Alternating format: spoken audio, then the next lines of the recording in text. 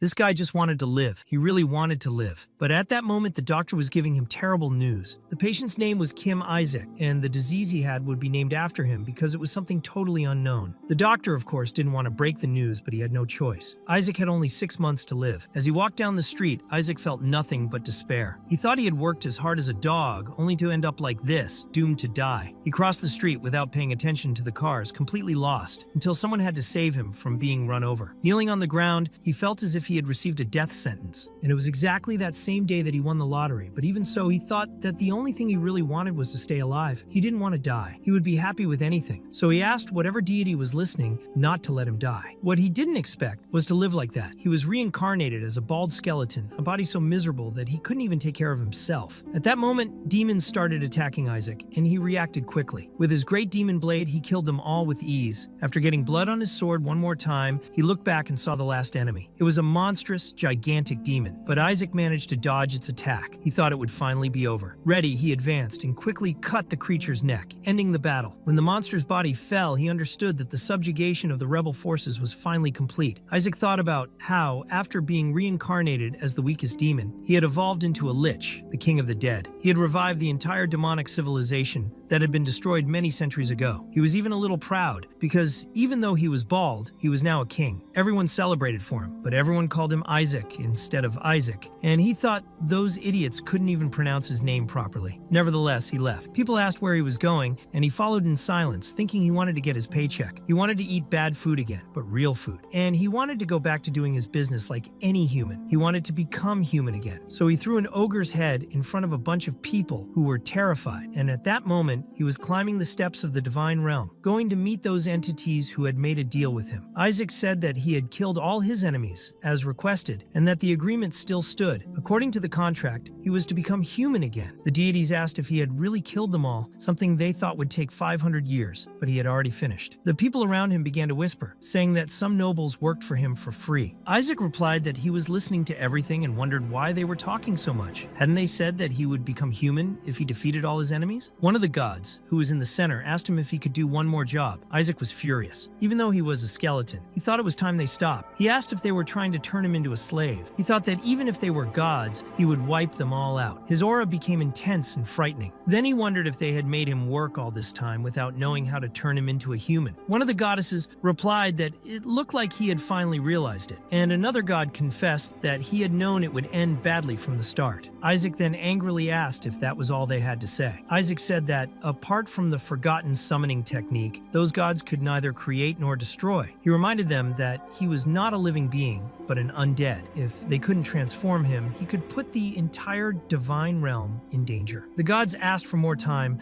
offering him the chance to make more requests, but Isaac replied that, as payment for the broken promise, he would kill them all. He said they would all turn into skeletons. As he accumulated his power, a monstrous aura grew around his body. Suddenly, however, this energy began to diminish until it disappeared completely. Isaac realized that he could no longer use magic and that his body was paralyzed. He wondered what was going on. One of the gods explained that it was useless to resist. The name they had written on the spell was wrong. It read Isaac, not Isaac, but the spell still worked. That technique had been used in the past to seal away disasters like him. The god told him that he should be grateful for what they had done, because now he would live as an insect. Isaac looked at his new body and realized that it was a small, weak caterpillar. He wondered why it couldn't at least be a hairy caterpillar. The god even mocked him, saying that he was still obsessed with the hair. Suddenly, Isaac's body began to glow. He thought that everyone there was an idiot, and that if they were going to do this to him, then they should have done it faster. He would rather kill himself than live like an insect. Then his body glowed brightly, and he screamed inside that everyone should eat shit. Immediately afterwards, a huge explosion took over the cathedral of the divine realm. Smoke covered everything. As it began to dissipate, everyone tried to understand what had happened. Isaac had disappeared. One of the gods said that he had probably been sealed inside that insect. With the Demon King finally out of the picture, some began to think that they could regain power over that world. But the gods knew it was too early to relax. They decided to create a perfect barrier between the sacred world and the human world. They said they would exterminate all demons. Meanwhile, one of the gods who had used a lot of power was asked if he was all right. He replied that it didn't matter, because now the Demon King had turned into a little cockroach. He said that he would be stuck there forever, and that he would make him feel pain. At that moment, Isaac wondered if he had been tricked by the gods. He wondered if he had been dumbed down after that, since skeletons didn't have brains. Everything around him was very bright. He realized that he had eyes again. again. He began to feel strange at the touch of his own skin. It was soft. He looked at his hands and realized he was in a human body. Then he wondered if the seal had gone wrong. A maid approached him, calling him baby, saying that he had finally woken up. She said he had been sleeping so well and asked why he had woken up now. Isaac didn't know who those people were. He really had become human again. But to his surprise, the maid said that they would feel a bit bad about it, but that they had to do their job. They said they would put him back to sleep, only this time for good and in peace. Isaac thought he had just died and was about to die again, and the servant was ready to give the child poison in his bottle. But as he tried, little Isaac dodged in every possible way. The servant began to wonder and asked why he wasn't eating. Isaac thought he would never eat something so suspicious, but at the same time he wondered why he had become human. At that moment, the servants called him Isaac. It was exactly the same name as before. He thought that the pronunciation of his real name had always been Isaac, with the same intonation. The problem was that the gods used a different pronunciation. They said Isaac, changing the sound slightly. Because of this, the seal didn't work. The seal needed to contain the exact name of the sealed person, and the gods got it wrong. He still thought that, in addition, he had been reincarnated in a body with the same name, and everything indicated that those idiots had made a mistake even when making the seal. It was at that moment that the servant managed to put the bottle in his mouth, and everyone began to wonder why that child was so strong. Isaac thought it was just a vegetable juice. So what were they trying to kill him with? Intestinal pain? But he soon realized that something was wrong. He was feeling a strange reaction in his body. Meanwhile, in the temple of the Holy Empire of Hela, an old man was walking quietly through the corridors, thinking that that baby would soon meet its end. Then a figure appeared in front of him and commented that he looked well. This man was Alexander Heathcliff Hela, the emperor of the Holy Empire of Hela. The old bishop bowed to the son of the empire, and the emperor asked what he was doing there. The bishop replied that he had come to meet the candidate for the sainthood of House Joshua because he needed to feel the presence of the one who would be holy. The emperor commented that the way he spoke, it sounded like a burden, and said that nothing could go wrong with the saint being cared for by the holy seat. The bishop replied that he didn't know what he was talking about, but suddenly everyone heard a cry coming from inside the temple. Everyone ran to the bedroom, and the emperor asked what had happened to the young master. The excited maid explained that the boy was very cute, that he had eaten so much that his belly was full. They told him that he had already drunk 15 bottles of vegetable juice. When the bishop heard this, he was paralyzed. He thought it was impossible. How could that child still be alive? He knew it wasn't just vegetable juice. A few minutes earlier, Isaac had sensed that the liquid wasn't just juice. He soon realized that it was poison, and it was no ordinary poison. It was holy poison, an extremely powerful kind, capable of destroying any divine power. Its effects were not immediate, but if accumulated in large quantities, it could even kill. However, this poison was made with the mana of demons, and Isaac had been a demon, so for him that taste was delicious. He was enjoying it, and absorbing large amounts of mana on top of that. He threw the bottle away and asked for another. Of course, all in the language of a baby, but his wish was understood. The waiter, unaware of the truth, thought it was great and brought more poison, believing that the effect would not be immediate. Isaac continued to drink, happy to be accumulating so much mana, and thought that what he needed now was to enter his own inner world, to reach the deepest part of himself, the core of everything, his mana core. He began to focus all his energy and direct that absorbed mana into the core. As he did so, he prepared himself carefully, but suddenly he felt a magical explosion inside him. However, it didn't manifest as he had expected. He was confused. The mana core was supposed to glow with one of the three primary colors, but at that moment something very different happened. Then he wondered why the core was white, but he soon realized that it wasn't just the color that was striking. There was an absurd amount of power inside that core, even though it wasn't fully formed, since that body was still that of a baby. Isaac thought that this exceeded all his expectations. He approached it with difficulty and wondered how blessed that body was. If he managed to grow well inside it, he might become an even bigger monster than he could have imagined. Isaac had always chosen to survive. It was something that was deeply engraved in his soul, a desire to stay alive no matter what. In the end, he became the genesis of the Skeleton King and created many unique and special abilities. Now, all those abilities were in that body because of his name and his soul, Isaac. Later, while he was concentrating, the employees began to wonder if he had finally died. But Isaac just raised his little finger, and everyone was surprised to realize that he was still alive. Then, quite naturally, he asked for another bottle, this time a stronger one. Back in the present, the emperor was relieved, believing that nothing bad had happened. But Isaac thought that,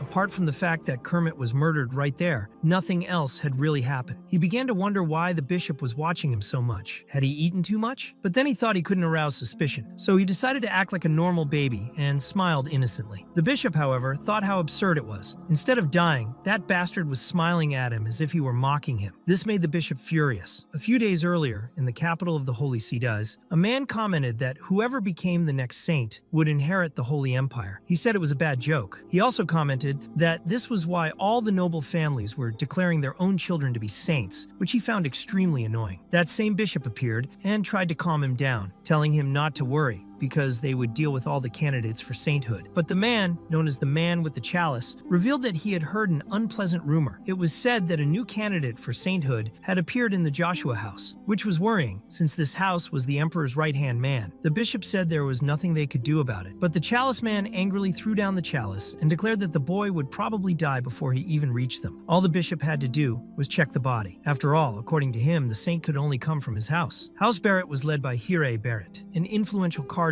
and head of the family. In the present, the bishop was thinking about the information he had received. They said the baby was already dead. So why was that child still alive? He believed that he couldn't leave it at that. Just then, the emperor approached and commented that the child was interesting. Its hair shone with a clear light, and he commented that the founder of the Holy Empire had exactly the same color hair. Isaac understood at that moment that the man was the emperor. The emperor said that the child seemed more blessed than the current pope himself, and said that he must be the true candidate for sainthood. Isaac was confused, not believing that the body in which he had been reincarnated was a candidate for sainthood. The bishop noticed the emperor's reaction and began to worry. He thought he couldn't allow that child to receive the emperor's support. Then the bishop asked to examine the child. The emperor asked what was wrong, and the bishop replied that there was something very strange. It was impossible for a baby to have had so much vegetable juice. But the emperor responded naturally, saying that he didn't see anything wrong with a candidate for sainthood eating a lot. Meanwhile, Isaac wondered how a demon king could be mistaken for a candidate for sainthood. The bishop continued to insist that he needed to examine him. It was then that Isaac accidentally burped and let out some of the demonic energy that he hadn't yet fully digested. He became apprehensive, wondering if the bishop had noticed. The bishop approached him with his eyes fixed and said that he had felt demonic energy coming from that child, asking if that wasn't too strange. Isaac didn't know if he had really noticed or if he was just trying to create an excuse to get rid of him. The bishop said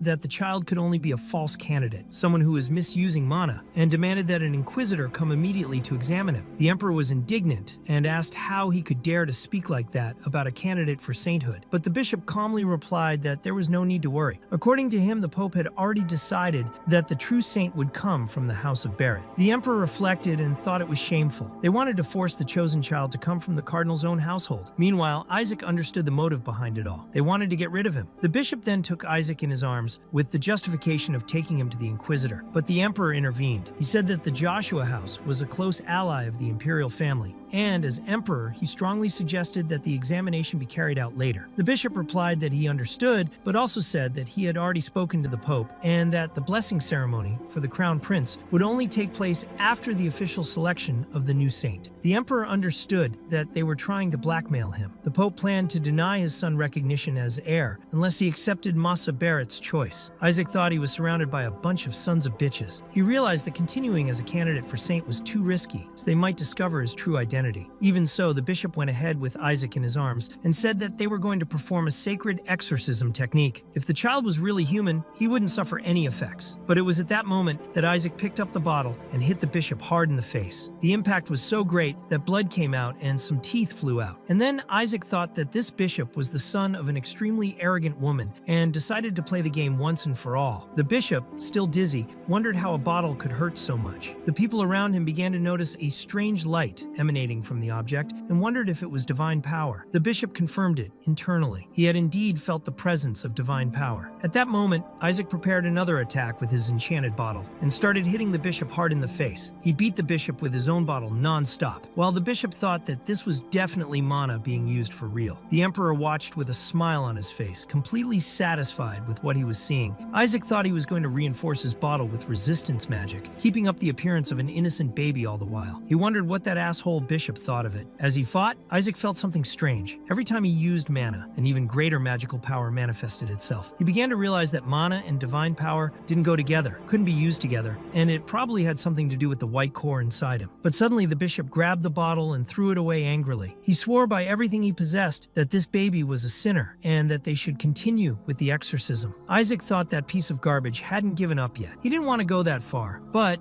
at that moment, he pulled out something very interesting that was hidden in the bishop's own clothes. The bishop was terrified to see what Isaac was holding. It was a high-level sealed demonic body, a totem, a powerful artifact made with the properties of a demon that had devoured others of the same race and absorbed their mana. The bishop thought that he had saved the totem for an emergency, in case he encountered a demon and needed to defend himself, but he wondered how exactly that baby knew of the object's existence. Without hesitating, Isaac simply threw the totem away, because he had had enough of that bishop. It was then that the seal on the totem pole began to break, and the demon trapped inside began to awaken. Isaac thought that these were the consequences of the bishop's own actions. He had awakened the demon contained in that artifact, and thought that now the bishop could examine it at will. The emperor watched the scene with shock and asked Bishop Masa Barrett what he was doing. He asked if the bishop was mad for releasing a higher demon inside the temple. The bishop, in despair, said that it was the child's fault, that it was he who had thrown the totem. But the emperor replied that the totem was an object used to seal a demonic beast, so how had it come back to life? Without wasting any time, the emperor ordered all the forces present to protect his son, and as expected, they immediately took the child from the bishop's arms. Isaac thought that he was now the big joke in the situation, but at that moment, the newly freed demon seemed to be looking directly at him. The monster was saying that it needed to kill the saint, that it needed to finish the saint off immediately. Isaac didn't understand why this was happening, but the demon advanced furiously towards him. The knights protecting the temple gathered around to protect the young master. Isaac wondered what was wrong with that demon. After all, he had just saved him. Even so, he still thought that the paladins would be able to protect him. But no, the first paladin was dropped like a piece of garbage. Isaac wondered if that guy was a real paladin, but had no time for further reflection. The demon kept advancing, determined to kill him, and the paladins were being thrown away like dolls. Isaac thought that he should have subdued the monster earlier, and wondered if anyone would notice if he used magic in that desperate situation. He also wondered why everyone wanted to kill him in this new life. The demon attacked him, and out of instinct, Isaac reacted with a furious expression, stared at the monster with eyes full of rage, and called it an asshole demon. The demon stopped for a moment when he heard that and muttered the word Demon King in a low voice. It was at that moment that a strong glow began to emanate from Isaac's body. It was a divine power so intense that everyone there was shocked. The glow began to burn and melt the demon's body, forcing him to flee. The people there began to comment, saying that this was a divine power that had come straight out of the baby's body. They said that Isaac, at such a young age, had single-handedly expelled a great demon. While everyone was impressed by his feat, Isaac wondered if he really possessed divine power. However, he soon realized that he had completely run out of mana. He reflected that his body seemed to transform mana into divine power, and began to wonder how he could accumulate more mana if the Holy Empire didn't have it in abundance. The bishop then started shouting, demanding that he be let go. He claimed that the baby was a heretic, using demonic power, and asked how he had dared to crawl there. The bishop said that he would prove all this through an exorcism, but the emperor ordered him to keep quiet. He said that the bishop was unjustly accusing an innocent candidate for sainthood, and that he himself had freed a demon inside the temple. The emperor said that this would not be ignored, and that, even though he was from the Holy See,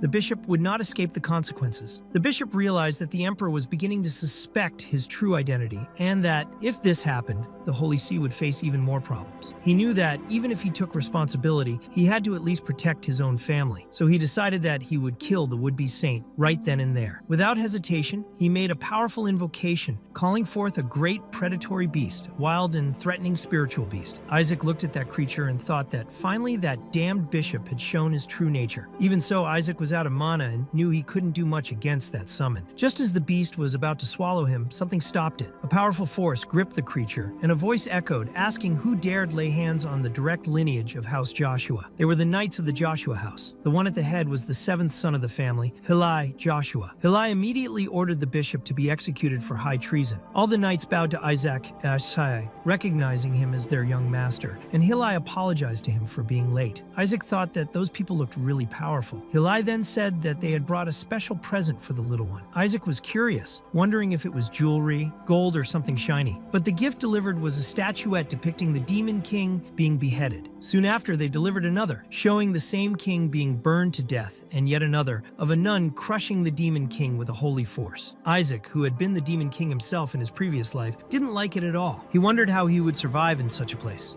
but the people around him interpreted Isaac's tears as emotion, saying that he had enjoyed the gift so much that he was crying. As he cried inside at his humiliation, Isaac finally remembered who the Joshuas were. They were the family of the saint responsible for killing him in the past. Isaac remembered that all the saints he had killed in his past life belonged to the Joshua family. He had eliminated number 45, number 61, and now he realized that not only was he a candidate for sainthood, but he was also part of the same lineage as the saint who had killed him. He began to wonder what he had done in his past life to deserve such an absurd fate. Meanwhile, Bishop Mesa, still in the room, continued to resist his arrest. He shouted that everyone there was a damned heretic and claimed that he would find out the true identity of that damn thing. He said that the child was a monster, but it was at that moment that someone made a clean cut across his throat. It was Hillel Joshua, who stopped him from continuing to speak and said that the bishop should be grateful for the benevolence of the Joshua house, which had spared his neck even after so much insolence. Isaac wondered if Hillel had almost beheaded the bishop just because he had insulted his family. All that confidence was impressive, but as he reflected, people around him began to say that the baby was hearing horrible things and that he needed to hear good words. Isaac thought that he was now surrounded by a bunch of crazy people, but he remembered something important. The Joshua were incredibly strong. His former subordinates became desperate whenever they saw those damn knights in blue armor. The emperor commented that he now seemed to have incurred a debt with the Joshua household. He asked Hillel if he could convey to the head of the family that the imperial palace wished to raise that child. Hillel responded by saying that the emperor's jokes were exaggerated, but the emperor continued, stating that the Holy Empire had an interest in that boy, both internally and externally. He commented that even though he knew the Joshua were very powerful, he questioned whether the so-called blue faith was strong enough to protect Isaac. Isaac thought without really understanding what was going on, wondering what the man was trying to say. The emperor explained that the Pope, in particular, would not approve of the boy. The reason was the color of his hair, which symbolized the ancestors of the Holy Empire. In addition, the Skeleton King seemed to be after the child, but Isaac was confused. He himself was the Skeleton King. Why would he go after himself? Hillel then apologized to His Majesty and said that the child was of direct Joshua lineage and should therefore be raised in his own house. He guaranteed that neither the Pope nor the Skeleton King could stand up to the Joshua family, and mentioned that if the Skeleton King appeared again, the former Saint Melissa would be only too happy to face him. The emperor replied that he thought so. Hillel added that he couldn't let a direct descendant of Saint Melissa grow up in the imperial palace. Isaac was stunned to hear that name. He thought it couldn't be the same Melissa he had fought before coming to this world, that crazy saint who was extremely difficult to defeat. So, as well as being a candidate for sainthood born into the holy lineage, he was the son of a saint. Isaac wondered why his life had to be like that. And then it was explained what a saint was. The gods, who had lost countless times to the Skeleton King, wanted more than anything to be able to defeat him one day. So the gods created a supreme weapon with all their efforts. This sacred tool was sent directly from the heavens with the sole aim of destroying all evil. She was called the Lion of the Battlefield, the knight who wielded the sacred light. She represented the great light of the Holy Empire and achieved the rank of highest knight because of her overwhelming power. Because of that saint's strength, everyone believed that the Demon King would see his last days. However, the Skeleton King was merciless and ended up defeating every single saint sent his way. Even so,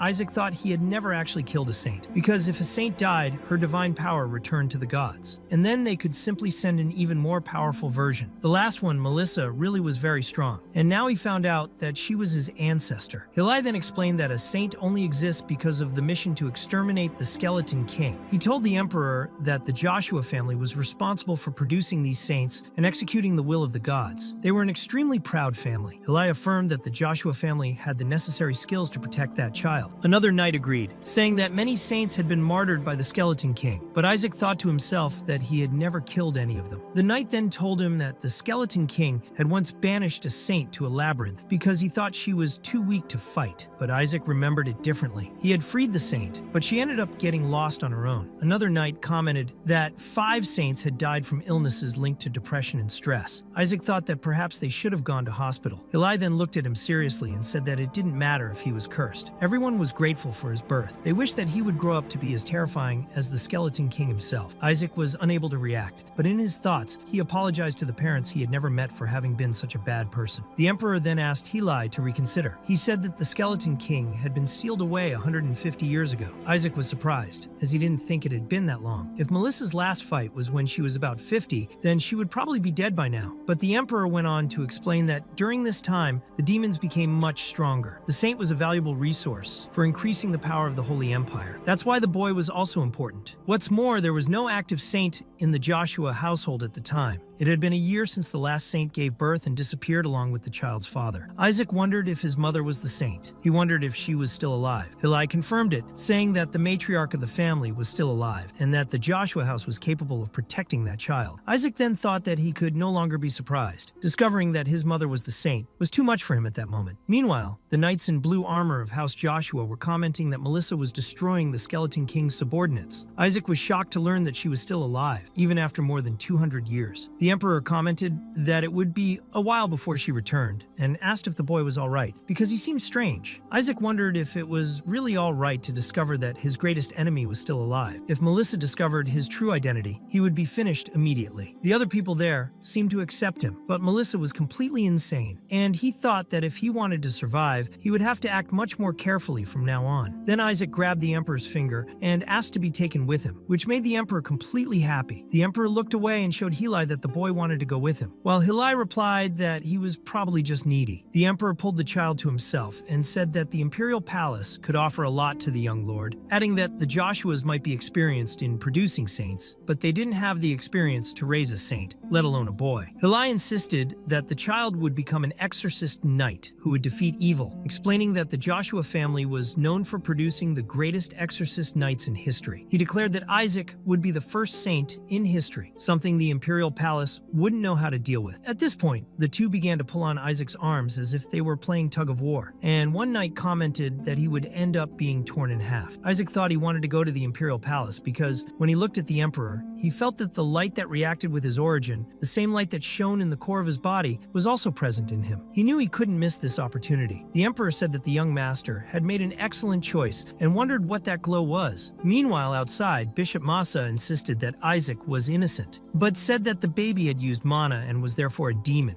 The hooded person countered by saying that divine power belonged to the gods themselves, and that they had granted that power to a demon. Bishop Massa retorted by saying that it was mana, and that he would never be confused. Even so, he was accused of blasphemy, and his head was cut off right there. Soon after, another of the hooded men approached and said that they were going to form an assassination squad again. But Harry replied that this wouldn't be necessary, as the emperor wanted to take the child with him, and there would be plenty of opportunities at the royal palace. He said that this time Isaac wouldn't survive. Inside a carriage, Isaac thought that at that moment he was being taken to Joshua and remembered that everyone was wondering why he was going there. A few days earlier, when he saw that big glow, he wondered what it was that was so strong. Hillel commented that Joshua was not a good place to raise a child, and said that their house stored mana cores and demonic bodies, the most precious of which was the body of the Skeleton King. It was then that Isaac asked if his body was there. He thought that maybe he should have stayed in Joshua, and at that moment he grabbed Hillel's hand and said that he wanted to go there now. Hillel was extremely moved.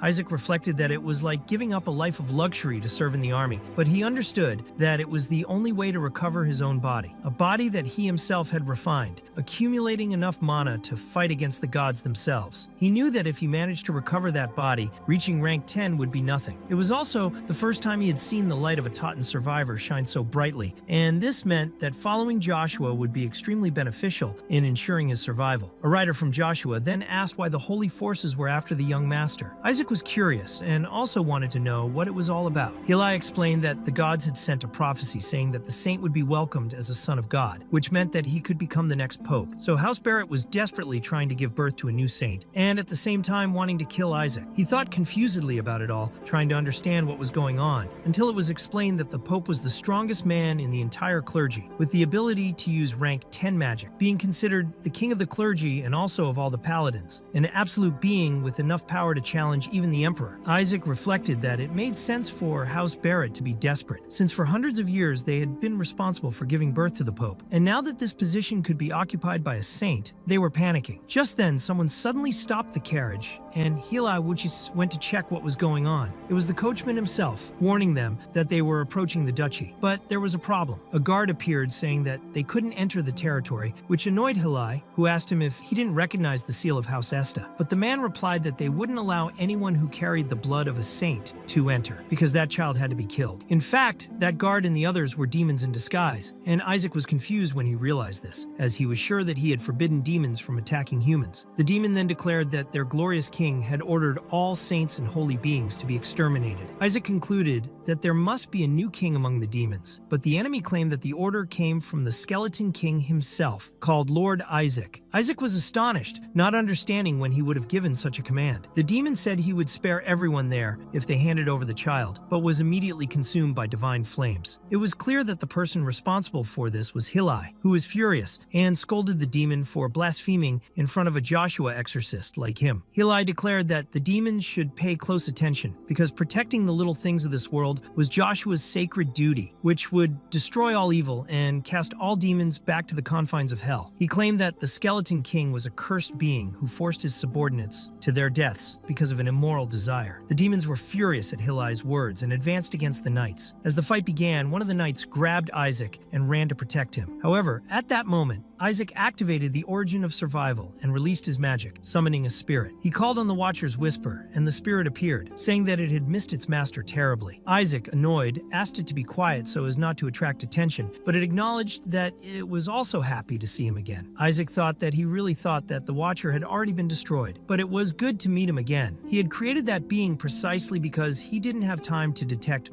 magic during combat, so the Watcher did it for him. Since gaining consciousness, the spirit had behaved with a personality of its own and commented that its master was still as evil as ever, even saying that he had stolen the body of a child. The spirit was enraged to see that divine magic users had touched its master's body, saying that it didn't accept dirty hands touching a baby. Isaac ordered him to stop talking and start detecting the presence of enemies. The Watcher obeyed and began the magical scan, saying that in a radius of 100 meters around there were a total of 88 enemies, all demons, and guaranteed that none of them would touch Isaac. At this point, the knights were managing to defeat several enemies, but a new presence appeared, something even more frightening. The observer detected the approach of a lich, who was standing right in front of Joshua's knights. The imposing figure asked how they dared to touch their king with those dirty hands. The lich declared that everyone there would pay with their lives, and Isaac wondered what was so powerful about that being. The lich said that his king, his one and only great master, had been unjustly imprisoned in the body of a baby, and that in gratitude for being freed, he had developed a deep appreciation for Isaac. The lich said that no one could even look at his master with those disgusting eyes, or he would tear their eyes out. But luckily, humans couldn't understand the demonic language. The Watcher commented that the whole thing was a mess, while Isaac thought that the lich had probably figured out that he was the skeleton king, and followed him there. The knights then prepared for combat, but Isaac didn't think it had to end that way. He started to get very angry, fighting back and shouting, trying to stop them from fighting, while a knight asked him to calm down, as they would soon sort everything out. The lich noticed that his master had recognized him, acknowledged his existence as well, and then ran towards Isaac, saying that he would stay by his side. Hillel realized that the lich was heading straight towards the young master and became alert. The lich asked how those foolish paladins had managed to seal his master, and Isaac thought he had finally caught his attention, which was great. He knew he couldn't let his mana source die and asked the lich to break the barrier. The lich obeyed without difficulty and destroyed the barrier with a single blow. Isaac smiled discreetly, praised the lich for his good work, and said that now his subject could rest. The lich asked what his master was doing, as he had been sealed again, and wondered why he had done this to him. The paladins were completely shocked, as they had just seen Isaac turn a demon into a totem right before their eyes. Back at the Joshua house, everyone started celebrating, saying that Isaac had turned a demon into a totem in a few seconds. They said he possessed the sacred art of the saints and cardinals. However, Isaac knew that it wasn't sacred art, it was magic. Hillel commented that it did look like a sacred art of totem transformation, and he was impressed to see a child using such an advanced technique, even more so without feeling any divine energy coming from him at the moment of use. Hillel believed that the lich ran towards the young master because it realized he was a threat and focused only on him. A knight commented that Isaac really did seem to have divine powers and was sure that he would be the saint. But Hillel thought he was wrong. That demon ran into a child, and even if he wasn't a saint, he was certainly someone special. He reflected on the Skeleton King's curse and wondered why this had to happen to a boy, since the men of House Joshua suffered from this curse. Then a knight said that he had already made up his mind. As commander of the Knights of Azuri, he would protect the young master Isaac, as he believed him to be the hope of House Joshua. Hillel was a little taken aback, but he recognized that he had been a fool. Instead of worrying so much about the Skeleton King's curse, he should have seen that this child could be the real hope. Hillel then said that they could go home now, because he, as an uncle, would teach Isaac Isaac many things and said that he had great potential. Isaac thought that he didn't care whether he became a paladin or not. He just wanted his body back. Heli said that even if Isaac was destined for an extremely short life, he would find a way to save him, and assured him that his name would be known throughout the continent. Isaac was confused and wanted to know what this short life was all about. Heli changed the subject and said that as soon as they got home, he would teach Isaac how to curse the Skeleton King, which made Isaac think that those damn bastards were up to something. Later, at the Joshua House mansion, the place was well decorated, full of ornaments, beautiful and luxurious. Isaac wondered if they had so much fun while they were exterminating the demon race, and how much that mansion must have cost. He thought that those bourgeois scoundrels were living there well, while the demons were starving, and he himself had gone through a lot of hardship just to feed his people. The Watcher commented that that castle was a paradise compared to the garbage castle they had in hell, saying that if they sold the statues there, they could buy 10 brand new castles. Isaac thought he had understood and told him to shut up. Heli introduced the place, saying that this was the mansion of Joshua House, the continent where exorcism originated, and promised that she would teach him everything when he grew up. There they were all beating up a Skeleton King doll, beating, cursing, and swearing at the figure, as part of training. Isaac thought it was strange that they were teaching that to children, but he figured it didn't matter. Since joining the Holy Empire, he had decided to make the Emperor his personal puppy. The Watcher commented that even if he was the Skeleton King, it was ugly to hurt little children, to which Isaac replied that he should just keep watching. The Watcher agreed and began the magical scan, detecting several magical points scattered around the mansion. Isaac noticed that there were many monocores in the place, more than 100, and the observer confirmed that he had never seen so many either. When they finally arrived and got off the carriage, Heli ordered them to rearrange his room, as Isaac would be staying with him. But the servants apologized and informed him that they had been ordered to take Isaac to the annex. Heli asked what they meant by the annex, and the servants explained that it was the 5th young master who had determined that he could not enter the main house. Heli was indignant and asked if they were really sending Isaac to a cursed place where people died. Isaac thought that this was clearly a family feud and realized that he should have noticed it before. Heli remarked that his older brother always made these kinds of jokes. Isaac wondered why he should go to the annex if there was such a big mansion there, but the observer whispered in his ear that the Manhwa was in the annex. Even so, Heli said she wouldn't let her nephew enter that cursed house. Isaac was torn as he wanted to go to the annex, while Heli insisted that he go to the bedroom, saying that she would read him stories from the sacred scriptures and then teach him how to recite an exorcism made especially for the Skeleton King. Isaac thought that Heli really wanted to exorcise him. At that moment, someone appeared and questioned Heli, saying that first he had brought that vermin, and now he wanted to cause trouble. He claimed that it was he himself who had sent the child to the annex and complained that Heli, after disappearing for so long, was now showing up to defy his older brother's orders. That man was the first son of House Joshua, Gowel Joshua. Isaac, looking at him, thought what a jerk he was. Gowel ordered them to put that little thing down, as he would take Isaac to the annex himself. Heli asked if he was serious, remembering that the child was part of the direct lineage of Joshua House, and now they wanted to send him to live in the warehouse. Isaac concluded that that idiot didn't want him to stay in the main house, but he still wanted to go to the annex.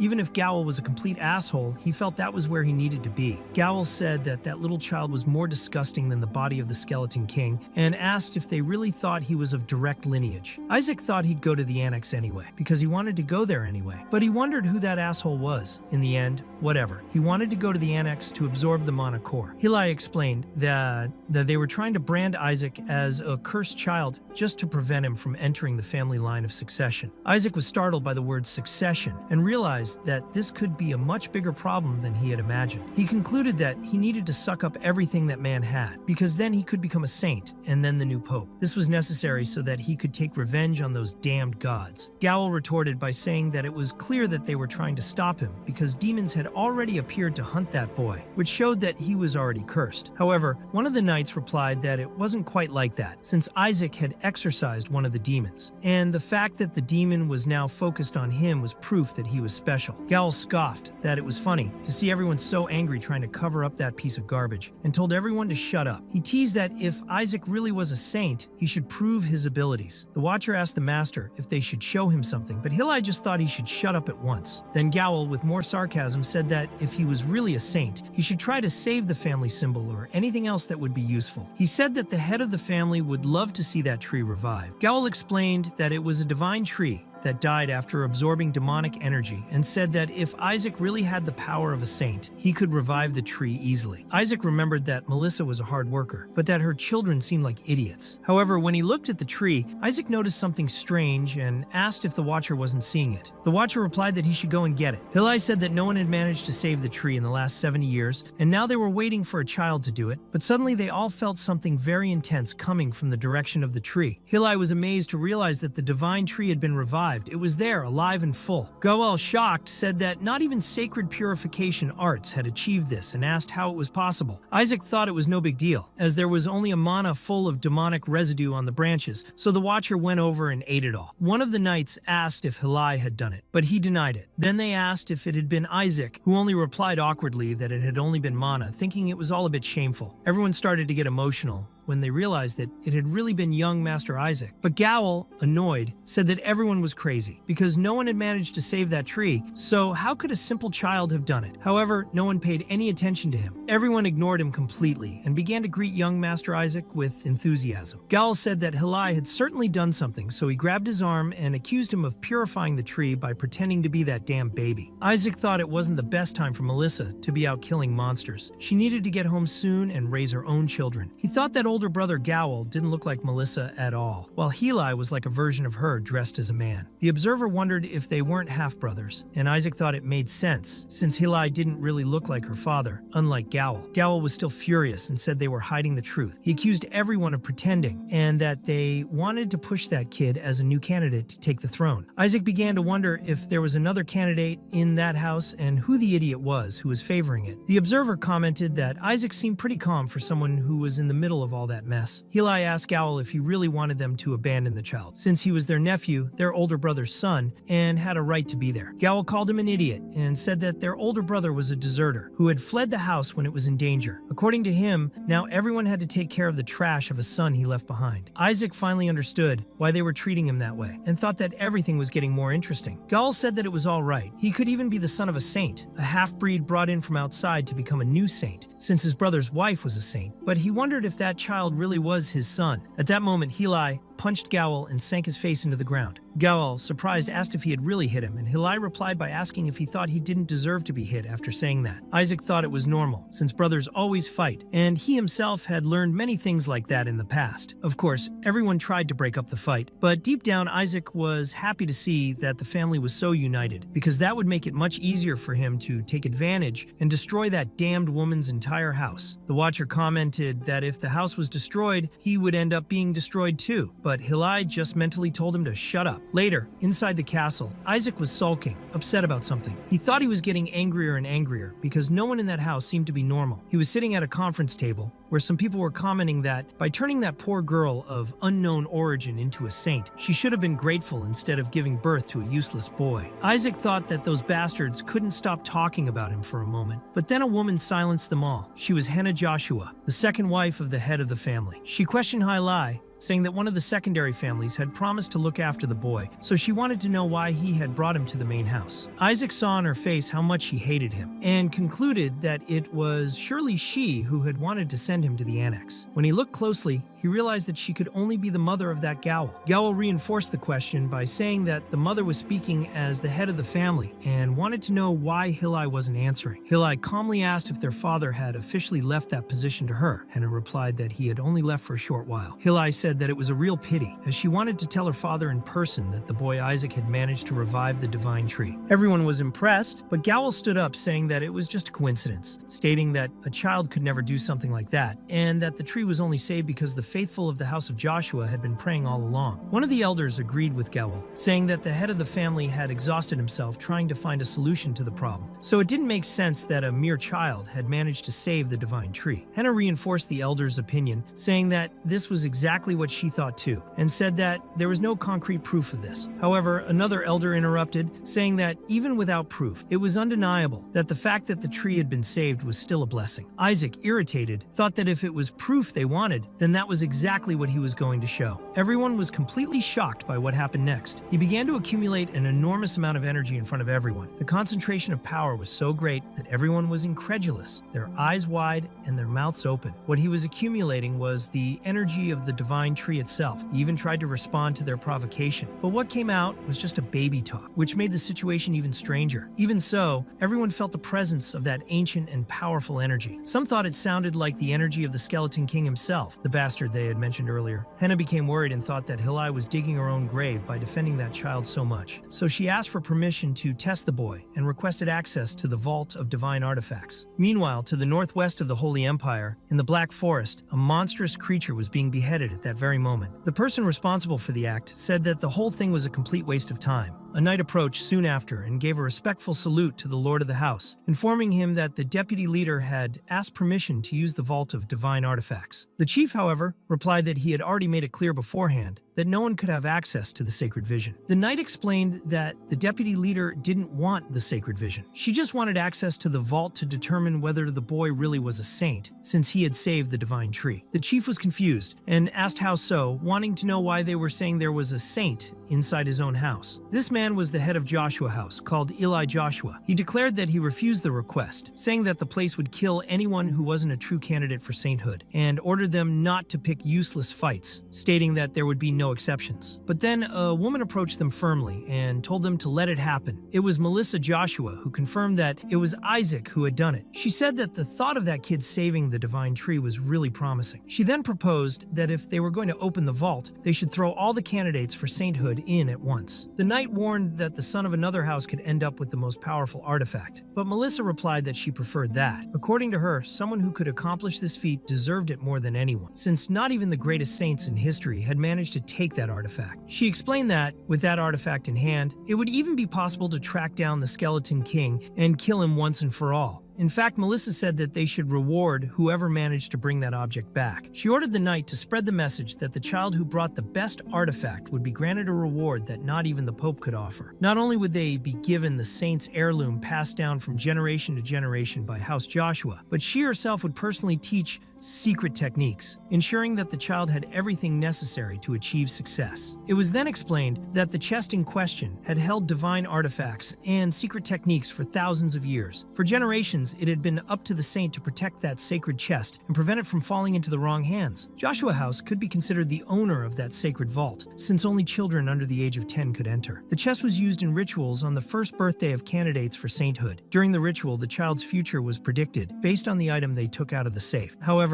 the place was extremely dangerous. Even would-be saints could easily die in there. Because of the deaths and losses accumulated over the years, the vault was eventually sealed. The observer commented that he now wondered if Isaac would be able to get the treasure out of the saint safely, and Isaac got angry, wondering why he was playing the narrator. But the observer asked him if he wasn't excited, and Isaac replied that of course he was, not least because they said that the body of the Skeleton King was sealed in that place. Then someone approached him asking if he was excited, and it was one of the knights who told him that the matriarch had released the vault to all the candidates for sainthood. He also said that the children of the 5 great houses were going to get together and visit the house of that terrible pope. He said he was sure that Isaac would win. The observer commented that the event would be bigger than expected, but Isaac thought it was for the best. With several children entering at the same time, the watchers would have their attention divided, which would make it easier for him to recover the body he was looking for. However, the knight warned Isaac to be careful. It was Hilai who explained that demons captured during the war were guarding the vault. Isaac wondered if that was why the place was so dangerous, but thought that if they were demons of rank 6 or lower, he could easily control them. However, Hilai said that the demons inside the vault were rank 8, which meant that they wouldn't be easy enemies to face. Isaac wondered who had managed to capture a rank 8 demon, but the knight revealed that the most dangerous thing there was a rank 9 dragon. Hilai confirmed the information, and the watcher commented that House Joshua must have been full of crazy people to put a dragon in a baby's first birthday ritual. Even so, he said that his extensive knowledge of dragons might help Isaac deal with it, and asked why he was so afraid. Isaac thought that dragons were dangerous in a different way, since in the past he used to trick dragons instead of facing them for real. The observer asked him how many dragons he had tricked, and Isaac, remembering everyone who had been furious with him, mentally counted about 70. He thought that was a bad thing, because surely the dragons would remember him and recognize him by his soul. The observer commented that it sounded like a great opportunity to change masters, and Isaac said that he had heard that, but had no choice. The vault was full of rank 8 demons and a rank 9 dragon, and with his current skills, he could only deal with demons up to rank 5. To beat them, he thought he would have to infiltrate the annex, where all the spoils of war were kept, and steal all the mana cores he could to strengthen himself. Later, already inside the castle, Isaac was in his room and looked dejected. The observer asked if everything was all right, because he looked like he was about to be exorcised. And at that moment, as if it were part of a broadcast video, a message appeared saying that if the viewer hadn't yet left a like, they should do so now and subscribe to the channel to support the content, encouraging the continuation of these quality stories. After the message, the narrative continued as normal. Isaac thought that if he could figure out how to use the sacred power, he would be able to learn the sacred arts easily. The problem was that he still didn't know how to do it. He even wondered if he should use mind control on someone to learn, but the Watcher called him crazy for trying to use magic within the clergy, saying that he would be accused of being a demon and end up dead. Isaac thought that his personality had changed a lot in the last 150 years and concluded that, after all, theory alone wouldn't help. He needed something more practical, even if it was risky. Then, when he started to get tired, someone picked him up, and it was Heli, saying that he had already been through a lot that day. Isaac thought it was true after all. At that age, he needed to sleep at least 16 hours a day. But then the knight noticed the book Isaac was reading, and at that moment, Heli used a sacred art of recovery on him. Isaac thought it was great, and thought that now he wanted to learn from that uncle. But the Watcher said that they needed to go to another building, so they had to get people out of there as soon as possible. Isaac agreed, thinking that those people really needed to leave soon, so he pretended to go to sleep. The observer wondered who would fall for that act, but they both believed him and commented that he had fallen asleep so quickly that he was cute. As the guys started to leave, the observer commented that Isaac had a great family. Just then, Heli told them to put away the totem Isaac had made because it was his first. Isaac thought he needed to get it back because he needed the mana from the totem, so he decided that since he had reached this point, he would extract a whole mana core. He started to climb out of the cradle, and the observer asked him if he thought he could get there by crawling. Isaac replied that he would, because he had a plan, and asked the observer to open the door. The observer said he wouldn't carry him and explained that, unfortunately, the door was locked with a sacred art. Isaac ordered the door to be broken down, but the Watcher said that they might think it was an attack. Isaac got very angry because he couldn't stand by, but he knew that if he used magic there, things would get even worse. It was at that moment that someone opened the door right in his face. It was another child who was also carrying a totem pole in his hand, and commented that the one who had knocked on the door was a baby who couldn't even walk. That child was Shuri, Gowl's son, who looked at Isaac and began to wonder if that baby was really his rival. Shuri couldn't believe that a baby like that had managed to make a totem pole, while he, a genius, hadn't yet. So he started accumulating divine magic, and said he would become the next saint, questioning how Isaac dared try to steal his position. Only Isaac just held a toy up to Shuri's face and thought his transportation had arrived. Shuri asked him if he knew who he was, and Isaac thought that the kid looked just like Gowl, so he was definitely his son. He realized very well that the boy was accumulating holy power to attack him, so he decided to beat him up first. Isaac started hitting Shuri several times, thinking that the kid was going to carry him outside. The boy was being thoroughly beaten until he finally defended himself with a defensive spell. Shuri, still surprised, asked if Isaac was impressed, as he was the only one his age who could use rank 3 defensive holy arts. Shuri warned them not to be surprised by that alone, so he used a sacred art of attack called Holy Light and launched it at Isaac. But Isaac thanked him for the meal, created a barrier around himself, and began to devour all that power. Shuri couldn't understand how he managed to do it, while Isaac thought his uncle had never taught him, so he got curious and ended up learning it himself. It was as if he was giving all the power back to Shuri and thanking him for showing it to him. The boy barely had time to react, and Isaac threw all the absorbed energy back at him, while the other two just watched as Shuri was hit. The observer commented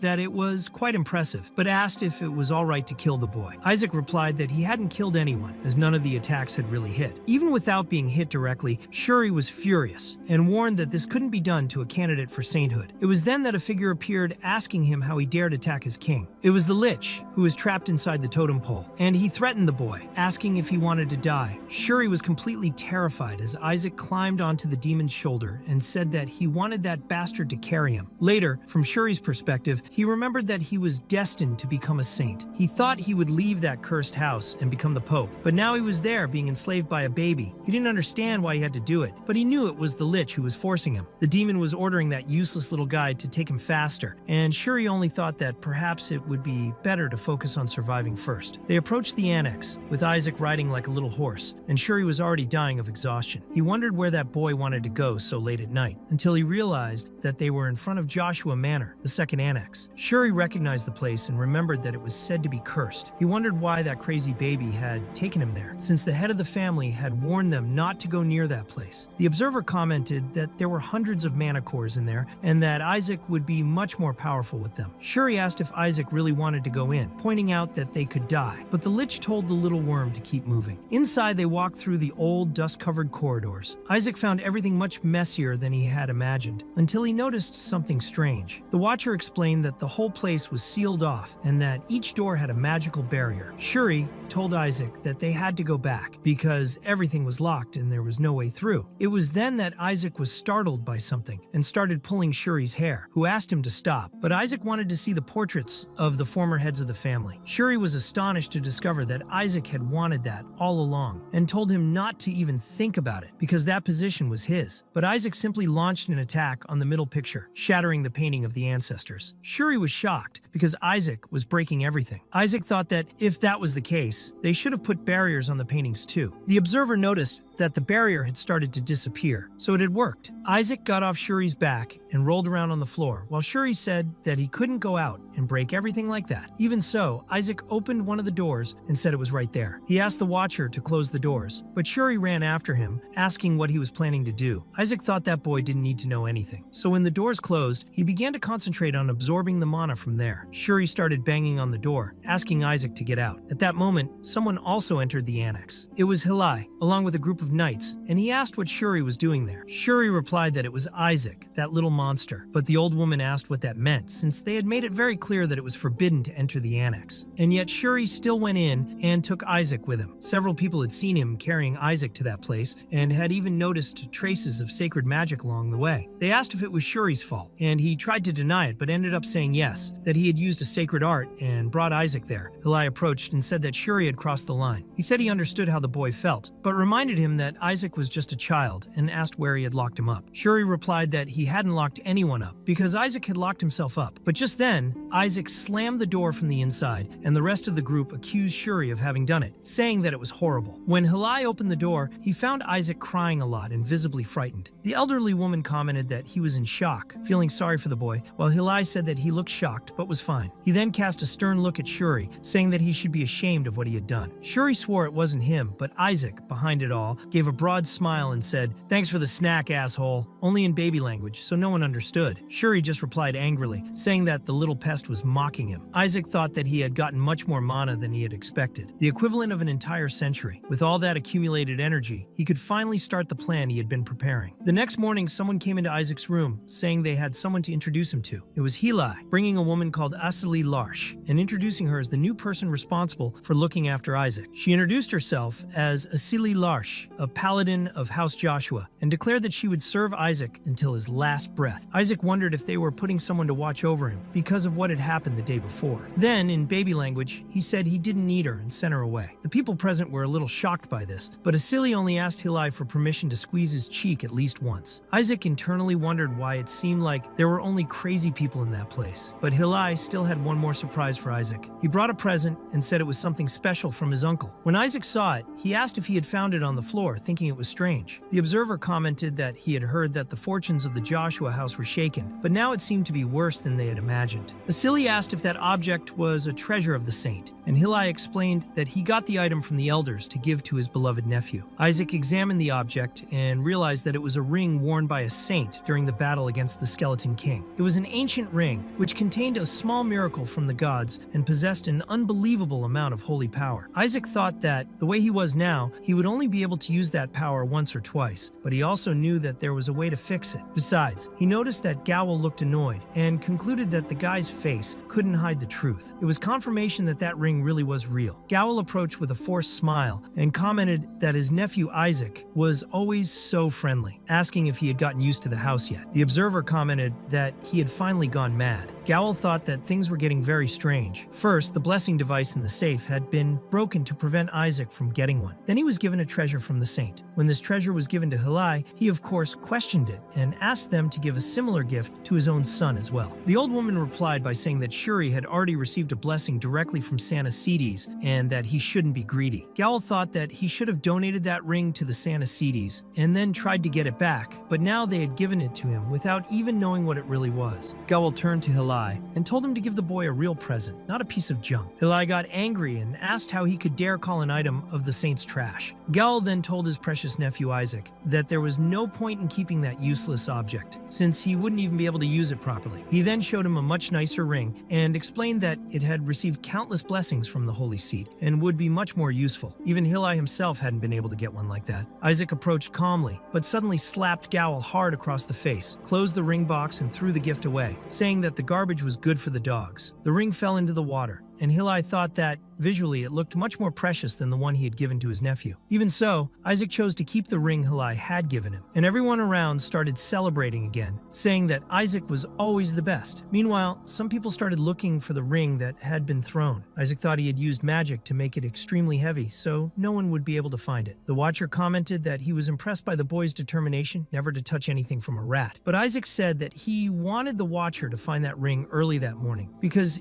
even though it wasn't that useful, he could sell it for a lot of money. Later in Gowl's office, he was completely furious. He wondered if they knew how much that ring cost. Still, he said it was fine. It wasn't as if Isaac could wear an elder ring properly. It was a good item for someone who couldn't use holy arts, but it still couldn't be activated without first absorbing holy power equivalent to that of several people. Gowl commented that on Isaac's first birthday, there would probably only be about 10 people. However, on the day of the ceremony, the number of guests was much higher than expected. Seely Larsh told Isaac that it was impressive. There were 148 candidates for sainthood, and more than 4,000 servants and aristocrats gathered there. All the houses of dukes and marquises were present. She also said that she had heard rumors that even other countries had sent their own candidates for sainthood, and she thought that was incredible. Isaac, however, didn't find any of this pleasant. He was totally annoyed by the situation. He thought that, theoretically, saints were sent from heaven, or at least that's what they always said, but now they seemed to be falling from the sky too much. Hilai was also surprised and said that it was really unexpected. He thought that everyone would suspect a trap and that no one would come. But then someone came in calling for his friend, and it was Count Simon Aegis, Hilai's childhood friend. Hilai asked what Simon was doing there, and he replied that if all the families of the Empire had come, he would too. He said that the rumor was that the weak men of House Joshua would take part in the ceremony, so everyone had come to see for themselves if it wasn't a trap. Simon commented that the matriarch of the Joshua house had set a great reward and wondered how people didn't come here. He even said that not even the Pope's house had resisted the call. Hilai couldn't believe it and asked what that meant, saying that the Pope's house would never come to Joshua. Simon replied that all that powerful royalty shouldn't come, but they still showed up. The Barrett said that only they were worthy of power and that no one else deserved it, but the truth was that they were all there. Hilai asked Simon to keep his voice down, but he replied that his own son was also a candidate for sainthood, and that since Joshua was hosting the whole thing, the Pope's family shouldn't get involved, but they clearly had. Hilai explained that this was why everyone had to be careful with their words, until someone opened the door saying that there was nothing more dangerous than a vulgar friend. It was Bishop Barrett who appeared to say that the old sayings were never wrong. Hilai then turned around, confused, wanting to know what Cardinal Barrett was doing there. Barrett replied that the weak boy from the Joshua family was hosting the first anniversary ritual and that he was praying that this boy would manage to get something valuable out of the vault, something that would save his reputation. He was especially curious to see with his own eyes the child of the Joshua lineage, who claimed to be a candidate for sainthood, but who had not yet appeared. Barrett saw the situation as a great opportunity and hoped that the candidate for sainthood, Joshua, would succeed in raising his family's name. Meanwhile, Hilai wondered if everyone there had fallen into the Holy See's trap, as he found it very strange that the number of candidates for sainthood had risen from 25 to 148 in just 1 week. It didn't make sense. The only explanation was that the Holy See had ignored all the proper criteria and approved any child, just to favor its own vested interests. Everyone wanted their own child to be chosen as a saint. If all those children were thrown into the vault together, they would end up dealing with weaker competitors. It seemed like the perfect scenario for a dark plan to be put into action. Hilai then turned around, worried, and thought that Isaac might be in danger. It was then explained that men born born into the Joshua lineage, despite their impressive appearance and family reputation,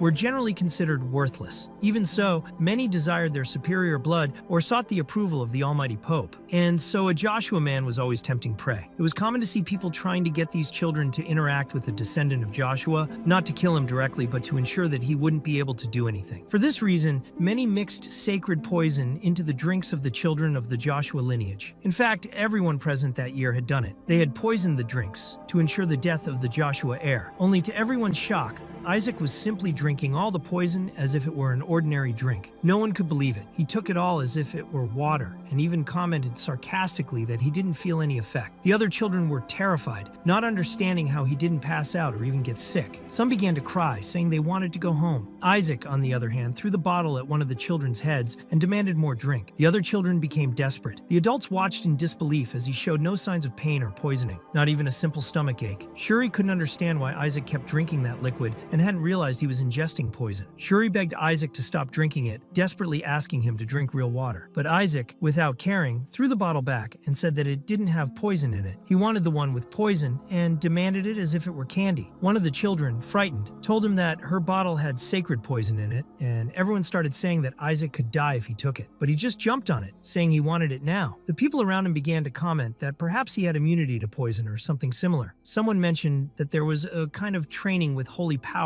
that made a person invulnerable to poisons like that, and they wondered if Isaac had already reached that level. Shuri, confused, tried to understand what everyone was talking about until a new figure approached. It was Kina Barrett, the candidate for Saint of the Barrett House, and Shuri recognized him immediately. She hadn't known that someone from the Pope's house would be there. Everyone was very impressed to see that even the Pope's direct heir was taking part in the selection. They commented to each other that, for sure, Kina Barrett would be the winner. When Isaac saw this boy, he understood that he was the one chosen from within to be the next saint. But he began to wonder if Barrett had really given birth to someone with that shade of hair, since no one in the Barrett family had brown hair. Kina then began to speak confidently, saying that it made no sense for someone like Isaac to be there. He reminded everyone that the Pope was the leader of all the clergy and that the property belonged to his house, so he was just taking what was rightfully his. Isaac realized right away that this boy really was from the Pope's house, mainly because of the arrogance with which he spoke. Even so, he recognized that he was a monster, probably stronger than any creature he had ever faced. That's why he was at the top of the list of candidates. Kina declared that everyone there was an idiot for trying to end the child of the Joshua bloodline. He said that it wasn't possible that Isaac was controlling his immunity to the poison on his own, and claimed that Saint's power was probably protecting the boy. With a wry smile, he said that he could cure him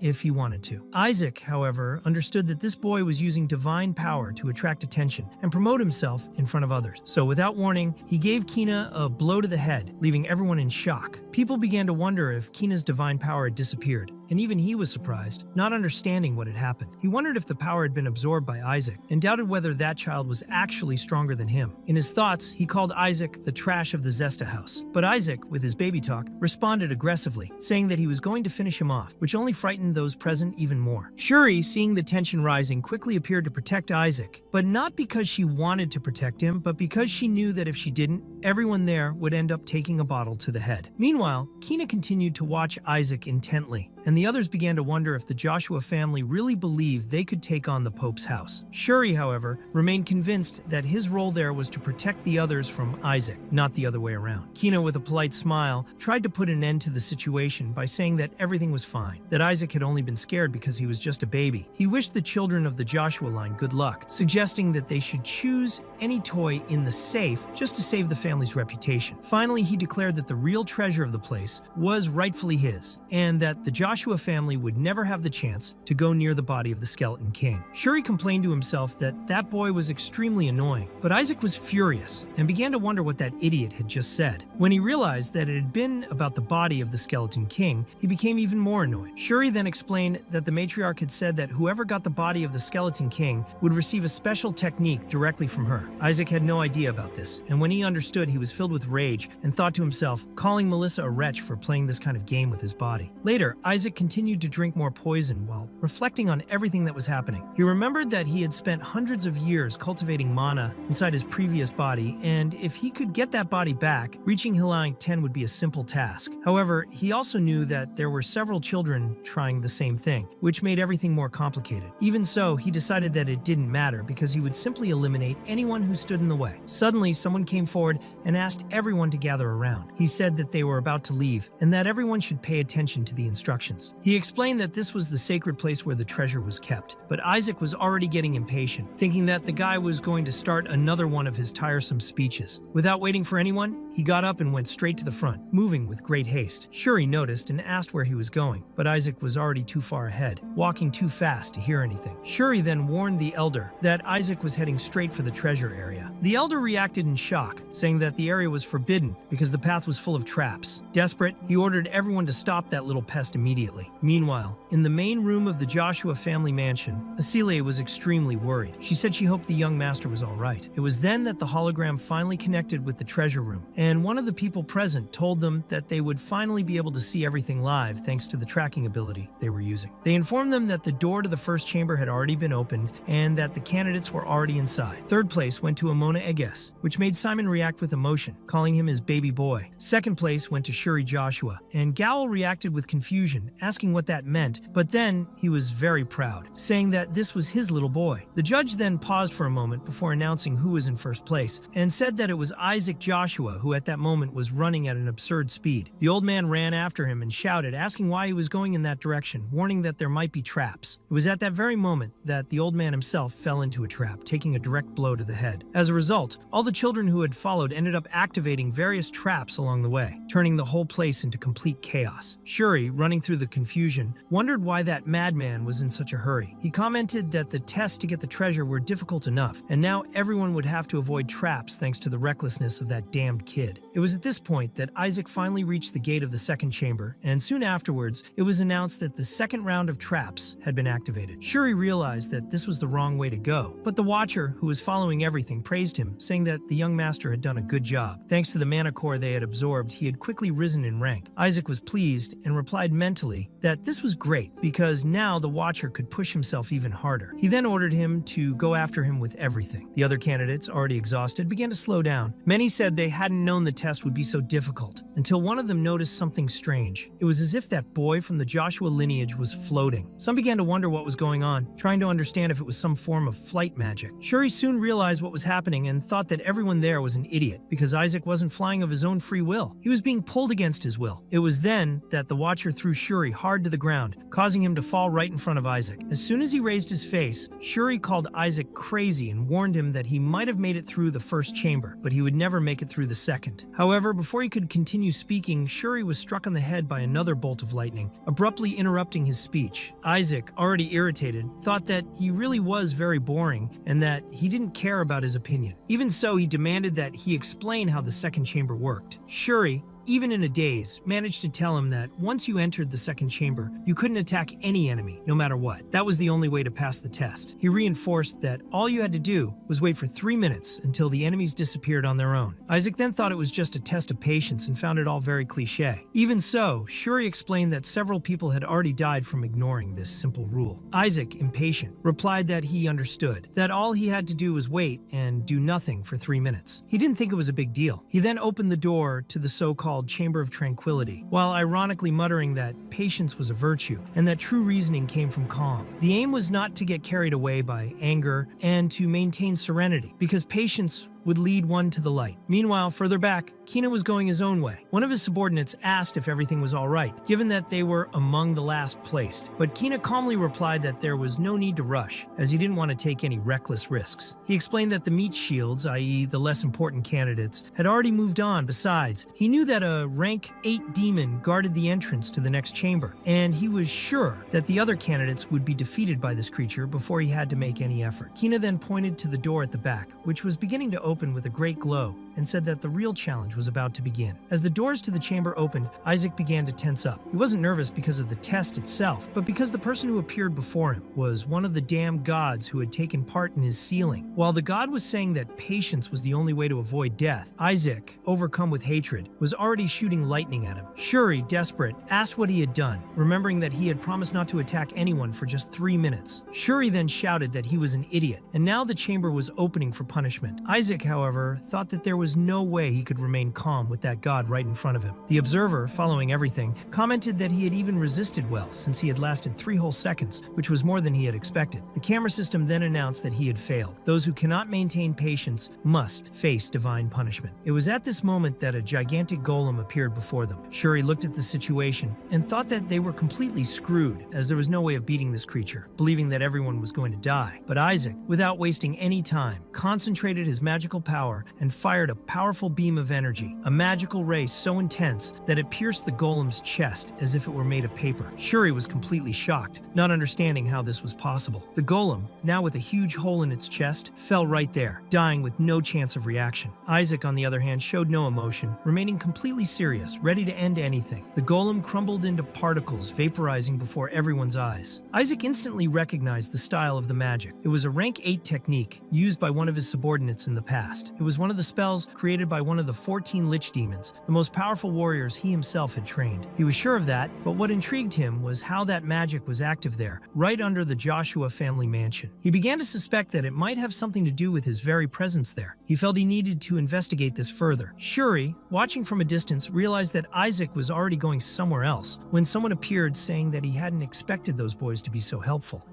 It was Nizar Sepet, who showed up saying that he knew someone from the Joshua house would find a way to get through the challenge. He sarcastically thanked them for defeating the doorman, as now they could get ahead. Isaac looked at him and realized that there were still many survivors in circulation. Nizar teased that he didn't know the Joshua house was so cowardly and accused Shuri of making a plan together with Isaac. Shuri tried to explain herself, saying that she was just trying to stop everyone from dying, but Nizar completely ignored her. He then pointed at Isaac, calling him a little baby, and said that it didn't make any sense for him to have avoided all the traps on his own. It was then that he realized that Isaac was wearing an artifact, and without hesitation, he took the ring from his hand. He announced to everyone that, with that artifact, they could avoid all the traps and be victorious. Shuri became suspicious because Isaac was very calm about it, which was strange. He knew that Isaac never let anyone take something from him so easily. His attitude was frightening. While Nizar said that he didn't need them anymore, and that they would now go ahead, he said that the body of the Skeleton King would belong to House Crimson. But the moment he took the first step, he activated a trap, and an explosion hit everyone with him. Shuri thought he tried to warn them, but no one listened. She realized at that moment that Isaac had done it on purpose. Soon afterwards, they passed among the bodies of the fallen candidates in the second chamber, and Isaac, with an internal smile, wryly thanked the idiot who had deactivated all the traps for him. Even so, he knew that there were still people following in his footsteps. The other candidates began to comment, impressed by Isaac, saying that he seemed to have divine energy. They also said that Nizar was extremely stupid. The observer, who was following everything, commented that they had finally realized the greatness of their master, but that he didn't need anyone's reverence. Shuri, for her part, thought it best that those people got away from Isaac as soon as possible before it was too late. It was then that a new figure approached. He praised Isaac, saying that if there really was a saint among them, it would surely be the young master of the Joshua house. He then introduced himself as Paris Julius, and the second prince of Julius's kingdom. The people around were surprised, saying that the Julius kingdom was known for carrying a divine blessing. Isaac thought that this new boy might be useful, but was interrupted when Shuri caught his eye and told him that they had arrived at the gate to the third chamber. Immediately afterwards, the chamber itself welcomed the candidates, revealing that this was the space for contemplation. It was at this moment that several statues appeared before them. The challenge was to show courage and determination. Some of the candidates, still trusting Nizar's words, claimed that they were right to follow his plan and that the Skeleton King's corpse would belong to them. The test seemed simple: just defeat the statues and claim your honor. Isaac, however, was paying close attention to the gatekeepers and already recognized it. He knew very well what those creatures were and found it extremely amusing. Isaac communicated with Shuri, and since Shuri could understand the language of babies, she realized that Isaac was right. The gatekeepers were lying. The first chamber was actually a disqualification test, and Isaac ran out like a madman. The second was the Tranquility Chamber, where he purposely failed, and now the third, being Contemplation, was also just a clue. If everyone remembered what had happened in the previous ones, they would understand that they shouldn't attack the statues. Isaac then began sending the other candidates to the center of the challenge, guiding them with instructions. Shuri was confused and wondered why he was helping everyone. He thought that maybe Isaac was showing kindness. Maybe he had the virtue of the saint inside him. For a moment, he thought that perhaps he had been misjudging him all along, but it was at that moment that Isaac launched a fireball right into the face of one of the statues with a smile on his face, and Shuri understood that he had been right all along. The statue reacted immediately and declared that Isaac had failed his mission. It then activated a powerful magical attack that exploded, hitting several innocent people nearby. Shuri wondered if Isaac had done it on purpose once again. Isaac, observing everything, found the scene very familiar. Those puppets had been made with the magic of the 14 lich demons, the lying puppets. And with a cold stare, he said that those children would now learn what life was like by facing real demons. While the others ran in panic trying to escape the explosions, some looked for the members of the Joshua house, but they were using the sacred art of invisibility, Paris. Julius thought that was the emergency blessing his uncle had given him. He was right, because Isaac used the technique at just the right moment. Julius thanked him for being included in the invisibility spell too, and Isaac, not caring, just replied that it didn't matter. He then handed Julius the same ring he had worn earlier. Julius, curious, asked if it was because he wasn't used to fighting demons and thanked him sincerely, saying that he would never forget that gesture. But as soon as he put the ring on his finger, he felt his energy being sucked away. The Watcher, watching from afar, commented that it was obvious, after all, he wasn't the master. Isaac explained that the prince had the most divine power of all and was therefore the best target. Shuri, startled, wondered where Julius's uncle had found a monster like that. Meanwhile, the others tried to protect themselves and gather strength, preparing attacks to counter them, but the lying puppets were relentless. When two of the candidates began to gather energy at the same time, one of them was knocked to the ground and fell almost unconscious. The other, confused, asked what was going on, but before he could understand, the same ring that was with Isaac approached him and also sucked out all his energy. Even the lying puppet couldn't understand what was going on. He wondered where the others were who hadn't fallen yet. The Watcher then declared that all the divine power on that side had already been drained. Isaac, with a calm smile, replied that this was fine and that it was now time to move on to the other side. Then the observer went to the other side, where there were still some people standing, but soon they were knocked down too. The lying doll didn't seem to understand what was going on, but at least it didn't attack those who fell like that, which made it look like Isak was helping those people too. The observer thought it was almost over until a very powerful energy suddenly appeared. At that moment, the lying doll was hit by a great divine power, and even the observer himself was thrown away. Kino approached, saying that he had finally found Isaac. Isaac was even curious to know what this guy had gotten himself into. Shuri thought he already knew that Kino was a genius, but he hadn't expected him to be at this level, especially with such a powerful summoner by his side. Kina said he was surprised that Isaac had managed to defeat a demon and lure everyone else into a trap, just like he did in the first chamber. However, the other two candidates said it wasn't like that. They claimed that Isaac was helping them and that, in fact, they were the ones protecting Isaac. Isaac himself thought that they could only have bumped heads. The observer wondered if it was some kind of trauma, and Kina asked if they were ashamed to be called candidates for saints and still depend on a small timer like Isaac. The other two reacted, saying that Kina had only been watching from afar all this time and had no right to talk like that. They said that Isaac hadn't challenged anyone and that they were clearly blaming him for no reason. Kina now didn't look good at all in front of the others. Meanwhile, Shuri thought that, in the end, it was all Isaac's fault. It was at that moment that a great tremor began, and when everyone looked, they realized that an enormous divine energy was emerging. This tremor was caused by the appearance of the third gate. The Guardian appeared to congratulate everyone on completing the third chamber. He introduced himself as the Guardian of the Treasure and said that now they had to choose. They could take a treasure and end the test or face the next challenge. He warned them to think very carefully, because if they chose to go on, they would have to complete the next chamber. If no one succeeded, they would all die. The observer felt an extremely powerful mana coming from that gate. Isaac soon realized what it was and replied that he already knew it was a dragon. He thought that, if it was really true, they could die in this challenge. Even so, the candidates who had protected Isaac before said that they were too far gone to turn back and decided to go on to the next chamber. Most people agreed with this too. Then the Guardian explained that the next challenge would bring a risk of death, but since they were willing, he authorized everyone to go on to the next chamber. The Guardian said that everyone who had come there with the aim of becoming a saint should face the challenge. Immediately afterwards, a great divine power hit the ground and everyone was clearly startled by it, while Isaac continued to smile as if nothing had happened. The Guardian explained that the last challenge was very simple. All you had to do was worship God. People began to wonder if it was just another statue, perhaps a cardinal statue like before. The Guardian confirmed that it was only necessary to show respect to God and said that only those with true faith could enter the next chamber. Some began to argue among themselves, saying that it was too easy, that there was surely something hidden. Isaac didn't understand either. He found it very strange and thought that he would never kneel to the same God who had made a fool of him for so many centuries. Just then, a child stepped forward, knelt in front of the statue, and began to pray like a faithful servant. The guardian said that he had learned well and allowed him to pass. People became even more confused, thinking that all they really needed to do was pray. Isaac got off Shuri's lap, and while Shuri was saying that everyone needed to pray, Isaac was already replying that even dead people wouldn't do that. He then went on his way, passing Kina, who soon took the lead to demonstrate the correct form of worship taught by the Holy See, asking everyone to pay attention. With that, everyone began to imitate Kina's prayer, and those who refused were threatened by the guardian and forced to pray as well. The guardian then noticed that Isaac was still not kneeling and asked why. Isaac replied that he wouldn't do that if he was dead, and continued to stand, even in the face of the pressure. Everyone was perplexed, asking if he had a problem with his faith. Shuri thought that the boy was embarrassing his family. Kina got angry, remembering that the whole thing was being recorded, and thought that Isaac could be disqualified even if he was talented, because without true faith, he would have no future. The guardian said that Isaac's behavior was disrespectful, but Isaac only replied that he didn't care, and that he would rather die than kneel in front of an ugly statue like that. He began to feel enormous pressure coming from the statue, but he stood his ground. The guardian warned that anyone who disrespected it would be killed, but Isaac shouted the hell with it and said that what he really wanted was to destroy it. He then began to accumulate his magical power, but was surprised when the guardian told him that he was incredible. Isaac didn't understand and asked what he was talking about. The guardian replied that Isaac had passed the test and could go on to the next chamber. Kina was indignant and asked how that was possible, since Isaac hadn't even prayed. The guardian explained that Isaac was the only one who had shown true faith in God, because all the others had only knelt before a statue. He said that faith that bows down to an object is not true faith, and asked if they had understood yet. Shuri reflected and realized that it really had been a trap all along, and no one had noticed. The guardian told everyone to look at Isaac and said that, even in the face of death, he hadn't lost faith, and that was why he was the only one who had the right to carry on. Kina, outraged, said that this was unacceptable, and insisted that Isaac was just a baby who couldn't even speak properly, so there was no way of knowing if he refused to kneel because of his faith or not. The observer commented that what Kina said was out of anger, but technically he wasn't wrong. Kina then asked if Isaac really had so much faith, where his stigma was. The stigma was a mark that appeared on the body because of divine powers. People began to wonder if Isaac really didn't have a stigma yet. After all, he was a candidate, but didn't seem to have the mark. Kina realized that he had caught everyone's attention and thought that, of all the people there, Isaac was the only one without a stigma. The guardian explained that he didn't have a stigma yet because he was just a baby. He said that babies don't usually get stigmata this early. Kina didn't accept this explanation easily and commented that that statue could move all the time, so why couldn't a baby have a stigma? The keeper confirmed that he was sure of it, that a baby really wouldn't have a stigma yet. Kina asked to come in too, since he had a stigma, had faith, and was a real candidate for sainthood. The guardian explained that the stigma didn't appear just because the person was good or deserving, and asked if everyone really wanted to go on to the next chamber. After some thought, he said that if everyone wanted to, they could go on to the next stage. Shuri asked if it would be that easy, but the guardian replied that if they were ready to fly into the flames like flies, then they could continue. Suddenly, as the statue disappeared, a black energy appeared in front of them. The pressure was so strong that everyone became frightened and even nauseous. The guardian asked if they could feel the demonic energy from the Skeleton King's body and told them to recognize their places. His plan was to spare those who were not strong enough to withstand this energy. Isaac smiled broadly, thinking that he had finally arrived. It was his body, the body of the Skeleton King. He never imagined he would see that body again. His mana was leaking out, and he could hardly contain his excitement. He seemed to be drooling with emotion. The guardian told everyone to look at the child who had proved his faith, saying that Isaac had the courageous expression of a true warrior, but the rest of the group thought he could only have gone mad. The guardian warned that it wasn't too late for anyone, but that only warriors capable of smiling in the face of death should continue. Anyone who wasn't should retreat. If they returned, he would allow them to take the treasure from the second chamber. Only everyone was completely terrified. Kina said he didn't want the treasure from the second chamber. He wanted to go on to the third. He told them to activate the traps in the third chamber too, leaving everyone shocked and thinking he was a complete nutter. The guardian asked him if he really wanted it. Kina replied that no saint had ever managed to conquer the body of the Skeleton King. Not even Saint Melissa, considered a genius, had managed it. Kina believed that Saint Melissa would never let a child die, so she must have prepared something. He didn't want the others to think that he was choosing this path because it was easier, so he asked the guardian to make it more difficult. Isaac thought that guy definitely had a few screws loose. The guardian then agreed, saying that if that was his wish, it would be done, as this would make it easier to find out who was the real saint among the candidates. The other people sent Kina in alone and started questioning questioning him, asking why he had dragged everyone into this situation. Then that demonic energy began to spread even further around the room, increasing the pressure until everyone was trapped against the floor. Isaac thought it looked like the demon realm itself. The observer pointed to a small hand sticking out of the ground, the arm of the Skeleton King's body. Isaac recognized it and thought it was his beloved little body. Perhaps he too had been absorbed by the third chamber. People began to wonder if it really was the Demon King's body because all that energy was coming from just that one hand. But Isaac realized that it wasn't the whole hand. That absurd energy was only coming from his little finger. He knew that that little finger was the only real fragment and that the rest was just a replica. The energy coming out of his pinky was so intense that it almost killed everyone at that moment. And then, from within that dark energy, a demon appeared. Everyone was so terrified that they could barely move. The Guardian asked ironically if they didn't want to make it harder. The demon looked at the group and said that they were all insolent little pests for daring to covet the body of their king. One of the candidates quickly pointed at Kina, saying that it was all his fault. But Kina replied that everyone could trust him because he would make sure that everyone left with a treasure. Kina recognized the demon immediately. He was one of the 14 Lich demons, the Skeleton King's most trusted subordinate, a powerful idiot who had been captured by the House of the Pope. Kina thought that he had already studied this demon before coming here, and that he had therefore prepared a sacred art especially for defeating him. Then Kina began to accumulate his divine power and launched his technique, ordering the demon to kneel before him. Everyone was impressed by the glow of the Pope's light that surrounded the attack. Kina believed it had finally worked, but suddenly the demon stood up with a calm look on his face and asked if it was really him. The demon faced him directly now and asked if it was Kina who was coveting his king's body. Meanwhile, outside, at the entrance to the vault, the candidate's guardians were nervous, trying to understand what was going on inside. One of them informed them that the seal on the third layer had been removed, which left everyone in a state of shock. Simon asked Hilai if one of the 14 Lich demons wasn't sealed in the third layer, and Hilai thought that if this were true, all the candidates would be in serious danger. The people began to ask about the elders who were supposed to be monitoring the vault, but the others explained that the elders had gone in to try to deactivate the traps and there had been no news of them since. Everyone began to comment that it was impossible for anyone to get out alive with a demon like that loose inside the third chamber. Just then the entrance to the vault glowed very brightly, and of course everyone was very confused. Hilai realized that the vault was opening and that the light was clearly divine power. Everyone flinched when they noticed demonic energy leaking out, but someone commented that it didn't look like a demon's aura, but rather that the demon had already been defeated. Barrett began to think that it had been Kina's doing, who was now very proud. While everyone commented that perhaps it had been Kina, Barrett was congratulated for it, and he responded by saying that Kina had always tried very hard. But staring at Hilai, Barrett thought that the Joshua were extremely ignorant for daring to challenge the authority of the Pope's house, and now the body of the Skeleton King belonged to them, which would destroy the honor and dignity of the house itself. The children were already starting to return, and Hilai was immediately worried about Isaac and Shuri, hoping that they were okay. Later, the parents began to reunite with their children, and Hilai noticed that some were injured, but nothing too serious, which was a relief. However, the children who had entered the third chamber still hadn't come out, which made Hilai increasingly worried. It was then that the rest of the children appeared, with Eamon and Shuri, and everyone ran to rescue them. Gowel immediately hugged her son and asked if he was all right, but Hilai realized that Isaac hadn't shown up yet. Soon after, Barrett found Kina and asked what he was carrying in his hands, and where the body of the Skeleton King was, wanting to know who had said he could bring it. Suddenly, a divine energy appeared above everyone, and they all looked up to see a wolf carrying little Isaac, who had a huge smile on his face. Hilai and Asili immediately ran to him, and Asili recognized that this wolf was in fact the young sacred dragon, the guardian of the vault and the third chamber. Hilai realized that she was right, because she could feel that the energy was that of a true sacred dragon. Even in the wolf form, its presence was overwhelming. He thought that the matriarch must have a good relationship with this guardian, which was why he was still in the vault. But Hilai heard a strange noise, and soon saw that Isaac was sucking on something. People began to wonder what he was doing, until they realized that what he had in his mouth was actually the body of the Skeleton King. The elders began to wonder why Isaac had put it in his mouth, but they celebrated nonetheless, for he had indeed managed to retrieve the fragment. Meanwhile, Barrett questioned Kina about why he had given the body of the Skeleton King to that child, and although he recognized that it might not have been the best plan, he said that now they would let the others taste victory. But the sacred dragon, hearing this, got angry and said that it was all bullshit, claiming that it was the baby himself who had recovered the Skeleton King's body and calling everyone idiots. At that moment, Kina, remembering what had happened, thought about why the sacred art hadn't worked against the demon. The demon had called him a damned worm and approached to kill him, preparing its final attack. Just as Kina was about to be hit, the impact was blocked by a powerful barrier. Everyone realized that it was the blue sacred art and that it was Isaac who had summoned it. The demon, furious, called them all disgusting clerics and asked them how they dared to touch his master's body. He then advanced to attack them again, but Isaac responded with contempt, calling him an idiot for not even recognizing his own master. After that, everyone returned to the present, and comments began to spread saying that the baby with wings was the one who had recovered the body. Hilai then asked the great dragon if that hadn't been dangerous, as one of the 14 lich demons was not something to be trifled with, especially around children. The dragon replied with surprise, saying that the lich demon had only appeared because that white-haired boy had asked for the seal to be broken. The children immediately confirmed that it was true, saying that it had all been Kina's fault, and that they had almost died because of him. That didn't sit well with Barrett, especially when the others started commenting that it would have been much worse if Isaac hadn't been there to deal with the demon. Everyone started boasting about little Joshua, saying that he had defeated Kina and saved the day. While this was going on, Hilai was thinking that his nephew had done a great job. The elders approached, trying to take the bone of the skeleton king that was still in Isaac's mouth, but he started slapping everyone and refused to let go of the fragment, saying that the mana was very tasty and that he was absorbing everything very quickly, wondering if it was because of his origin. One of the elders commented that Isaac had really outdone himself and that the matriarch would be very happy with the result. She also said that now with that fragment, they would finally be able to trace the location of the skeleton king's real body. Isaac was surprised, not understanding, and wondered if that was why everyone wanted that piece so badly. The elders kept trying to take the bone, but Isaac just swallowed it. No one could believe what he had done, and the elders began to scream in despair. The dragon, seeing the whole scene, flew away, thinking that everyone was completely crazy and wishing he'd never come back to that place again. The next day, at the Joshua family mansion,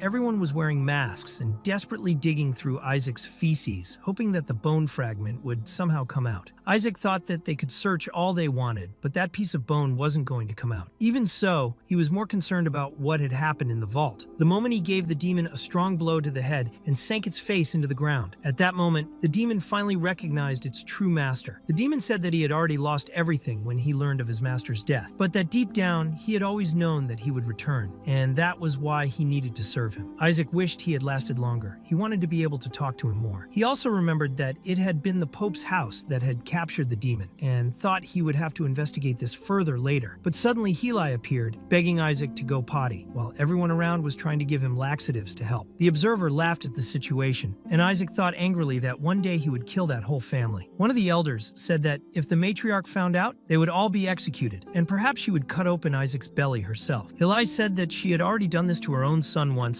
and wondered if she would do the same now. But the observer remembered that the matriarch was on a pilgrimage with the patriarch, so Isaac thought she would probably be a while before she returned. It was at that moment that Gowel entered the room calling for Heli, saying that the matriarch had sent for him. Heli was surprised, asking if she had arrived yet, because she never came back so quickly. Isaac began to worry, thinking that maybe she had come back because of him, which was dangerous, since he hadn't finished absorbing all the mana yet, and he knew that the way she was, she would be able to open his stomach without hesitation. Various treasures began to be brought into the room, and everyone began to wonder if it was all a present for Isaac. Heli commented that she almost had a heart attack thinking it was her coming, but confirmed that she hadn't arrived yet. Gowel called him fearful, even though a letter from her had already announced that she would be back soon. Isaac thought that now everything had gone wrong. It was then that a knight appeared, saying that the Pope's household had also sent a gift. The elders immediately told him to sell it as a stolen item, but the knight warned them that the Pope's messenger was listening in. When the messenger entered the room, he informed them that His Majesty, the Emperor, was interested in the incident, and so the Pope's household had decided to send a gift as a form of apology. He explained that perhaps the gift wouldn't suit the Joshua family's taste, but he believed they might change their minds. When everyone saw the gift, they were impressed. The elders immediately recognized that it was a triple crown, similar to a medal. Isaac asked what it meant, and the Watcher replied that it was a dirty medal with an engraving of the Pope himself. The elders wondered why Isaac was receiving a medal from the Pope. Just then, the messenger called for Heli and asked him to accept the gift on Isaac's behalf. Isaac found it strange and asked why he couldn't receive it himself, and Heli asked the same thing, wanting to know why the medal was being given to him. The messenger replied that it was a direct order from the Pope and that the medal had to be given to Heli, no matter what. One of the elders revolted, saying that this was crazy, that you couldn't just hand someone's medal over to someone else. That meant that the original owner of the medal was dead. Not even Isaac knew that. The messenger then asked them not to misunderstand the saint's intentions, explaining that they had only decided to give the medal to another family member because Isaac was still very young. The old man retorted by saying that it didn't make any sense and criticized the use of a sunflower on the medal, since the sunflower was a symbol of soldiers killed in war, which made it even more offensive. Isaac thought they wanted him to sleep in a coffin. The old woman said that those bastards had tried to humiliate the whole family, while Gowel tried to keep everyone calm. One of the elders asked how it was possible to calm down after such an affront, but Gowel replied that the messenger represented the Pope's house, and that doing anything against him could end up causing a big problem for the whole family. Gowel thought that he had never imagined it possible to humiliate someone so much with just one gift. That had to be the cardinal's doing. He remembered that he was related to the cardinal on his mother's side, but he still felt disgusted by the man. Hilai and Isaac couldn't run away from the Pope forever, and deep down Gowel believed that the whole thing might end up being good for him in the end. Gowel then asked Hilai what he was waiting for, telling him to just accept the medal and stop making a fuss. Isaac thought that perhaps he really didn't have a choice. It was at that moment that the medal caught fire. A sacred blue fire began to envelop the object, which escaped from the box in which it was kept. Everyone was stunned to see that great sphere of sacred flames forming in front of them. They began to wonder who had dared to do this, while the Pope's messenger was clearly nervous. The tension grew until everyone realized at once that it had been Isaac's doing. The Pope's messenger was completely shocked to see what had happened, and began to wonder if it was an attack, a revolt, or even a rebellion against the Pope himself. But the elders explained that it had only been done by a baby who couldn't even receive the medal on his own, so it didn't make sense for him to be so angry. Hilai tried to ease the situation by saying that what had happened to the medal was just a misfortune, and that they would consider that they had never received it. The messenger was surprised by this response and questioned whether he was really going to do that. But Hilai returned the question by asking what else he thought could be done if he really wanted them to accept a medal that had been burned by a mere baby, even though it was a direct gift from holiness. The elders then realized that the medal had indeed melted completely. The messenger tried to disguise it by saying that perhaps he had brought the wrong item and would get it back, but as soon as he tried to approach, it was he who started burning. At that moment, the elders started laughing and said that Isaac was just a joker, while Isaac thought that he might as well burn that old man too. The messenger ran off in despair, saying that everyone there was crazy and cursed. The elders, on the other hand, started celebrating and said that Isaac had done a great job, as he had just gotten rid of years and years of frustrations that they had been building up in silence. One of the elders even suggested that they throw the medal away, and another commented that the matriarch would love to see a scene like that. They also praised Hilai, saying that he had made a great move by using the sacred flames, but he tried to deny it, saying that he hadn't done anything. Hilai then asked if it hadn't been the elders themselves who had used that flame, and everyone started to get confused. One of the elders asked if Reli knew how to use that skill, but he replied that he didn't, as he only knew the invisible divine art. At that point, everyone began to wonder if Isaac had used the sacred arts on his own. It was then explained that there was a book called the Book of Secret Techniques, a mythical treasure that allowed anyone who picked it up to immediately learn a secret technique and use it. Isaac was very happy that he had managed to get hold of this treasure book, because even though it wasn't as strong as it had been when he was the Skeleton King, it was still completely usable. Meanwhile, the elders continued to argue among themselves and wondered if it hadn't been Isaac's mother who had put some kind of sacred spell on it. However, one of the elders reminded them that Isaac's mother didn't have the fire attribute, but was in fact the complete opposite. One of the elders said that if it really was Isaac's work, then he was a completely unusual talent, because what he did was equivalent to writing a poem without knowing how to read. The elder commented that even Saint Melissa, who was considered a genius all her life, had to at least learn letters before using the divine arts. Asili added that all this was all the more impressive because Isaac had fought against the Pope's own blessing. The elders then agreed, as they had completely forgotten this detail. The elders said that they needed to bring the medal back to confirm what had happened, but they realized that it simply wasn't there anymore. It was then that Gowel said that he had thrown it away, since the elder himself had sent it, but no one remembered that. The elders ran around desperately trying to find the medal, while Gowel thought that the boy had melted the metal of the Pope's medal, which was supposed to be fire resistant. He knew he had to tell the patriarch.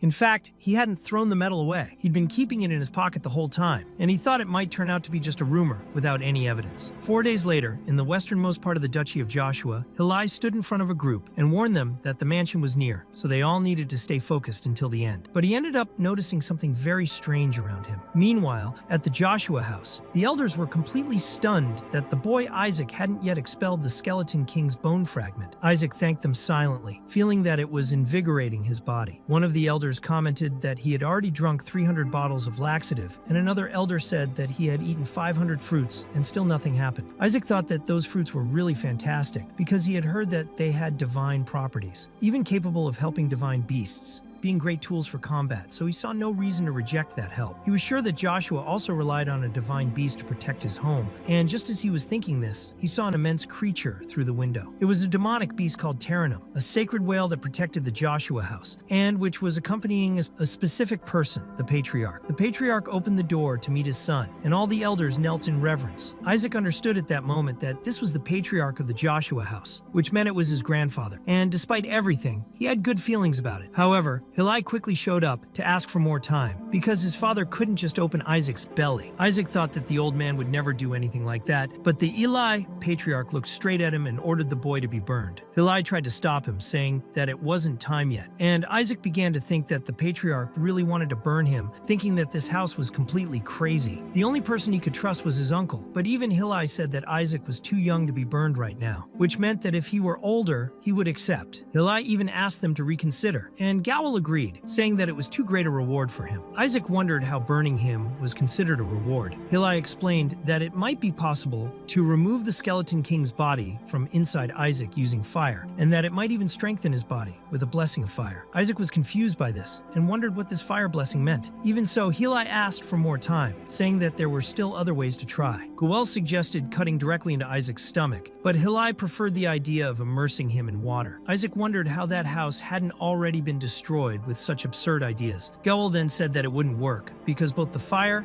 and the water in the temple were Joshua's secret techniques, used exclusively to elevate holiness, and that they couldn't apply that kind of blessing to a child with no ability. Hillel was angry and asked how he could dare to say that Isaac had no ability. Isaac thought that such water might be a good thing for him, especially considering that Goel was against it. Goel kept insisting that Shuri would benefit most from this blessing, because he was the one who defeated the demon inside the treasure chamber. But Hillel immediately denied it, saying that this was a lie because it was Isaac who had defeated the demon, and everyone had witnessed it when he came out with the sacred dragon. Goel commented that it had to be a mistake, questioning how a baby who couldn't even speak or walk could defeat a demon. Hillel responded by saying that Goel was going too far, and even reinforced that Isaac himself had burned the Pope's medal using the holy flame, asking if Goel would also deny this, even with several witnesses. Patriarch Eli then took the medal out of his pocket and asked if that was what they were talking about. The scene was used to explain that only one person in the world is truly connected to God, the Pope, and that the gold blessed by him is called a gold medal, a sacred item that carries the blessing of the Pope himself. Isaac was thoughtful when he saw it, because not even in his past life as the Skeleton King could he melt that kind of sacred gold with ease, so he wondered if his new body was really that powerful. Eli then asked how the patriarch had found the medal, and Eli replied that he had found it on the way, at the bottom of Lake Elisiva. Eli, the patriarch's son, asked his father to recognize how talented Isaac was with the sacred fire, while Isaac thought that perhaps this was proof that the Joshua were capable of taking on even the Pope. Hillel added that with this, they might even be able to face the flames of the Skeleton King himself. One of the elders agreed, saying that they could finally hunt down the Skeleton King for good. Shil commented that the people had recently suffered great losses because of the Skeleton King, who was hiding somewhere. Another elder warned that if nothing was done, the era of the Skeleton King could be revived. The observer of the house remarked with boredom that they were talking about it again, and said that perhaps there really was someone impersonating the Skeleton King. Isaac thought that he didn't care who was impersonating him at all, because for him, it made his movements easier since someone else would attract all the attention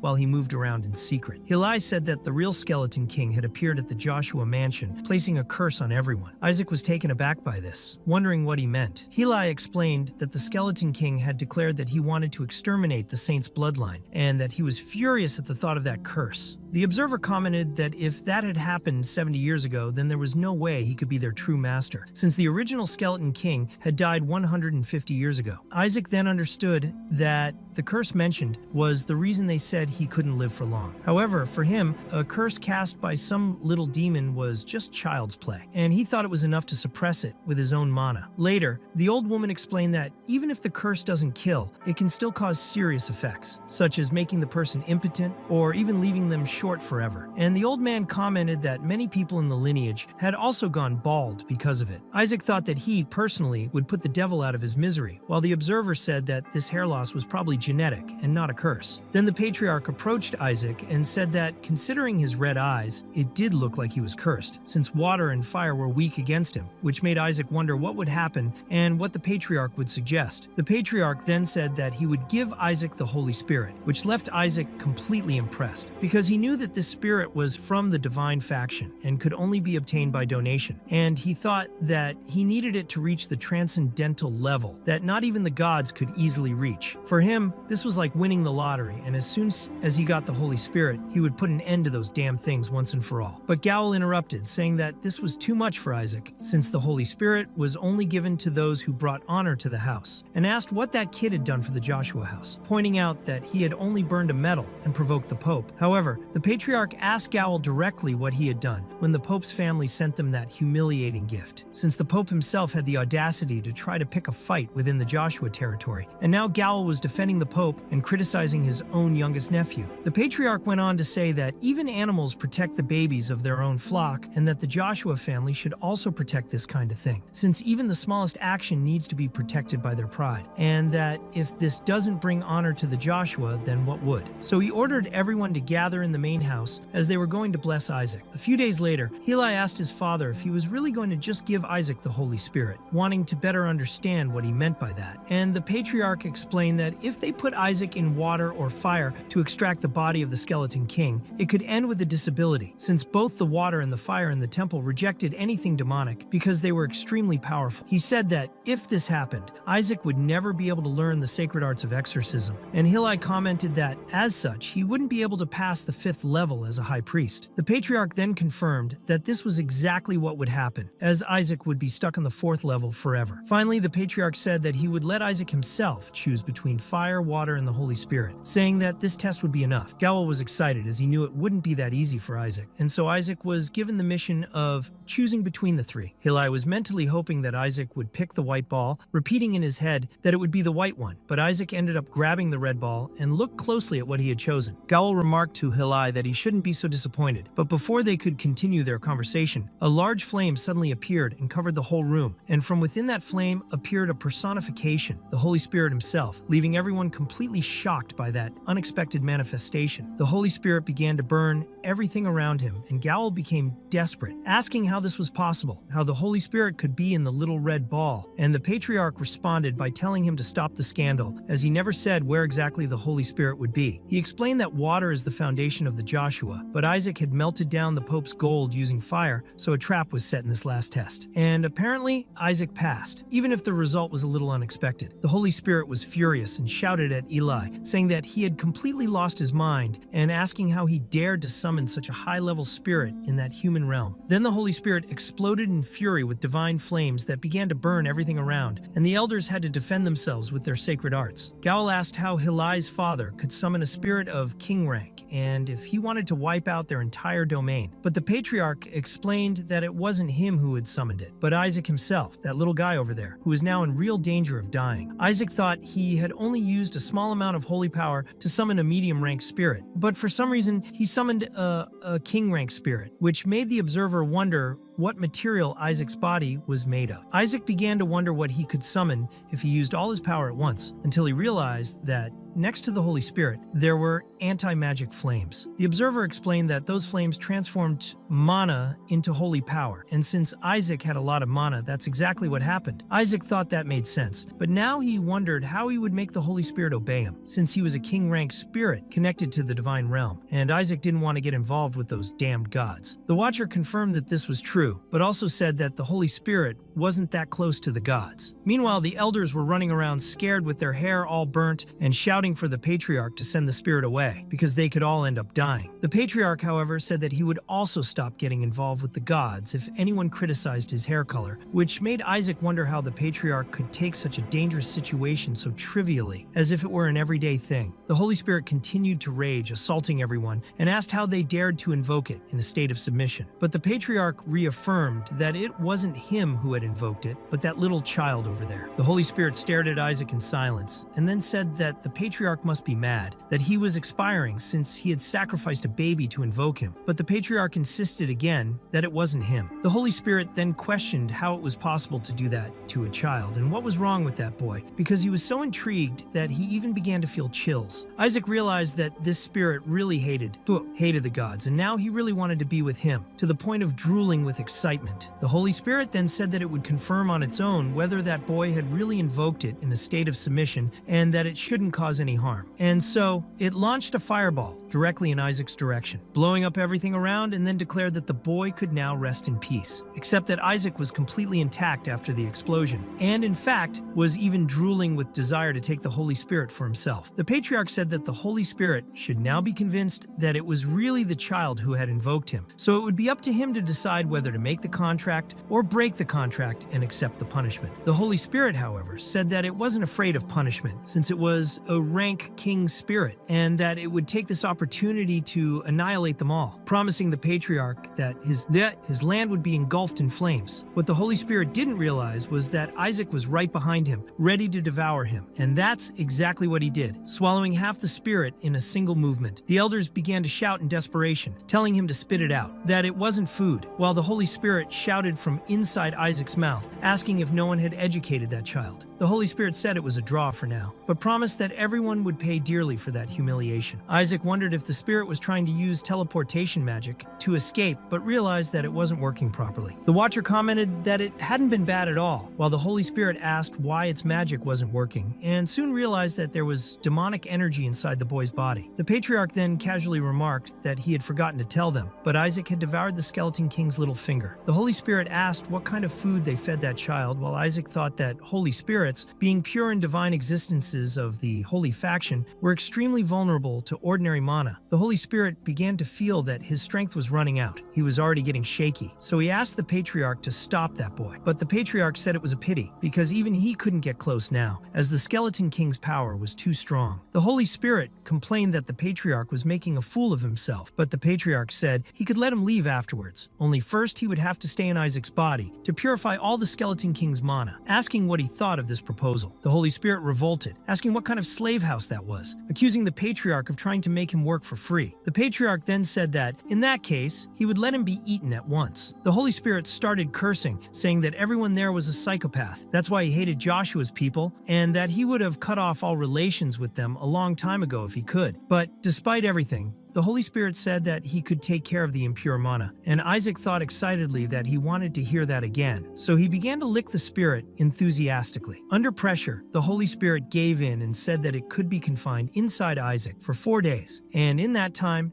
it would sort everything out. The patriarch found this number very generous and, satisfied, ordered the gates on the east side to be opened. He said that Isaac and the Holy Spirit would be taken there, and that no one else could enter until the purification was complete. Hilai and Gowel were extremely shocked by the whole thing, but the patriarch said he wouldn't listen to any more objections, so Isaac spat out the Holy Spirit and thought that East Castle, being near that giant pillar full of mana, would be a great opportunity for him. In that place, known as Joie's Mansion, a huge explosion happened, but the servants weren't even impressed. As to them, it was just another explosion, like so many others that had already happened. Some commented that it was probably the Holy Spirit trying to cleanse the mana inside Isaac. Meanwhile, one of the servants commented that he believed the next successor to the family would be Lord Gowel, since he had inherited the Pope's lineage, or else it would be his older brother. But one of the servants responded by saying that the young Master Isaac was clearly losing the race for succession. After all, he was considered cursed. Another servant asked if he really was cursed, and the maid confirmed it by saying that the other day, a servant tried to spy on Lord Isaac and was so frightened by what he saw that he ran away begging for mercy. One of the servants commented that he had heard that the curse had the appearance of an old, bald, and ugly man, but the maid replied that it wasn't a skeleton. Of that, she was sure. However, when she thought about it, she realized that Isaac had been isolated with the Holy Spirit for a long time and realized that it had been 10 whole years since the purification began. Inside the East Castle, several screams could be heard, and a silly came came over to take a look. When she opened the doors, she saw Isaac and asked if he was all right. He was sitting sucking on a lollipop with a calm expression. Asili was confused, wondering why he wasn't growing, and imagined that perhaps the curse was more powerful than it seemed. But Isaac knew very well what he was doing, because he was purposely suppressing his own growth. This was because, during childhood, the absorption of any kind of power reaches its peak, and there were certain powers that he could only acquire while he was still a child. The Holy Spirit complained that his body was hurting a lot, and Asili greeted Lord Salak, who responded by saying that he wouldn't be cleansing Isaac's mana that day. He said that yesterday he had almost finished the purification, but now he discovered that the boy had increased his mana again. He asked how much of the Skeleton King's body that kid had eaten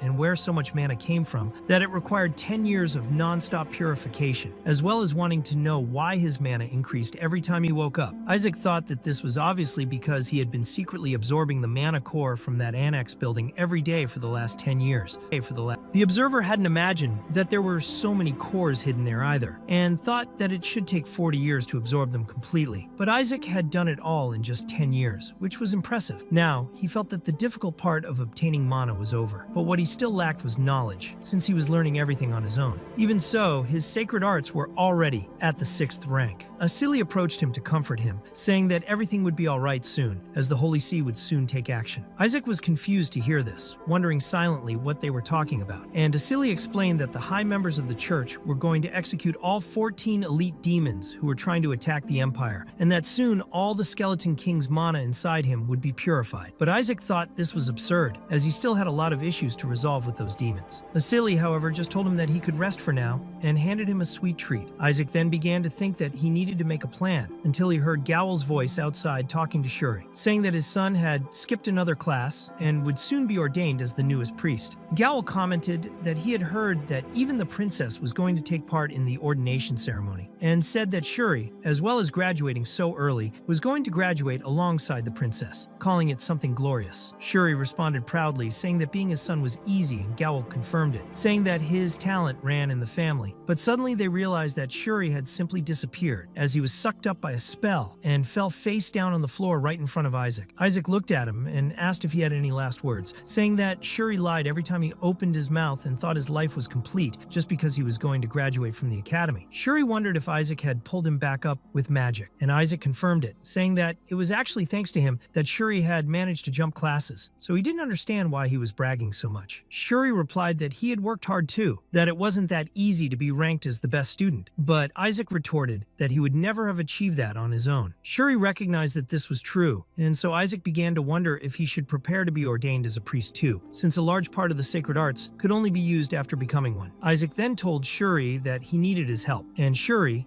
after receiving a death stare, changed his tone and asked more politely what Your Highness wanted. Isaac said he wanted everything from him, including the prize money he had just won from his father, and Shuri thought that demon baby was really evil. Isaac then warned that Shuri had better do the massage properly, and also asked about the case of the execution of the Skeleton King's subordinates. Shuri explained that these subordinates had been discarded because of their disobedience since the treasure incident, and now they seemed to be just waiting to die. Isaac thought that faced with this, there was no other solution. He would have to get ordained later that year. Shuri asked what exactly he wanted to achieve, and Isaac replied that he was going to be ordained as a priest. But Shuri started laughing in his face and asked him how he wanted to be ordained if he hadn't even entered the academy yet and was still a baby. Isaac then punched Shuri in the head, leaving a bump, and asked why he was laughing. Shuri denied it, saying that he hadn't laughed, and then explained that there was a recommendation program and that the academy's teachers were within the territory. He said that Isaac could be ordained as a priest if he got a letter of recommendation and passed the test. Isaac thought it was a great idea, but Shuri warned him that he would need some achievement to prove his good personality. Shuri was direct and said that Isaac's personality wasn't the best. The observer commented that, despite being cursed, Shuri was good at judging people, and Shuri himself added that Isaac would only get this letter of recommendation if he achieved something that involved saving someone's life, and the higher the status of the person saved, the better the chance. The problem was that this person couldn't simply be in danger by force, and suddenly Isaac appeared and saved the girl. He calmly said that there was only one decision left to be made, and then asked if the princess would take part in the ordination. Shuri confirmed that yes, the princess would. Isaac continued, wondering if she belonged to a very high position, and was told yes. Later, in the training center of the Joshua family mansion, the patriarch ordered everyone to leave, stating that he would not send Isaac to the capital. However, one of those present insisted that this year would be different. One of the women present said that Isaac should take part in the festival, since that year the candidates for sainthood would be ordained. They also commented that in the last 10 years, the young Master Isaac had never even appeared in public, and that in the meantime, the other candidates had achieved many important things. Everyone was excited to see how he was doing now. It was said that Isaac lived in the East Castle like a true saint, and many wanted to see how much he had grown. A woman introduced herself as the Academy's educator and revealed that teaching Master Isaac was her life's dream. She commented that the ordination would take place on the same day as the princess's birthday, and that the Pope would make a special occasion of it. The Patriarch was surprised to hear the Pope's name and questioned his presence. The educator explained that the Pope would grant the title of hero to the person who was ordained. The Patriarch then reflected that receiving this title would greatly increase one's power of domination, making it extremely advantageous. Even so, he replied that Isaac was not yet old enough to receive such an honor. But the educator countered by saying that age didn't matter when it came to power. Everyone looked at the Patriarch with a pleading expression until he finally gave in and authorized it, saying that they could do whatever they wanted, but that they would be responsible for everything, since they knew very well how difficult it was to deal with that boy. Meanwhile, outside the East Castle, there was a man watching the explosions of power from the Holy Spirit. He concluded that it was in that room where the king-level Holy Spirit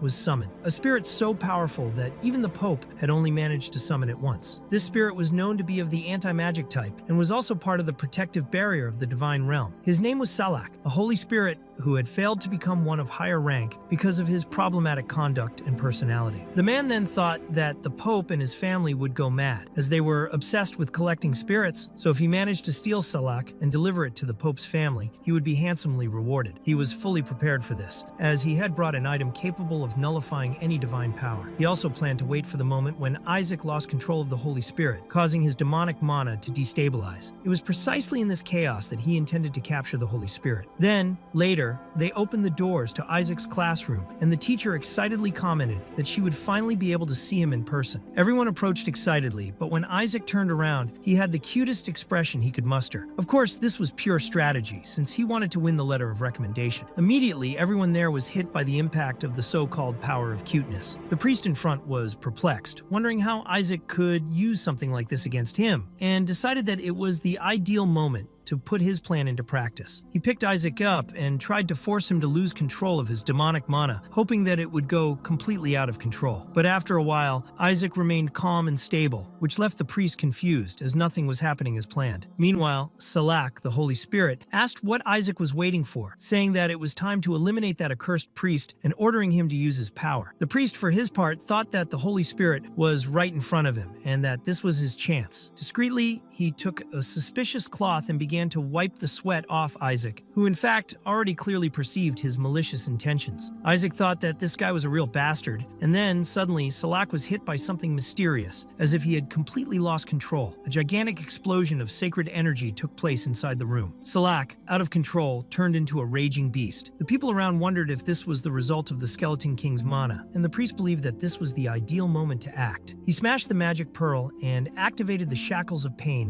to capture Salak, but ended up being the target himself, being immediately charred by the magic's reaction. Isaac observed this and concluded that the man really was a fool to think he could achieve anything. Just then, Hilai and Asili rushed into the room to see what had happened. Isaac thought that this was the ideal moment, since there were enough witnesses. Determined to put on a show, he began to gather a huge amount of mana. Everyone around commented that he was single-handedly absorbing all the demonic mana and controlling the Holy Spirit's fury. Isaac then concluded that this energy needed to be stopped and snapped his fingers, controlling all the mana circulating around Salas. At that moment, they realized that the power used was the sacred blue power, and that he had indeed saved everyone from that chaos. They said that Isaac had been able to control the Skeleton King's mana and called it a true miracle. Hilai approached excitedly and commented that Isaac had spoken his first word. He said he was proud of the boy, but Isaac realized in surprise that he had spoken aloud without realizing it. Everyone around began to celebrate in his honor, shouting cheers to his name, while the priest remained face down on the ground, unable to understand how everything had gotten out of hand. Salak, now restored, approached the priest and asked who had sent him there. The priest, in a panic, said that it was all just a misunderstanding and that he had only come to find the young master Isaac. Salak doubted this, since the man was dressed in full clothing and fire-resistant equipment, which clearly showed his intentions. Salak then declared that from that moment on, all the holy spirits of fire would sever their ties with the priests of the Pope's family. He added that they shouldn't take it personally. He simply didn't sympathize with the guy. The priest, in despair, approached protested that this was impossible because a Holy Spirit could not break a contract made with God's blessing. According to him, the spirits were obliged to obey the Pope's family, but Salak didn't care about these rules. He shouted that he would never be limited by stupid rules and sent the priest to hell, leaving him lying there, unconscious and defeated. Salak went to Isaac and said that because he had managed to control the Skeleton King's mana, the contract between them should end, since the purification was complete. However, Salak said that he would remain by Isaac's side for longer as a way of repaying the favor. Isaac thought that he had expected this answer and that it was obvious that he would accept this debt. He made an internal commitment to ensure that Salak repaid this favor in full. The educator then announced that they would return to inform the Santasides of everything that had happened. She said that the young master Isaac needed to be ordained as a priest. Isaac also thanked her for the letter of recommendation he had received.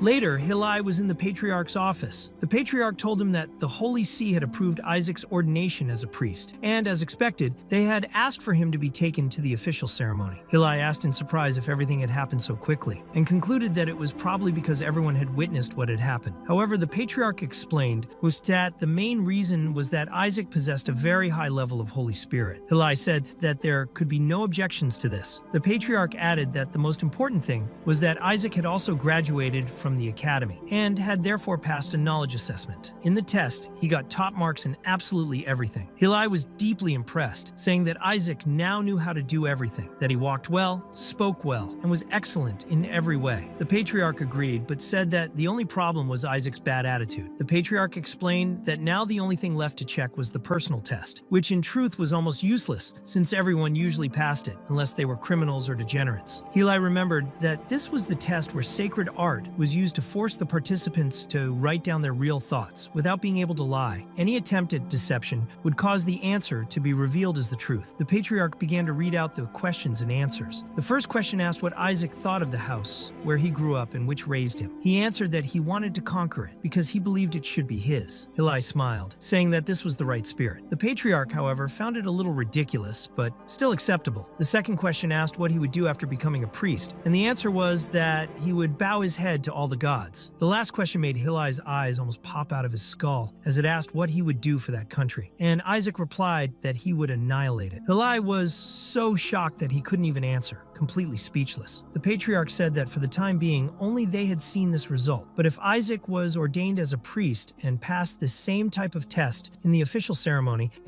he would certainly be investigated, accused of heresy, and executed. For this reason, the Patriarch concluded that the only option was to perform Isaac's ordination in his own home. The priority now would be domestic education, and Isaac should not leave the house at all. During the night, Isaac carefully opened the window, ready to flee the house. The watcher appeared and asked if he already had a plan in mind. Isaac answered confidently, saying that of course he did, and that the time had finally come to run away from home. The next morning at the academy located in the Empire's capital, more precisely in the Sacred Arts Department, some students were commenting on the ordination of a child of just 10 as a priest. One of them thought it was insane and questioned what kind of power a child of that age could have. They said that it would certainly become a big issue throughout the capital. Nizar Sepet then said that he was just a little boy who could barely walk, and the others were astonished by this statement, asking how he could barely walk. Nizar explained that the child hadn't grown at all in the last 10 years, and that was because he was under the Skeleton King's curse. He turned to Shuri and asked if he didn't agree that there was no way a failed child like that could become a priest. He also said that it was probably all just an act to attract attention. Shuri was already annoyed because he thought that Nizar had always been irritating. Nizar continued to tease, saying that it must be nice to be in the house of the Holy Seat, but that not even the child who was sent there could meet the minimum standards. He also commented that he didn't understand how Ma'anta's descendant could be so disappointing. Shuri, furious, stood up ready to punch Nizar, but Kina appeared just in time and interrupted the confusion, saying that Nizar was underestimating the priest of the Holy Seat. More importantly, Kina explained that it was Nizar's own father, the renowned Leon Sepet, who had accepted the letter of recommendation that allowed Isaac to be appointed to the priesthood. Kina then teased, saying that he doubted Nizar was stupid enough to insult his own father publicly. Nizar reacted by asking if Kina was trying to pick a fight, especially with someone who wasn't even a student at the the academy. Kina replied that he was there because he had been invited and had been assigned as a mentor and instructor in the sacred arts. Despite this, he admitted that he was worried about Shuri, because ever since Isaac was cursed, it seemed impossible that he would become a priest. And now all Joshua's hopes rested on Shuri's shoulders. Yet, apparently, he wasn't living up to expectations either. Shuri became even angrier, but tried to control himself. She told him firmly that she didn't need Kina's help, and told him to mind his own business. Later in the dormitory, Shuri was venting his frustration. He thought angrily about how those people were meddling in his life, and on top of that, his own family didn't even seem to pay attention to his situation. The ordination ceremony was approaching, and he couldn't understand why Isaac had to cause so much trouble just then. In his mental venting, he concluded that Isaac was the worst thing that had ever happened in his life, and grudgingly wished that he would even suffer from hair loss because of the Skeleton King's curse. It was at that moment that Isaac, without anyone noticing, emerged from inside Shuri's suitcase, and with a menacing look on his face, asked if he had heard correctly about losing his hair, and if Shuri had any last words to say. Shuri asked how that boy had got there, and why he was in that place. Isaac explained that he was there to be ordained as a priest, and that he had run away from home because the patriarch in Halai wouldn't let him leave. But, leaving that aside, he pulled out his little toy, which was his personal weapon. Shuri then asked what the problem was this time, and what he had done. Isaac got angry that they were letting those people insult Joshua, and, without thinking twice, punched the boy in the stomach. He said he couldn't accept them talking about Joshua like that, because Joshua was his and only he could insult him. After that, he told Shuri to remember that while the poor guy cried once again. Isaac told him to stop the drama and lead the way. Shuri wanted to know where they were going, but Isaac said he'd deal with anyone who spoke badly of Joshua. Later in the gym cafeteria, the students were wondering who had brought that child there, until they noticed the beautiful hair she had. It was Isaac, who was carrying his little toy as if it were a Johnny, and he came in asking where the son of a bitch who had offended Joshua was. Everyone turned around immediately. Isaac then recognized the red hair and ran after the culprit. Shuri, on seeing this,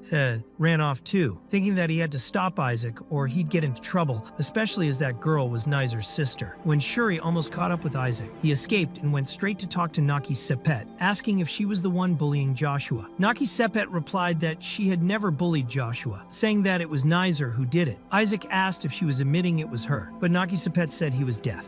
The observer, who was following the scene, noticed a familiar energy coming from the girl. Isaac also realized that it was the energy of one of the 5 supreme gods. Naki Sepet then said that he was the famous Isaac, the cursed child of the rumors. She teased that the Osa would fail again that year, that they would soon be removed from the 5 great families. Isaac thought that, considering her rude manner, that energy could only be from the supreme gods. Shuri came running, desperate, saying that Isaac couldn't get involved with the red-haired family and needed to go home immediately. Isaac told him to shut up and said that he needed to be ordained a priest first. Naki Sepet then said that he would never be ordained because Nizer himself was preparing a file to cancel the ordination. According to her, a little baby like him had no way of proving that he deserved it. Shuri thought about how much that bastard Nizer was influencing everything, and Naki Sepet said that, the way they were acting, Nizer wouldn't even have to do anything for it to be canceled. One of Naki Sepet's subordinates asked if they should call the Inquisitor, and Shuri felt a chill because more than 70% of the Inquisitors belonged to that damn Sepet family. Shuri then told Isaac that it was time to get out of there. Suddenly, someone shouted very loudly, leaving everyone in complete despair. A demonic beast had appeared in the cafeteria. Isaac thought that was his guarantee of safety, because for some reason the beast went straight for Naki Sepet, knocking out her guard before she could even react. Isaac took advantage and knocked the creature down using his little toy. He thought he had summoned the beast, but it took too long to arrive. Even though it was wounded, the demonic creature was still standing. Naki Sepet called it a monstrous creature, but Isaac just told it to go away. The beast ran away, completely terrified. The observer commented that, as expected of his master, a demonic beast of that level was a piece of cake, and realized that Isaac had only used it to take advantage of the situation. When the priests arrived, they asked where the demonic creature was, and everyone started looking for it, making sure everyone was okay. In fact, it was an Inquisitor who had arrived, and Shuri said that it was time for Isaac to leave, but the Inquisitor said that no one could leave until the investigation was over. Shuri then realized that they were in trouble, and tried to argue by saying that they didn't know anything about what had happened. Naki Sepet told no one to do anything unnecessary, since that child had saved her life, and confirmed that his name was Isaac. She apologized for being rude earlier, but also made it clear that it wasn't as if she was very grateful. Isaac then wondered what was wrong with that girl, while the people around him began to comment that they had heard that he had received a letter of recommendation and began to wonder if the rumors about Isaac's abilities were true. Further back, the girl called Charlotte Alec Freak Hela, princess of the Empire of Hela, watched in silence and wondered if that boy was the same as the one her brother had spoken about. Meanwhile, in the Joshua mansion, in Eli's office, they questioned why he was refusing to let the boy go to the academy, since it wouldn't be better for him to be ordained as a priest. Eli just told them to mind their own business, but they said that the Pope would be very angry about it. Eli replied that it was none of their business, and that his grandson would be educated at Joshua Manor, and that was that. They insisted that keeping a child confined like that could end up creating a problematic personality, and Eli thought that was precisely the problem. Then the person he was communicating with asked him if he had heard the latest news, telling him that a silver-haired child was causing a stir at the academy. Eli immediately got up and asked if it was Isaac, shouted for Heli, and told him to leave for the capital right away, as they needed to arrive before the end of the next day. There were exactly 23 hours and 48 minutes left. Eli warned that it would take at least a week to get to the capital, but Eli said they'd hurry. The next day, Shuri was knocking on their bedroom door, calling for Isaac and asking why it was taking so long if there were other people waiting. Shuri commented that everyone would laugh at them since it was obvious that they were late. Isaac then left the room, saying he was ready, and Shuri asked them to give up and go home, begging insistently, but was completely shocked by Isaac's appearance at that moment. Even so, Isaac just asked them to go straight away. On the last night of the Foundation Festival, the ordination ceremony for the priest took place, and all the candidates were seated at the table, waiting for the great banquet to begin.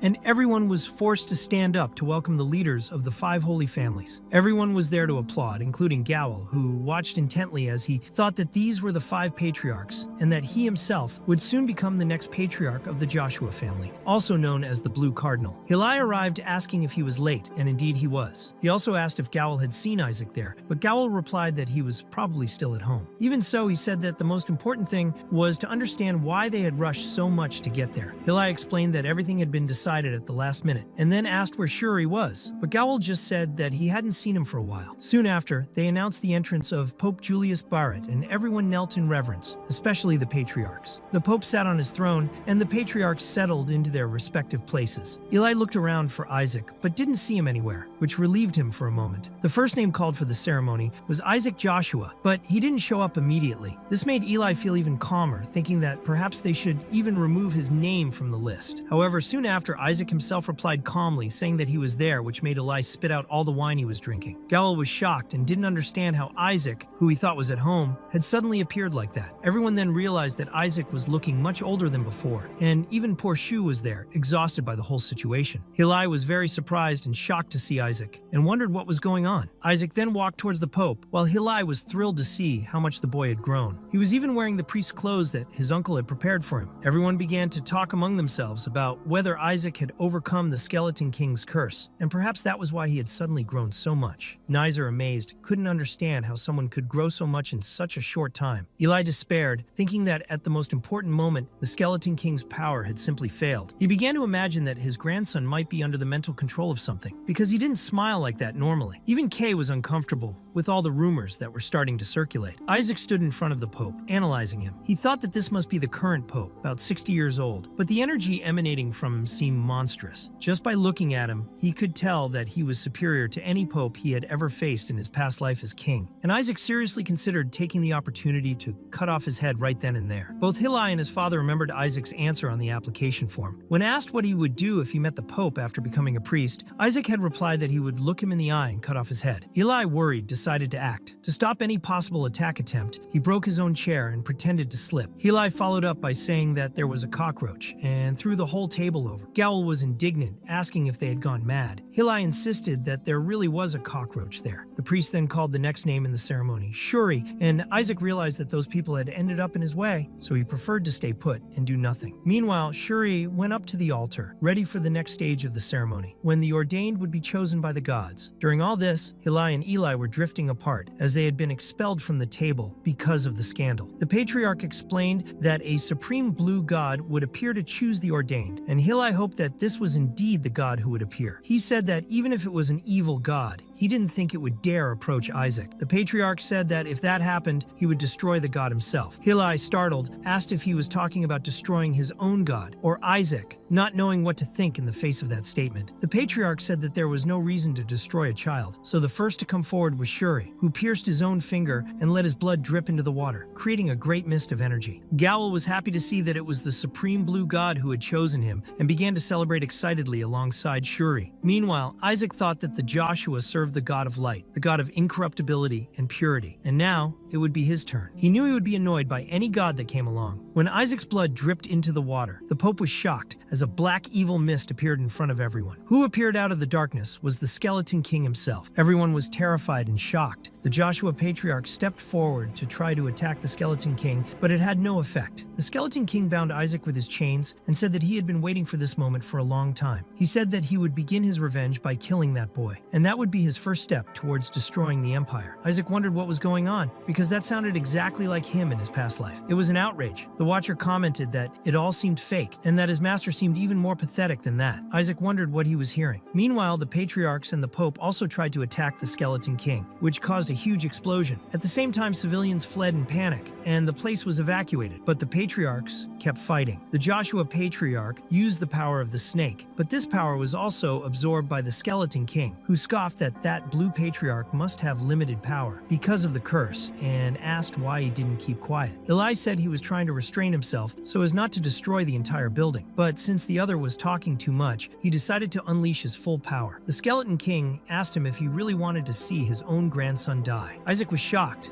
and thought that this was exactly what he was doing, because how can someone summon such great power while his grandson is bound by chains and still have the nerve to open his mouth to provoke the enemy? The Patriarch replied that a saint doesn't die from an attack of that intensity. Just as he was about to be devoured, Isaac was sure that he would die right there, but another gigantic explosion occurred, blinding everything, including the Skeleton King. After the chaos, everyone was alive, although the building had been badly damaged. The Skeleton King had disappeared, and many wondered if he was finally returning after guarding so much power for so many years. Isaac thought that it wasn't a comeback, but blatant plagiarism, and called that bastard an imitator. Eli asked if Isaac was all right, and people commented that even though he was a Joshua, that boy was alive after the Skeleton King's attack, and only a true saint could have survived something like that. But the people began to wonder why the Skeleton King had appeared. Isaac explained that he wasn't really alive. It was just an illusion he had created. The observer said that the being had copied Isaac as if he were a shadow and thrown him there, but there was something very strange about it. Isaac also realized that the illusion was using his own mana, so he thought that perhaps his mana core had fallen somewhere in hell. That wasn't unlikely, since even his bones had been lost. However, he concluded that this was good for him, as he only needed to recover his mana core. Eli was very relieved, because at the moment when everything was happening, he realized that the Pope would have attacked even with his grandson in the line of fire, which meant that he would have killed Isaac along with him. Eli wondered why the Pope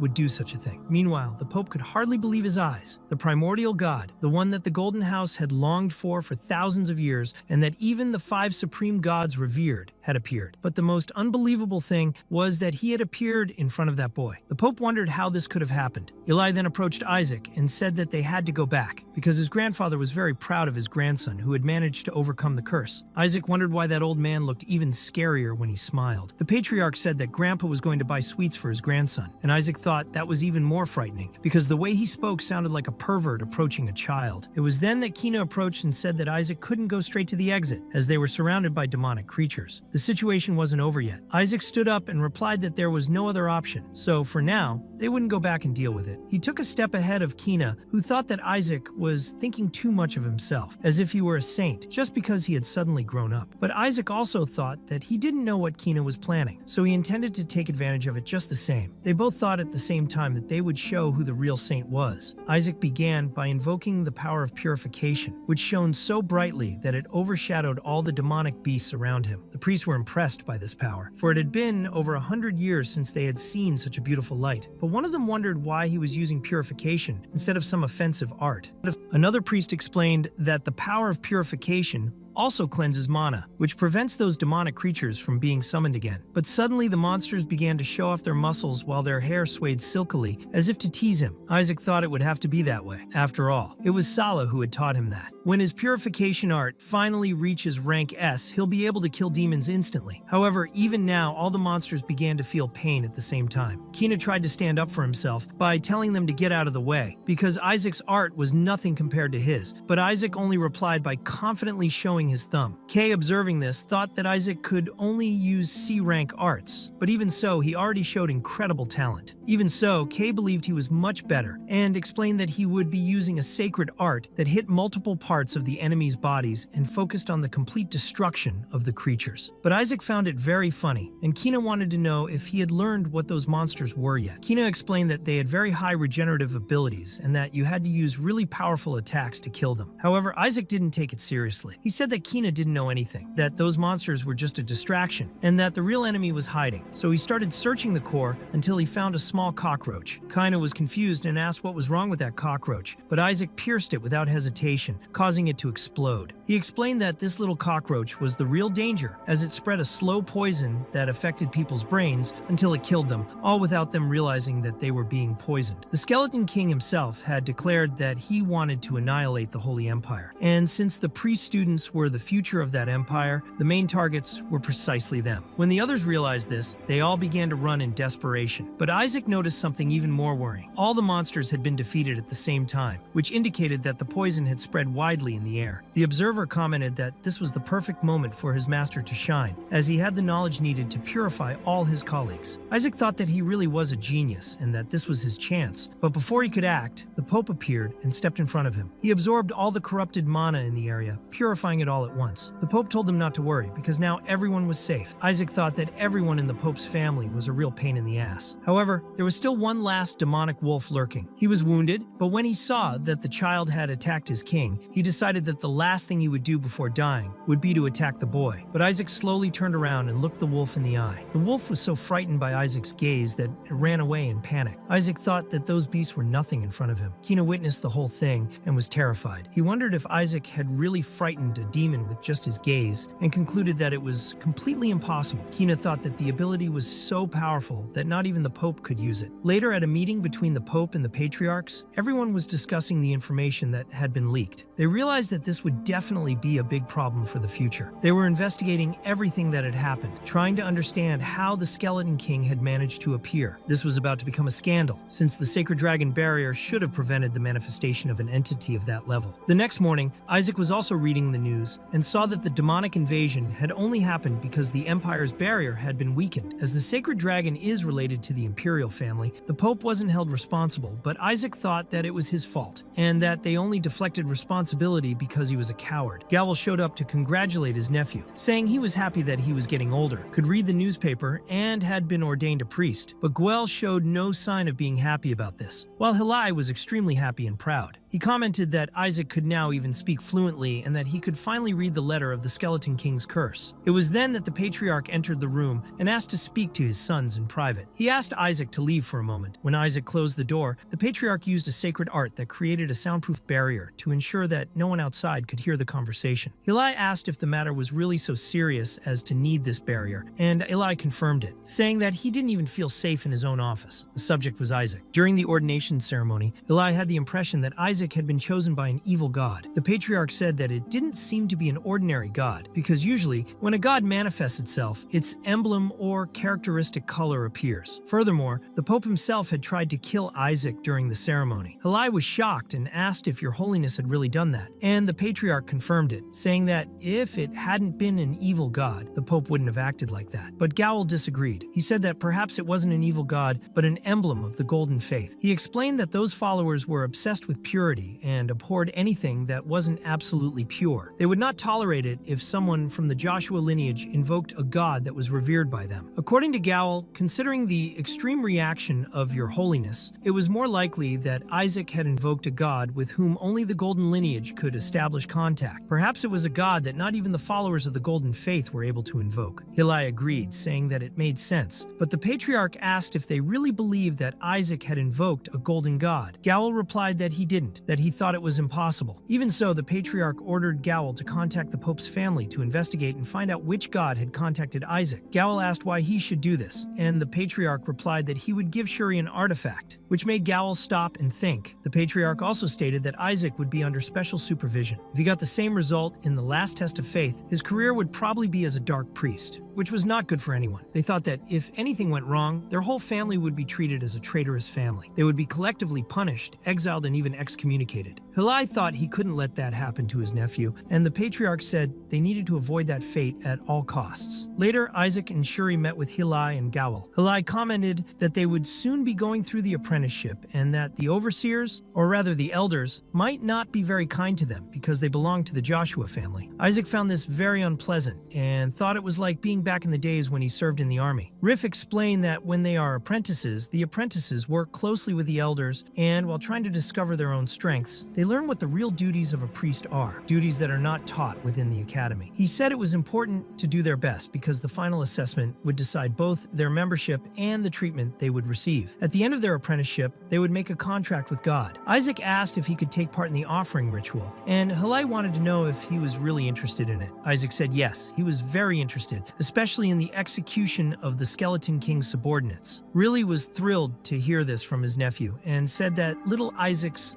faith was growing. Then he put on his explanation glasses and started talking about the ritual. He explained that the offering ritual is when an offering is made to the gods, and that it is an event similar to a festival where many people come together. Even so, the offering is individual and should be considered something personal. When Isaac tried to interrupt, Hilai went on to explain that this led to an important question about whether it is really necessary to make the offering together with others. According to him, an offering is a rite dedicated to the gods, and rites have always been performed with many people gathered together. However, at the end of the day, it all comes down to serving the gods. The fact of standing alone before a god, offering something as a gesture of personal faith, prayer, or spiritual refinement is precisely what proves this devotion. This was the most interesting aspect of the ritual. The explanation went on to say that if a group performs the ceremony, it is not possible to clearly determine whether it is true faith or just collective obedience. It all depends on the purpose and nature of the meeting. They ended up straying a little from the focus of the conversation, but really said she trusted Isaac to understand the true meaning. Isaac noticed that he seemed very happy explaining everything, but he still kept talking. As he listened, Isaac thought that he was saying that lesser gods and even angels could take part in the ritual. And then he silently concluded that, if that happened, it would be better if none of them appeared before him, because if any of them dared, he would destroy them all. Hilai commented that it seemed that little Isaac could carry out the task himself, and that fighting spirit was also important. Gowel told his son that the team with the highest score would have the honor of executing the Skeleton King's subordinates, and asked him to do his best. Isaac was surprised to realize that this was a group project, but Hilai immediately wished his nephew well, believing that he would do well. Isaac understood that there was no other option, and decided that he would have to eliminate all the other teams, so he told himself that he would do his best. Hilai reflected, not believing that such a kind, gentle, polite, and affectionate child could one day become a dark priest. But Gowel, showing a certain nervousness, told her that during the ordination ceremony, he had asked her which god had appeared before him. He said he couldn't remember clearly, but that an emblem had appeared, and that it was so unpleasant that he wanted to vomit. They both realized that the god who had contacted Isaac was actually an evil god. Hilai tried to soften the blow, saying that some gods were just like that, and Gowel agreed, saying that what mattered was faith. Isaac said he wasn't too worried, but Gowel warned him that the Golden Cardinal wanted to get in touch with him. Isaac wondered what was wrong with that guy, when suddenly Kina appeared shouting for him, saying he had important business to attend to. Rala and Gowel were desperate to see his sudden arrival, and wondered why someone from the Pope's family had shown up there, since the whole family was present. Gel imagined that it was probably related to the evil god who had manifested himself. Kina approached Isaac, saying that he thought he was useless, and Isaac wondered if he had come all that way just to offend him. The observer burst into laughter as Kina explained that Isaac hadn't shown up for the last 10 years because he was training, trying to prevent his skills from mixing with those of the others. Now, after seeing his incomparable skills during the ceremony, he realized that it would be a waste of time if Isaac was just a priest's apprentice. Kina said he wanted him to join his training, along with his grandfather, so that they could go straight into the professional world without wasting time in that little gym. According to him, together they could behead the Skeleton King. Shuri watched from afar, wondering if this was some new kind of bullying, but concluded that it was too serious, to the point of causing goosebumps. He thought that if he were in Isaac's place, he would accept immediately. Isaac replied nonchalantly, saying that he didn't want to get ahead in life that easily, but would rather start as an apprentice. Shuri was relieved, remembering that Isaac had always been a bit crazy in the head. Kina insisted that he didn't need to worry about qualifying to be a priest, as he already had what it took to skip all the stages. Even so, Isaac refused again, firmly affirming his decision. Kina said that he could even take Shuri along, not caring, but then added that Shuri was on a completely different level to Isaac, which Isaac admitted was true. Shuri felt deeply offended by the comment, while Kina continued to praise Isaac's power, saying that he was so powerful that he had driven away a demon with just his gaze. The Watcher commented that this was probably the effect of Isaac's intimidation skills. Isaac began to wonder if all this wasn't just because Kina wanted to learn his skill. Even so, he said that he was no longer interested, and that it was fine, because he didn't want to learn anything from the Pope. The thought of taking lessons from the Pope made him want to vomit. Kina was surprised, and asked what he had just said, but Isaac repeated it without hesitation, saying that he wanted to cut that bastard's head off. Before he could continue, the Patriarch appeared and took Isaac on his lap, saying that his grandson was very busy, and that no one else should talk to him. Kina protested, saying that he was part of the Pope's family and that the Blue Patriarch couldn't stop him. But the Patriarch replied firmly that if Kina stayed close to Isaac, he would end up being contaminated by him. Kina was indignant and asked what that meant, while Isaac angrily thought that those bastards would pay for this, and that he would annihilate everyone in that damned family. After all the previous confusion, it was finally explained what the Pentagon was. Every priest had to go through this challenge. The Pentagon was divided into 5 stages: ivory, gold, blue, obsidian, and crimson. Each stage corresponded to a trial supervised by the cardinal of the respective faith. A recruit priest could only become a true priest after facing all these trials. Now, Isaac was about to enter the room assigned to his group. He knew the other members were already there. The rooms consisted of up to 30 children, grouped based on family ties or shared beliefs. Isaac suspected they were trying to provoke a faction war. That's why he was glad he had sent Shuri ahead, since he had already gotten close to the group. Isaac planned to use his subordinates well, but he knew the first step was to make a good impression. He entered with a smile on his face, but quickly realized everyone there already hated him. Some muttered that the bastard had arrived. Others stepped forward and asked if he was the one who bullied Shuri. They threatened to teach him some manners and warned that if he told Shuri anything, he would be dead. In response, Isaac decided to act. He grabbed his rattle, his main weapon, ready to use it. The others burst out laughing, asking if he was a baby, but Isaac didn't hesitate. With a quick strike, he hit the first boy's face, breaking his nose. Everyone was shocked, asking if he had gone mad, but Isaac answered calmly, saying that this was part of a dynamic to improve group bonding. According to him, it was important for everyone to get closer. Then he began blessing everyone he encountered along the way. He climbed on top of a pile of classmates and sat as if on a throne made of subjects. When Shuri entered the room, he was baffled by the scene. He said he honestly couldn't understand that crazy school idea. Some of the boys asked Shuri for help, claiming that since Isaac was his cousin, he should do something. Shuri only thanked them for playing with him. Then he warned Isaac that the first evaluation would be in groups. He asked what Isaac was doing. Isaac confidently replied. He said that the human pyramid he had built was an excellent demonstration of teamwork. Shuri thought it looked more like forced submission, but decided not to argue. He simply handed Isaac a document to read. On the paper was a list of all the people who had approached Shuri over the past 7 years, trying to take advantage of his influence for personal gain. Although the Joshua family had never asked for anything in return, there was a limit to how long this could go on. One of those present got angry and said they had never needed the Joshua family for anything. Isaac then asked if that was really true, and at the same time,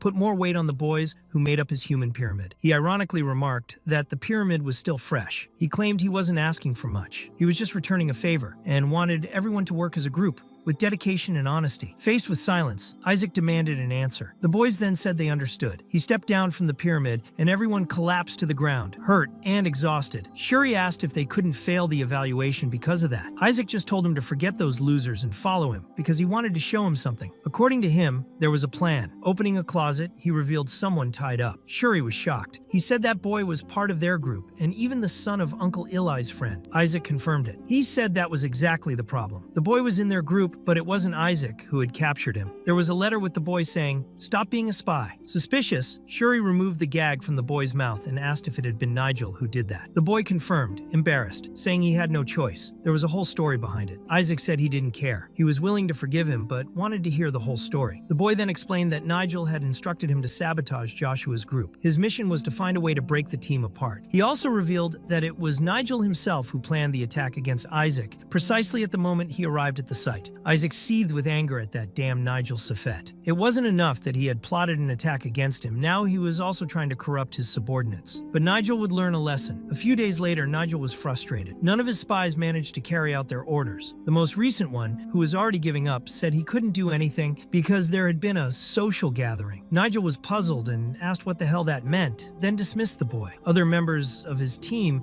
tried to reassure him, saying the opposing team wasn't even that threatening. But there was something about Isaac that deeply bothered Nigel. More than the boy himself, what irritated Nigel was Isaac's father, someone influential who showed interest in his son. He then decided he would destroy the cursed Joshua family, no matter the cost. Meanwhile, the Pentagon's Unity stage was underway. Isaac stood in line, yawning, showing no interest at all. Nigel reflected on the rules. If a member of a team gave up, the whole group would be disqualified. The traitor would be transferred to another team. This was his chance. He already had several spies infiltrated in Isaac's group and was sure they would fail. However, later, the results were announced. The blue team, Isaac's group, had remained united unanimously and passed the Unity test, the teamwork stage. Isaac gave a mocking smile in Nigel's direction, calling him a sucker with his eyes. Later, Shuri wanted to understand how Isaac had achieved that feat. How had he made the entire team vote in favor and pass unanimously? Isaac then asked if he remembered how the Golden Cardinal had been desperately looking for him for days. Shuri confirmed, even recalling how Isaac had refused the summons without a second thought. Isaac explained that it was simple. He demanded a golden pill in order to accept the meeting. Shuri was shocked. That was a secret pill, used exclusively by the direct lineage of the Golden Faith. Extremely valuable. Isaac said he received it and used it to strike a deal with the other members of the team. Shuri then asked if he had blackmailed everyone with the pill. Isaac denied it. He said he would never hand over the pill before the vote. Shuri asked what would happen if they had betrayed him. Isaac assured him that it would never happen, because he trusted the group. Shuri, however, found that supposed benevolence strange, but the truth came soon after. When Isaac opened the door to the room, all the members of his team were on the ground, writhing in pain. They begged for an antidote, saying their stomachs were destroyed. Isaac, with a cold smile, said he had always known they would never betray him. Shuri was shocked. He asked what Isaac had done. He wanted to know if Isaac had poisoned everyone, but Isaac explained. He had given them the golden pill, but with some adjustments: 93% flour, 5% essence of the Skeleton King's mana, 1% laxative, 0.5% hair extract, and only 0.001% of the true golden pill. Shuri, outraged, said that if he threw that pill down the drain, it would leave more traces of gold than inside it. Isaac replied that now they would pay for everything they had done, but as promised, he would give them the antidote, and he revealed that the antidote was hidden inside a diaper. Suddenly, Nigel burst in furiously, slamming the door open. He demanded Isaac return his subordinates and shouted that he would never forgive him for stealing them. But Isaac's teammates, desperate for the antidote, turned against Nigel. They began to beat him and then started attacking each other, completely out of control. Isaac watched it all and remembered Nigel's own words. That overwhelming power was what people sought in times of crisis. But to Isaac, the true impulse of people was to save themselves. Nothing compares to the fear of death. Nigel, staring into the dark and profound soul of Isaac, wondered if that boy was truly human. Meanwhile, at the Seed's office, Hoore's work was once again interrupted. A subordinate apologized, but said he had to deliver a message. Isaac had declared that he would no longer attend, even after receiving the golden pill. Hoore, irritated, ordered them to fetch that brat immediately, by any means necessary. The subordinate only remarked that next time they wanted to summon Isaac, they should bring a lot of money. Nigel, however, remained furious. Even so, he knew the situation wasn't entirely unfavorable. His subordinates had reported something important. There was a reason everyone avoided direct confrontations with the Inquisitors. As he thought about this, he overheard a group of students talking. He asked why they were idling in the dormitory. They replied that they had business in the young master's room. Isaac was lying down, hearing strange murmurs about some business in the finger of the room. It sounded far too suspicious. Some priests began whispering among themselves, wondering what the young master of House Karmazin, that is, Nigel, was doing there. Nobody liked him, to put it simply. Isaac then appeared and asked why they had taken so long to arrive. He said they needed to hurry because he was organizing a social gathering and needed supplies. The group thought it sounded simple and even believed Isaac was willing to cooperate. It seemed like a fair exchange. One hand washes the other. They fell for his words. They said they had come to deliver the items he had requested and that everything was already prepared. Isaac reminded them that a social gathering required tea and refreshments, and everything had to be ready by the end of the day. Meanwhile, Nigel Safet watched everything with suspicion. He wondered if that social gathering was nothing more than another excuse for Isaac to brainwash his subordinates. After all, Isaac had already used a technique called infernal penance, a fifth-level sacred art, to emotionally break his classmates. Nigel then interrupted, saying that he had given his men a break because he needed to speak with Isaac, and suggested they carry out a little test of faith, just for fun. Shuri, upon hearing this, grew extremely worried. He knew that if Isaac took part in a test of faith, he could be condemned to the stake, and if anything went wrong, the entire Joshua house could be accused of treason. Nigel explained that he had a device that reacted only to touch, so the test could begin easily. But at that moment, Hooray, the cardinal of the CDZs, appeared furious. He hadn't expected Isaac to ignore his summons just to play around, and he asked if Isaac thought the cardinal was some kind of joke. Nigel, surprised, wondered why the cardinal was there. Hooray then declared that he hadn't expected to find Isaac socializing with Dahlia of House Karmazine, and revealed that she had attacked his men without permission. Nigel, trying to make sense of it, wondered if the attacked men were from House Barity. Isaac, with an innocent expression, apologized to His Eminence. He said he was only following instructions, since Lord Nigel had prevented him from meeting members of the Golden Faith, which kept him from answering the previous summons. Nigel denied everything, and demanded to know how a mere student of priesthood could have been summoned personally by a cardinal. He said it was absurd. Hooray then turned and asked if that was true. Isaac, trying to hold back his laughter, thought the situation was getting more amusing by the minute. The cardinal continued, addressing Nigel, the third son of House Karmazine. He said he had been far too generous, giving him time to build connections. But now, because of the problems caused, Nigel's squad would be assigned more work at the Vatican. Nigel, desperate, could hardly react. Hooray then asked Isaac to accompany him to his office, but Isaac apologized. He said he had already been summoned by the Karmazin cardinal, and that his hands were tied. He remarked that this cardinal was very persuasive. Hooray then asked if that was true, if he had indeed been summoned by another cardinal. Nigel, realizing that he had to act quickly or ruin his own position, rushed to take the blame. He said that yes, he himself had invited Isaac, and that he was there precisely to deliver that message. Hooray accepted the explanation, saying that if Isaac had a more important appointment, then so be it. But he reminded Nigel that he had caused trouble for the Golden Faith, and therefore, starting the next day, he would be responsible for cleaning duties. No exceptions. Nigel was desperate, thinking that if he managed to bring Isaac to his father, maybe everything would be fine. But Isaac had already vanished. Shuri explained that Isaac had said he was going to bed early. According to him, those who sleep a lot grow taller. Nigel, unconvinced, grew even angrier. It was only 2 in the afternoon. While Isaac slept peacefully, Nigel pounded on the door. The rest of the priest group was furious with him as well. 3 days later, there was Nigel, mopping the floor after 18 hours of work, exhausted, swearing to himself that he would kill that damn boy. He told his father everything, who also became furious. Nigel's group had low grades, and everyone was blaming him. Now, even his father refused to help him. If Nigel wanted support, he would have to bring Isaac personally, but for that, he had to find him first. He thought he could just wait in the prayer room. 6 hours later, still no sign of Isaac. Then members of the Karmazin faith appeared and dragged Nigel into a new mission. At the back of the chapel stood Isaac, waving his hand in farewell. Nigel shouted for them to let him go, desperate to reach that boy. Shuri, indignant, asked if Isaac had really checked Nigel's schedule just to show up at the exact time and provoke him. Isaac answered simply, why wouldn't he? It was far too entertaining. Shuri, however, reflected that in the end, that meeting between Isaac and the Karmazin cardinal might actually be a good thing. After all, Hooray Barrett would never grant them a king. Isaac, confused, asked what he meant. Shuri then questioned whether he even knew how the ranking system worked. He said he should have explained earlier. In short, the system went like this. Anyone ranked as a skeleton was deemed unfit to become a priest. A pawn, on the other hand, was seen as someone with average talent. A knight was considered a talent who stood out in a specialty. A bishop was an exemplary talent, someone seen as a model. The queen represented a talent capable of protecting the empire, and the king was an incomparable talent, above all others. Shuri explained that if they angered a cardinal, they could be demoted to mere skeletons and expelled from the Academy of Priests. He also warned that Hooray would probably try to kill Isaac if he continued refusing for too long. Isaac's own conscience found that absurd. What kind of man would hold a grudge against a 10-year-old child? But then Shuri revealed that Isaac's mother had once been Cardinal Hooray's fiancée. Technically, Technically, it had been just a political arrangement between two families, so it wasn't so serious. Even so, the resentment remained. The observer, a mysterious entity, watched everything while eating popcorn, and Isaac realized that, of course, Hooray had plenty of reasons to want to destroy him. He wondered why Shuri hadn't told him this earlier. Shuri said that if they gained the support of the Karmazin Cardinal, they could use it to keep Hooray in check. Even the powerful Golden House had to follow the orders of the Karmazin Pentagon. If they could secure an agreement with Karmazin that didn't involve sacrificing a skeleton to the Golden Pentagon, that alone would be considered a victory. Suddenly, a powerful entity appeared. Its presence enveloped Isaac and pulled him away, making him vanish from the chapel. Later, someone knocked on Cardinal Hooray's door. Hooray's assistant authorized entry, but the door was simply blown apart. It was Isaac who walked in calmly and greeted him with irony. He wished His Eminence a good afternoon, or rather to the kidnapper. He asked whether the cardinal had abandoned all formalities and simply kidnapped him. Hooray called him an idiot, but admitted he was irritated at being ignored. He summoned Isaac with anger. What he revealed next, however, deeply surprised the boy. He said he wanted to make him the adopted heir of the Golden Faith. Isaac was shocked at the proposal. He suspected it was part of some hidden scheme. He questioned whether Hooray really wanted him to become part of the Golden House. It sounded like a cruel joke, but Hooray assured him there was no trick. It was simply a direct proposal. He would cease to be a son of House Joshua and become a son of House Hooray. For Isaac, this only deepened his distrust. He suspected it had to do with the false skeleton who had called him saint. Still, he didn't care about Hooray's intentions. What he wanted to know were the real benefits of such adoption. Hooray asked if such a young boy really knew how to negotiate agreements. Even so, he answered that the papal family could provide everything House Joshua could not. The papal house had many privileges, but Isaac said he lacked nothing where he was. In response, Hooray remarked that he had heard the boy's family intended to confine him in the mansion. According to Hooray, following the Vatican's faith required patience and suppression of one's own nature. The path to becoming a priest was full of restrictions. The Golden House, on the other hand, would not interfere in any of his personal affairs and would support him in whatever he wished to do. Isaac still found it hard to believe. He said that unless they were offering him the position of the next pope, it wasn't enough to convince him. Hooray reminded him that not long ago, he only wanted to be recognized as a saint, but now he seemed interested in going further. Hooray insisted that if Isaac truly wished to become pope one day, joining the Golden Faith was the best path. He added that beyond granting him the right of direct succession, he would have all the rights of a member of the current papal family. Isaac said he would consider the proposal. Hooray was satisfied with that and said they could begin the affiliation process. He only asked that Isaac not tell House Joshua just yet. Isaac replied that he would tell no one. However, as soon as he turned around, Hooray saw Shuri eavesdropping on the conversation. Panicked, he ran off. Even so, Hooray insisted that Isaac's opinion was the only one that mattered. Isaac, in turn, made it clear that he had never said he agreed to the proposal. He declared he would never join the papal family, not even after death. Then Hooray remarked that he resembled his mother greatly, both in appearance and in the way he spoke. He said that since he was part of the papal family, one word from him would be enough to have Isaac excommunicated. And with his Vatican authority, he could forbid Isaac from even setting foot in the Holy Empire. But Isaac said he would simply create a country where priests and popes would no longer be necessary. To him, that made sense. After all, why would a nation need two leaders? The country would be his anyway. Hooray, confused, asked what he was talking about. Isaac replied that he would need that level of courage if he wanted to defeat the Skeleton King. He decided they would pretend that the adoption proposal had never happened. It would be better that way to preserve Hooray's reputation for excellence. And in fact, thanks to all that, Isaac was even more interested in the matter. He began to imagine what would happen at the ordination ceremony. He thought about how the Joshua house would react upon discovering that their rival had tried to adopt his successor. He also imagined how the entire Holy Empire would be curious about such a story. Meanwhile, in the Joshua family mansion, Eli questioned whether his grandson had really passed through the Union Pentagon. He couldn't understand why Isaac would do that. To him, the boy should have failed, since his faith seemed insufficient. So he prayed, asking for the divine powers of heaven and earth. Benjamin Joshua, Relay's second son, who had not appeared until then, asked Relay what had happened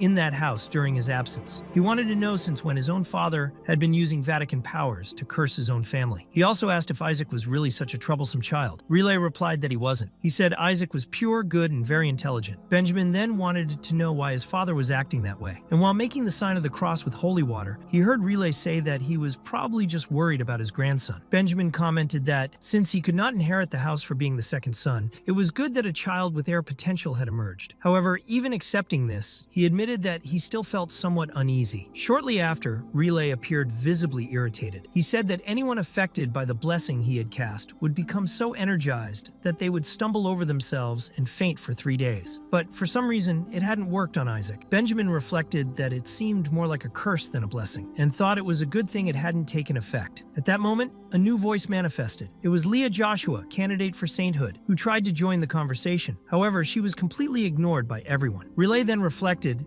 that the papal family was showing far too much interest in Isaac, and if the Vatican was indeed trying to threaten his life, perhaps it would be better for the boy to leave the academy and return home. Still, he acknowledged that it was far too early. That would greatly hinder his studies. Only 1 or 2 years remained until ordination. While everyone was arguing, Benjamin noticed a letter and asked who it was from. The envelope was far too luxurious to have come from the Joshua family. The patriarch explained that it was a letter from his 4th brother. Relay asked if the message was from Goel, and indeed it was. In the letter, Goel asked when the patriarch would finally step down, since, in any case, he would die someday. After reading that, the patriarch tore up the letter. He said that this was exactly why he had taught Isaac molds, so the boy wouldn't end up like Goel. Relay agreed with that decision. Relay reinforced that, if Isaac wasn't suitable to lead the family, the next patriarch would be Rillick. But since Isaac had passed the Union Pentagon test, there was still hope. Suddenly, a flaming spirit appeared and said that hope was. The patriarch, irritated, asked Salak what the problem was this time. Salak replied that Isaac was beating the other children. The most absurd part was that he used healing magic on them just so he could hit them again. He had even poisoned his own friends to pass the Union test. The patriarch simply replied that it was fine, as long as the papal family didn't find out. Then Shuri appeared with more news. He said that Cardinal Hooray had made a proposal to adopt Isaac. The patriarch wanted to know how the boy had responded. Relay stated that Isaac was a true Joshua man and would never accept such a thing. But Shuri said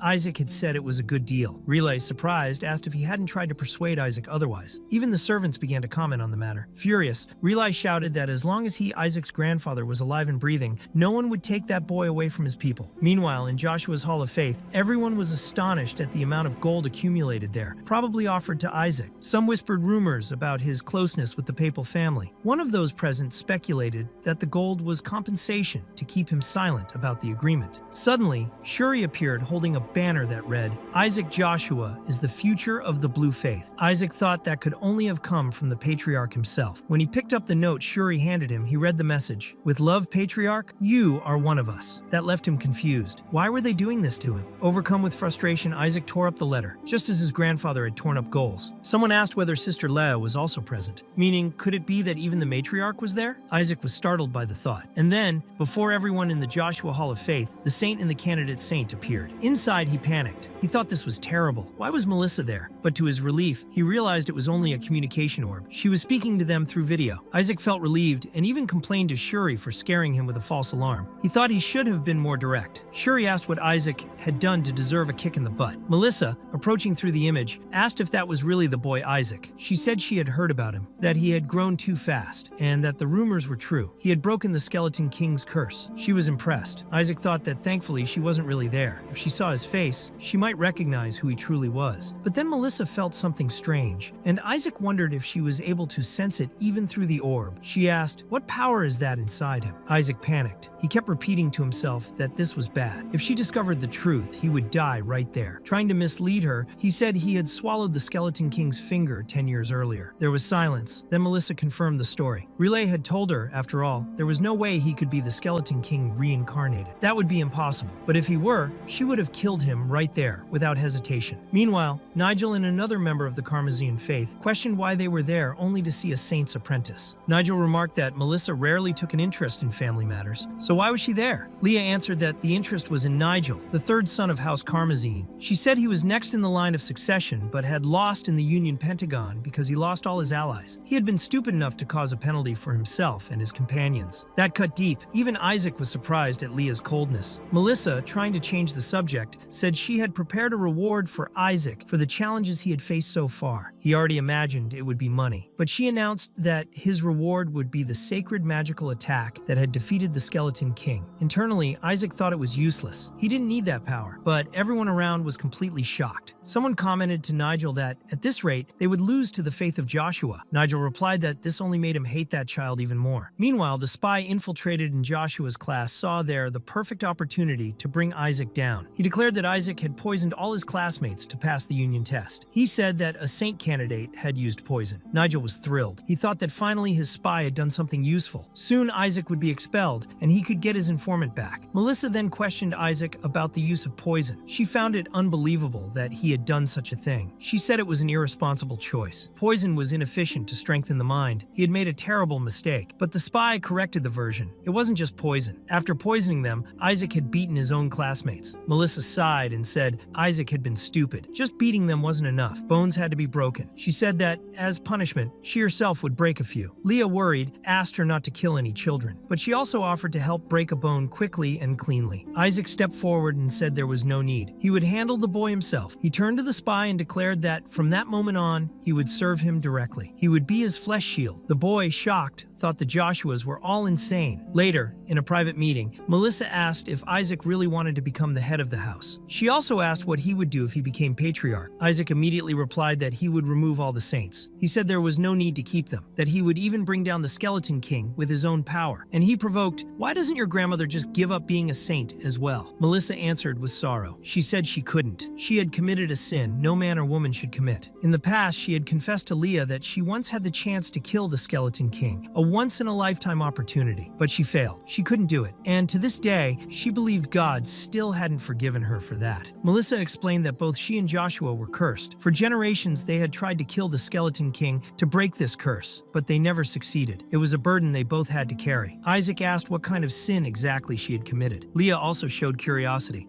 She knew Melissa must have had a good reason not to kill the Skeleton King. Melissa then said she was there for exactly that reason. She showed him a holy rosary, the unique symbol of the saint, as if there were only one such artifact in the entire world. Isaac was confused, not understanding why she was giving him that. Melissa explained that she had sealed her own power inside the rosary, as she had heard that Isaac's offensive holy spells were too weak. With that rosary, he could invoke divine energy whenever he wished. She recommended that he use it to strengthen his sacred attacks, since he would not survive the Union Pentagon using only purification spells. She also said that soon she would visit the Holy Empire, and when she arrived, she would give him some lessons. Right after, the image in the communication orb faded. Isaac, relieved, thought he never wanted to see her face again. Leah, in turn, also said her farewells, but as she passed by him, she asked if he possessed a mana core. Isaac replied that he didn't. Inside, he grew tense. Did she know that he had created a mana core? Not even Melissa had realized that. Leah remarked that maybe it was a mistake. She believed that what was inside him was the mana core stored in the annex building, the very one he had stolen. Isaac immediately agreed with the excuse. He said yes, that was exactly it. That's it. He then remembered that he had indeed absorbed a common mana core, not a demonic one. Leah commented that the seal on the necklace she was about to give him could undo any problem. She then handed him the necklace. Isaac thought that was something very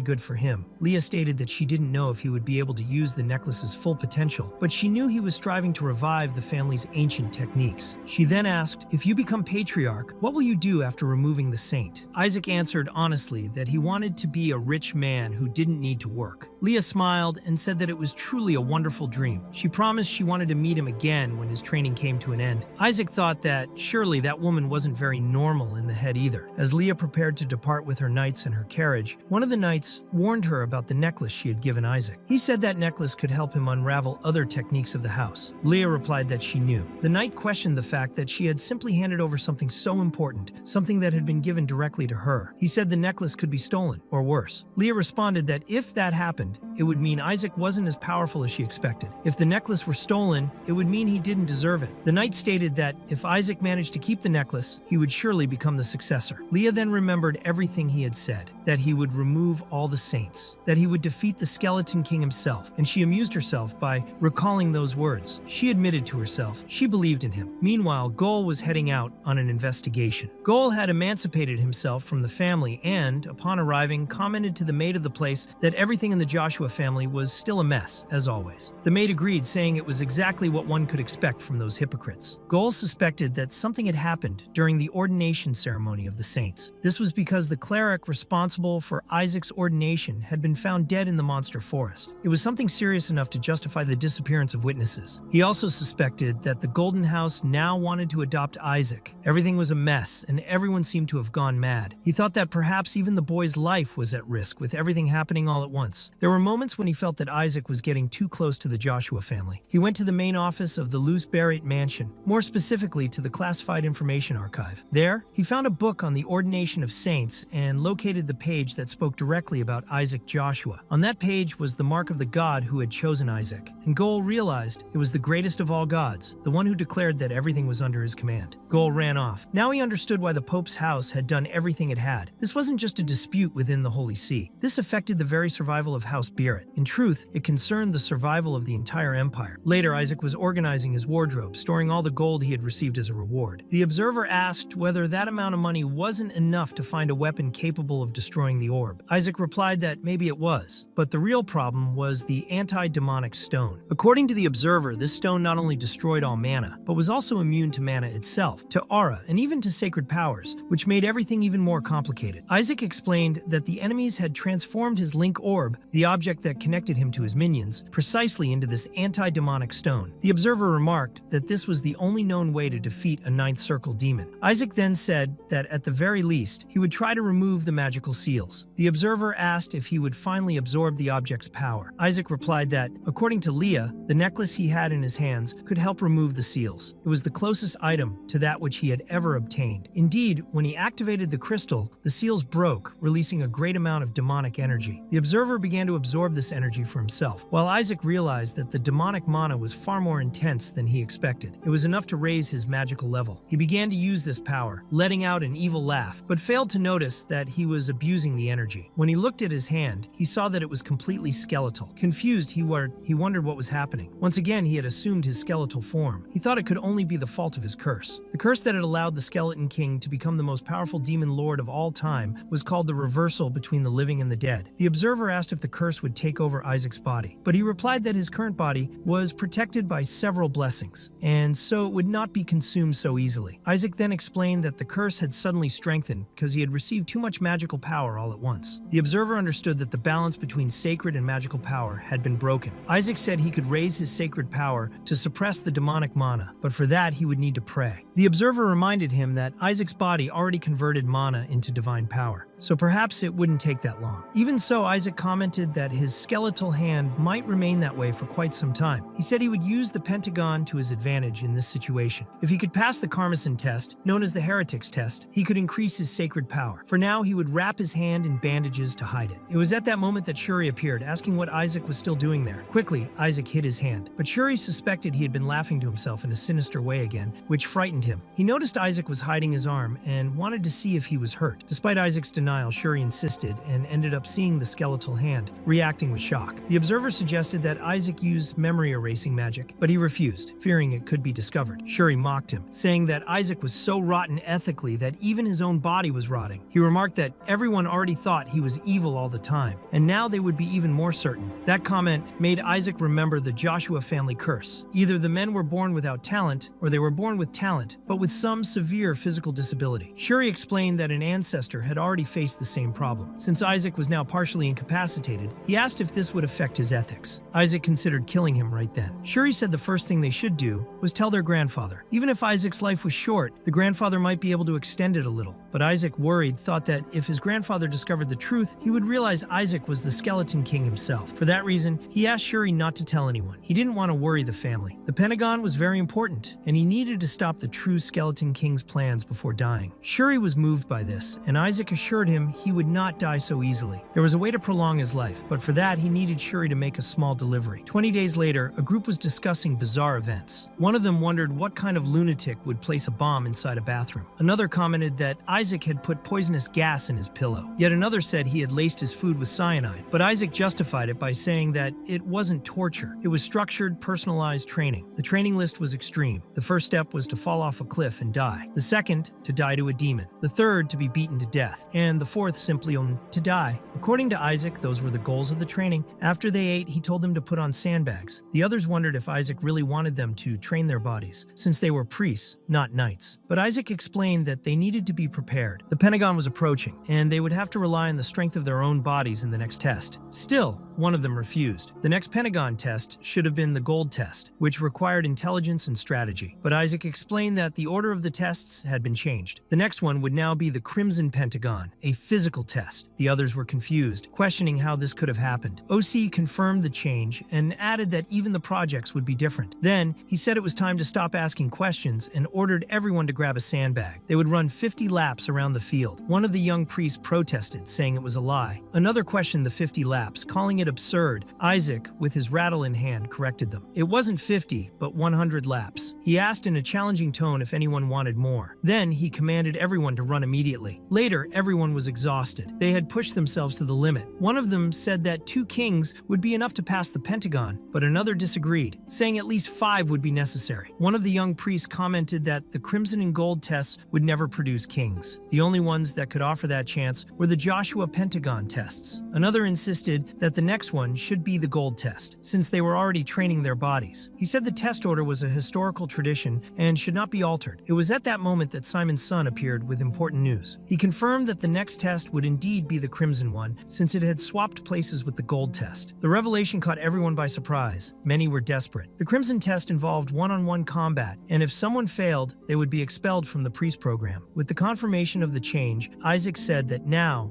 was the perfect time to train. A few days later at the Imperial Training Center, Nigel wondered why his father had agreed to Isaac's request. Nigel's own father, Leon Safet, handed him a plan, instructing him to attack Isaac with full force to make him reveal his true powers. Nigel knew that the test was now a team battle, no longer just individual. Evaluating the opposing team, he believed that only Isaac posed any danger. The rest seemed easy to deal with. That's why he named his own group Team Crimson, convinced they were ready, confident, and well prepared. However, when he entered the arena, he was shocked. Even his father, Leon Safet, showed surprise. That was because Kinnebet, a high-level priest, was on Joshua House's side. Isaac explained that one of his allies had suffered severe stomach pain and had to be replaced by Kina. Nigel couldn't believe it. He asked how they had managed to place Kina on their team, since he was extremely powerful. Leon asked Harry why he had put Kina on Joshua's team, but judging by Harry's expression, he hadn't known about it either. The truth was that Kina had made a direct deal with Isaac. In exchange for teachings on very powerful techniques, he agreed to participate. The deal was sealed, and that was why Kina was there. Nigel protested, saying it was cheating. Kina wasn't even a novice anymore. It made no sense to have him fight against beginners. But Kira explained that Kina had refused his promotion. Despite having the right, he voluntarily gave up his privileges to remain a novice, just like Isaac and Joshua. The audience was impressed by the situation, and a strange atmosphere took over the place. Kina then asked the judge if a decision had been made. The judge confirmed that since Kina Barrett was still officially a novice, there was no rule preventing him from participating. Nigel knew that even if his whole team attacked Kina together, they wouldn't be able to defeat him. And besides him, there was still Isaac. It was practically a lost battle. The only hope was in a duel between the leaders of each group. If that happened, they might have a chance, since Shuri was the leader of Joshua's team, and Nigel considered him weak. Isaac noticed Shuri was restless, and asked if he should have gone to the bathroom beforehand. Shuri replied by asking if Isaac's hand would be all right after the fight. Isaac said yes, as long as he could get more divine power. Shuri then stated that Isaac should lead the team. It was thanks to him that they had gotten that far. Because of him, their grades had gone up. They had passed the Pentagon's union, and they had even voted for him as class president, even if forcibly. Isaac admitted that he taught very well, but not everyone could keep up with him. He said that those who managed to do so had only done it because of Shuri. That's why Shuri should continue as leader. Shuri agreed, but warned that they should not go easy on Nigel. Isaac then said that if everything Shuri had said was true, facing that redhead shouldn't be a problem. Shuri was moved to see that Isaac trusted him, but Isaac added that if he lost, he would be the first to die. The other members of the group pretended it had nothing to do with them and discreetly moved away. The time left until the fight began was only 5 minutes. Ashley, as always, was worried about Isaac. Even with Kina on their side, Relay commented that it was still a disadvantage for both Isaac and Shuri, since the Crimson team had cast ruin spells on themselves. In truth, the one controlling those beast-like people was still Isaac, with his chains. Ashley remarked that it looked like a Joshua spell, which made sense, since she herself had taught Isaac the spiritual elevation spell. When Riley asked about the effects of that spell, Ashley explained that, in theory, it only made people braver. However, it was clear that something was wrong, because the individuals seemed far too agitated, almost like beasts. Relay confirmed this impression, observing that they behaved like wild, uncontrollable creatures. In reality, this was Isaac's own secret. He had combined the spiritual elevation spell with herbal doping, and the result of that fusion was the state of bestialization. Since he had trained these people physically to withstand such a transformation, he could now reap the benefits of his efforts, using them in battle. Suddenly, magic circles appeared and summoned roots, warriors, knights, and even a great titan representing the patron of the Crimson House, the god of justice. This meant the test had begun. Shuri ordered everyone to kneel and pray to the patron, since those who demonstrated the strongest faith would be blessed by the god. He believed that blessing was essential to victory. But Isaac, defying all expectations, was the first to act. He grabbed a stone and hurled it directly at the statue of the god, shattering it completely. Then he thought perhaps he had overdone his strength. Shuri, shocked, asked if he had lost his mind. The others were bewildered. They said Isaac had broken the statue of the Crimson House's own god. Kina was surprised by the feat and wanted to know what spell had been used. Yet Kina, with another motivation, did not care about the statue itself, but about the power behind that attack. He wanted to learn that strength. Shuri scolded his curiosity, while Kina declared that he did not wish to be blessed by any god other than the Golden One. Shuri prayed, asking for the salvation of his soul as well, just as he prayed for Isaac's. To smooth things over and avoid hostility against their group, Shuri pretended that Isaac only wanted to test the statue's resistance, saying it had been an excellent demonstration. He then asked Isaac to apologize, which Isaac did, in an overly repentant manner. Leon, for his part, commented that Isaac was an unpredictable and troublesome child, and that he could hardly wait to break him completely. Hooray, however, questioned whether the real problem wasn't with the Crimson House itself for allowing a statue of a god to be destroyed by a mere novice's spell. Thinking about it, he decided not to let Leon act against Isaac. As the two faced off with their eyes, Leon considered that perhaps a more resistant statue was indeed unfair to novices. Shuri decided to proceed with the pentagon as usual. Secretly, Leon sent a telepathic order to his son Nigel. He should cripple Isaac, at the very least. Later, the judge explained the rules of the Crimson Pentagon. The goal was to find the true necklace among several fake copies. The team that found the real necklace would win. Whoever was chosen as the bearer of the true necklace would be the leader. And once chosen, he could not be replaced. Shuri understood that this decision was very important and that he could not make a mistake. The judge explained that there were 3 ways to find the true necklace: capture the enemy leader and make him confess, use deduction skills to identify the real necklace, or defeat all enemy team members to collect their necklaces. While Nigel was organizing his team, saying that the Joshua House was not that powerful, Shuri surprised everyone by renouncing his position as leader and handing it over to Isaac. Isaac himself was confused by the gesture. Nigel was thrilled, thinking Shuri was too weak to lead. He thought the only real threat in the enemy team was Kina, and that the others wouldn't be a problem. As soon as the battle began, the Crimson House members, who had been motivated to defeat the Joshuas, were terrified by Isaac's presence, as he advanced like a true demon, laughing like a madman. For him, that combat test was the perfect excuse to beat his enemies without restraint. Shuri even wondered if the boy was really human. Isaac then charged forward like a raging beast, declaring that it was time for fun for the new priests. He began attacking everyone with his chain flail, a weapon adapted from his old golden rattle, now turned into a machine of destruction.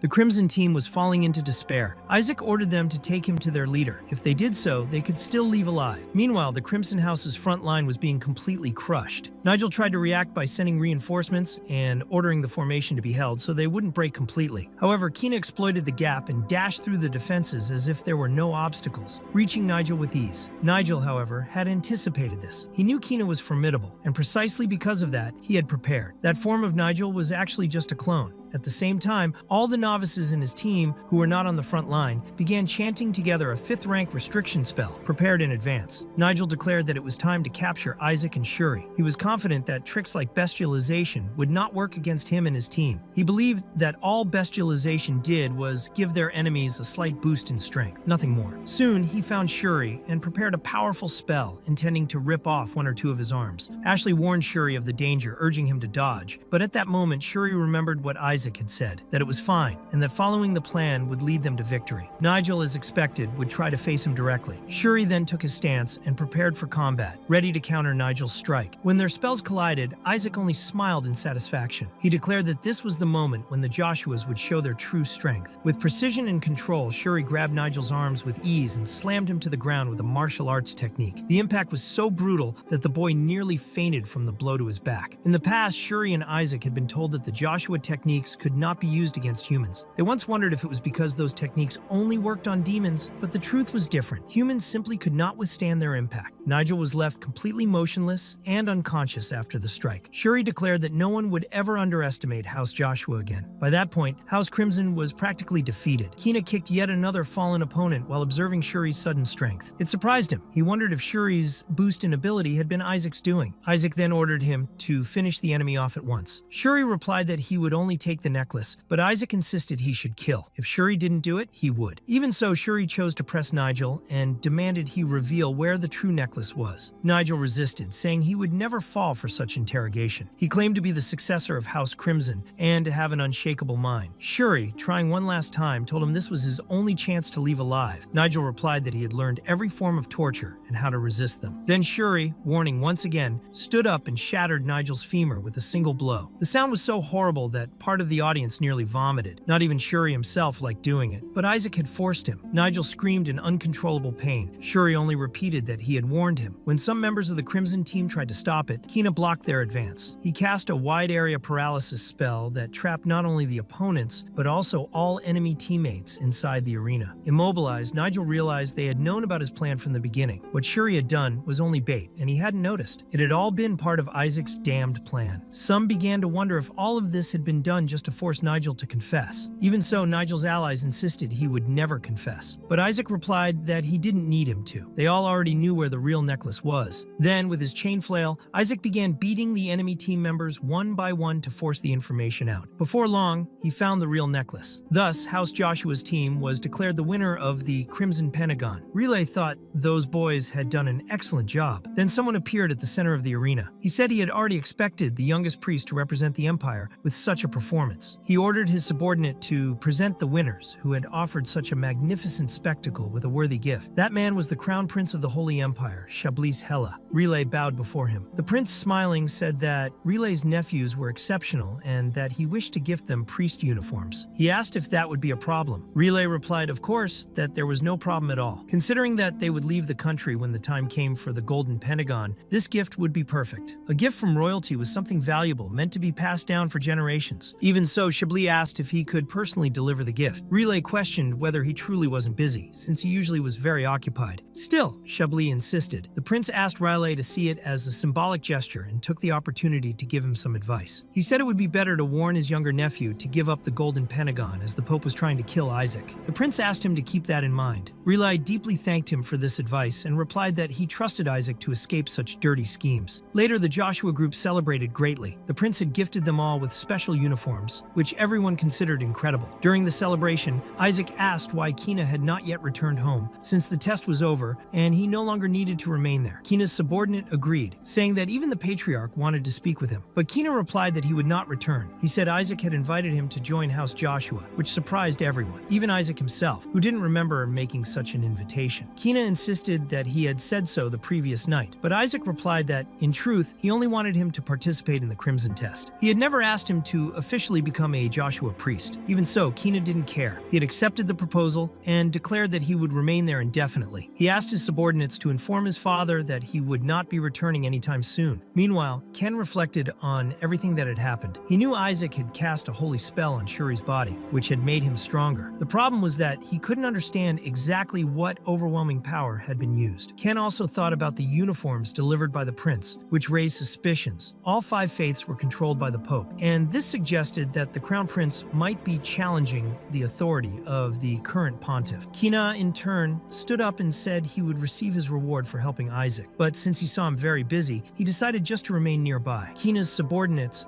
imagined that the Golden House would collapse when they learned of his decision. Then Kina offered his help to Isaac, saying he could support him in any pentagon, whether blue, gold, or black, and even suppress the Golden Priests, replacing them with Joshua priests in the extermination of demons. He asked if there was an agreement between them. Isaac refused the proposal, saying he didn't need that. Kina insisted, reminding him that Isaac had promised to teach him certain skills. He said he wouldn't leave until he learned everything. He was willing to be dragged out if necessary. He made it clear that, having fulfilled his part of the deal, he demanded that Isaac fulfill his. In the end, Isaac said he would do it later, but asked Kina to leave before he changed his mind. Kina replied that it was fine and that he would wait for the training. At that moment, Isaac remarked that there was already a student who listened to him better than Kina, which offended the other. Kina thought it impossible that anyone could be better than him and asked who it was. Isaac, who was present, said it was obviously Shuri. Kina grew irritated, questioning whether Isaac truly thought Shuri was better than him. He declared that if he proved himself superior to Shuri, he wanted to be taught. Shuri, surprised at being being dragged into this without knowing anything, couldn't understand how he had ended up in that situation. Isaac, as always, enjoyed provoking rivalry between the two. Meanwhile, in the Holy See's grand ballroom, people were astonished. The members of the Joshua group were receiving special treatment, with better meals and superior dormitories. It was clear that being ranked first in the Pentagon came with privileges. Relay was surprised to see Isaac's group placed first, as he couldn't understand the criteria used for that evaluation. It was then that Leon appeared, remarking that Riley should be happy about the victory. He also mentioned it had been quite some time since they last met.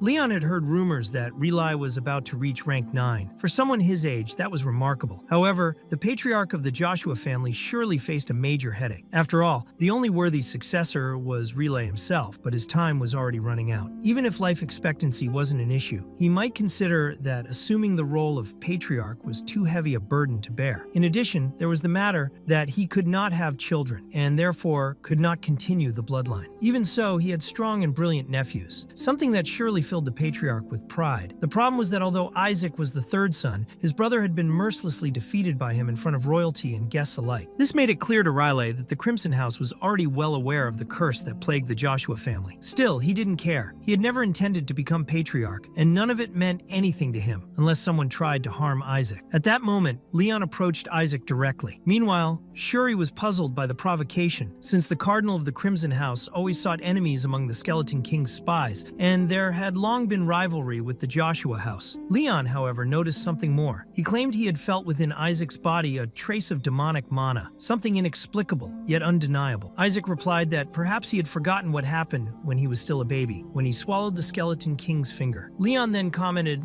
that he had expected more from the Joshua house, but admitted the young man had learned something impressive. He believed it would not end well, especially since Isaac had beaten his son Nigel in front of everyone as if it were a spectacle. Isaac, with irony, said that had only been a warm-up, and he could still put on an even bigger show at the Golden Pentagon. The atmosphere grew tense. All eyes turned to Kina, the successor of the Barrett family and guardian of the Golden Pentagon. Leon then asked what Isaac wanted in exchange for such boldness. The answer was straightforward. He wanted permission to see the demons who answered the Skeleton King's call, and for that, he needed the prison key. Leon refused, saying it wasn't even worth it, since Isaac and his team would vanish in the Golden Pentagon anyway. His words were not merely a refusal, but a veiled threat. Soon, a shocking revelation came. A mission had been issued in the Golden Pentagon, an S-rank expedition. Leon explained that such missions served to recover lost tasks in various regions of the Holy Empire. The fate of the Joshua family was sealed. They were to be sent to Kraziandia, the Arcane Empire, a demonic land notorious for ambushing priests whenever possible. The news left everyone horrified. Isaac, however, remained silent, deep in thought. When Goel delivered the news to Relay, he grew furious, declaring it a suicide mission and threatening to destroy the Holy See itself if the order was not cancelled. The Patriarch had said the same earlier. To Goel, it was clear that the Holy See wanted Isaac eliminated at any cost. Still, he promised to do everything to stop it, as he also didn't want Shuri to be sacrificed. But worse news soon followed. A knight of the Joshua family brought even darker tidings. The mission had already been accepted. Isaac himself, with an insane smile, had agreed to take part. Meanwhile, in the Dark Fields, the demon's territory, the demoness Ash was interrogating her subordinates. They had failed to kill Isaac, but chaos had already been unleashed. Moreover, they had managed to place a magical device on the Empire's barriers, which until then had been impenetrable. Even a fraction of the Skeleton King's power had been enough to corrupt the protection. One subordinate reported that during the mission, he had clearly sensed the presence of the Skeleton King inside a young man. Ash understood immediately. It was the boy who had swallowed a fragment of the Skeleton King, the very one now training to become a priest. They had been unable to touch him before, as he had been protected within his family's territory. But now, things had changed. He would finally leave and face the Golden Pentagon trial. The news of the mission spread quickly. Ash remarked that it would be the best opportunity to capture Isaac, and even said she wanted to taste the flavor of the Joshua children. The topic soon became the talk of the entire priest academy. The mission assigned to the Joshua family had been accepted. They were to be sent to the Arcane Empire on an S-rank task. To Shuri, it was clear that everyone believed they would die. No one trusted in their success. Worse, paladins and priests began to completely ignore them, meaning they would be in extreme danger as soon as they left the Holy Empire. Crossing the border would make them easy targets for demons and bandits. Isaac, however, thought everyone was ridiculous and wondered why no one would side with their team. To Shuri, the blame was entirely his. This was not just a difficult mission, it was suicide. Their companions began writing testaments and last words to their families, having completely lost hope. Isaac, silently, reflected reflected on how much the Crimson House's cardinal resorted to dirty tricks. If they refused the mission, they would be destroyed. If they accepted, they might die. But if they survived, no one would ever underestimate them again. To him, this mission into demon territory was almost a prize. It meant the chance to absorb all the mana available. Even so, Shuri reminded him there was still one possibility. They could choose a paladin to accompany them. At that moment, Count Malik appeared, lamenting. The first paladin had chosen to join the Golden Team, and he had even transferred his son to the same group. He regretted having placed him in the Joshua team, merely out of adherence to old traditions. Confident, Isaac replied that the Count was being short-sighted and would regret it when they returned victorious. While Shuri grumbled in Isaac's ear, Isaac wondered where those paladins had even come from. Soon, Shuri pressed him to make contracts quickly. Isaac spoke with the representatives and managed to strike a deal. He then announced that the Joshua family's team had chosen the fourth group of paladins. That decision pleased no one. Isaac himself considered the choice good news, since it meant the contract had been sealed with powerful warriors. But Shuri was outraged. The fourth group was known as the Pack Mules. They had never left the Holy Empire, and so humiliated, were used only as messengers. Despite possessing skills superior to the Royal Knights, they harbored deep hatred toward the clergy. The situation caught the Patriarch's attention, who appeared demanding an explanation. He was furious. Isaac, unflinching, said that if he had accepted another mission, it would have stained the honor of the Joshua family. The Patriarch confronted him, indignant at hearing about honor from Isaac of all people. The observer beside them remarked that it all sounded absurd, and Eli questioned how someone who used dark magic dared to speak of honor. Although he had once reserved a place of trust in his heart for Isaac, he could no longer believe him. Even so, Isaac declared that he hated the Skeleton King and wished to kill him more than anything else. He reminded them that he had lost his parents to the curse laid by that monster, and that House Joshua had always fought against this threat. He claimed he could barely sleep at night because of the humiliation. Eli, suspicious, thought it was a lie. But then Isaac spoke firmly. He said he would destroy the false Skeleton King, and that he was using the true king's power only to investigate and defeat the imposter. The observer judged him completely insane. However, Isaac insisted he needed to protect the house, for one day he would inherit it. If they gave up on honor, the only thing still sustaining their family, House Joshua would fall into misery until it disappeared from history. Moved, Eli said he had always believed Isaac didn't need to sacrifice his life for the house, but he admitted that, after all, Isaac was a Joshua. He could fail the mission as long as he returned alive with his companions. And if he managed to return safely, he would officially declare Isaac his successor. Isaac's gratitude was immense. Days later, on the outskirts of the capital, he was leading his group. The goal was to meet the knights in that city. Shuri reminded everyone that they must do everything possible to return home alive. The observer, alert, informed Isaac that he had researched the demons active 14 years ago. Nearby, there was a demon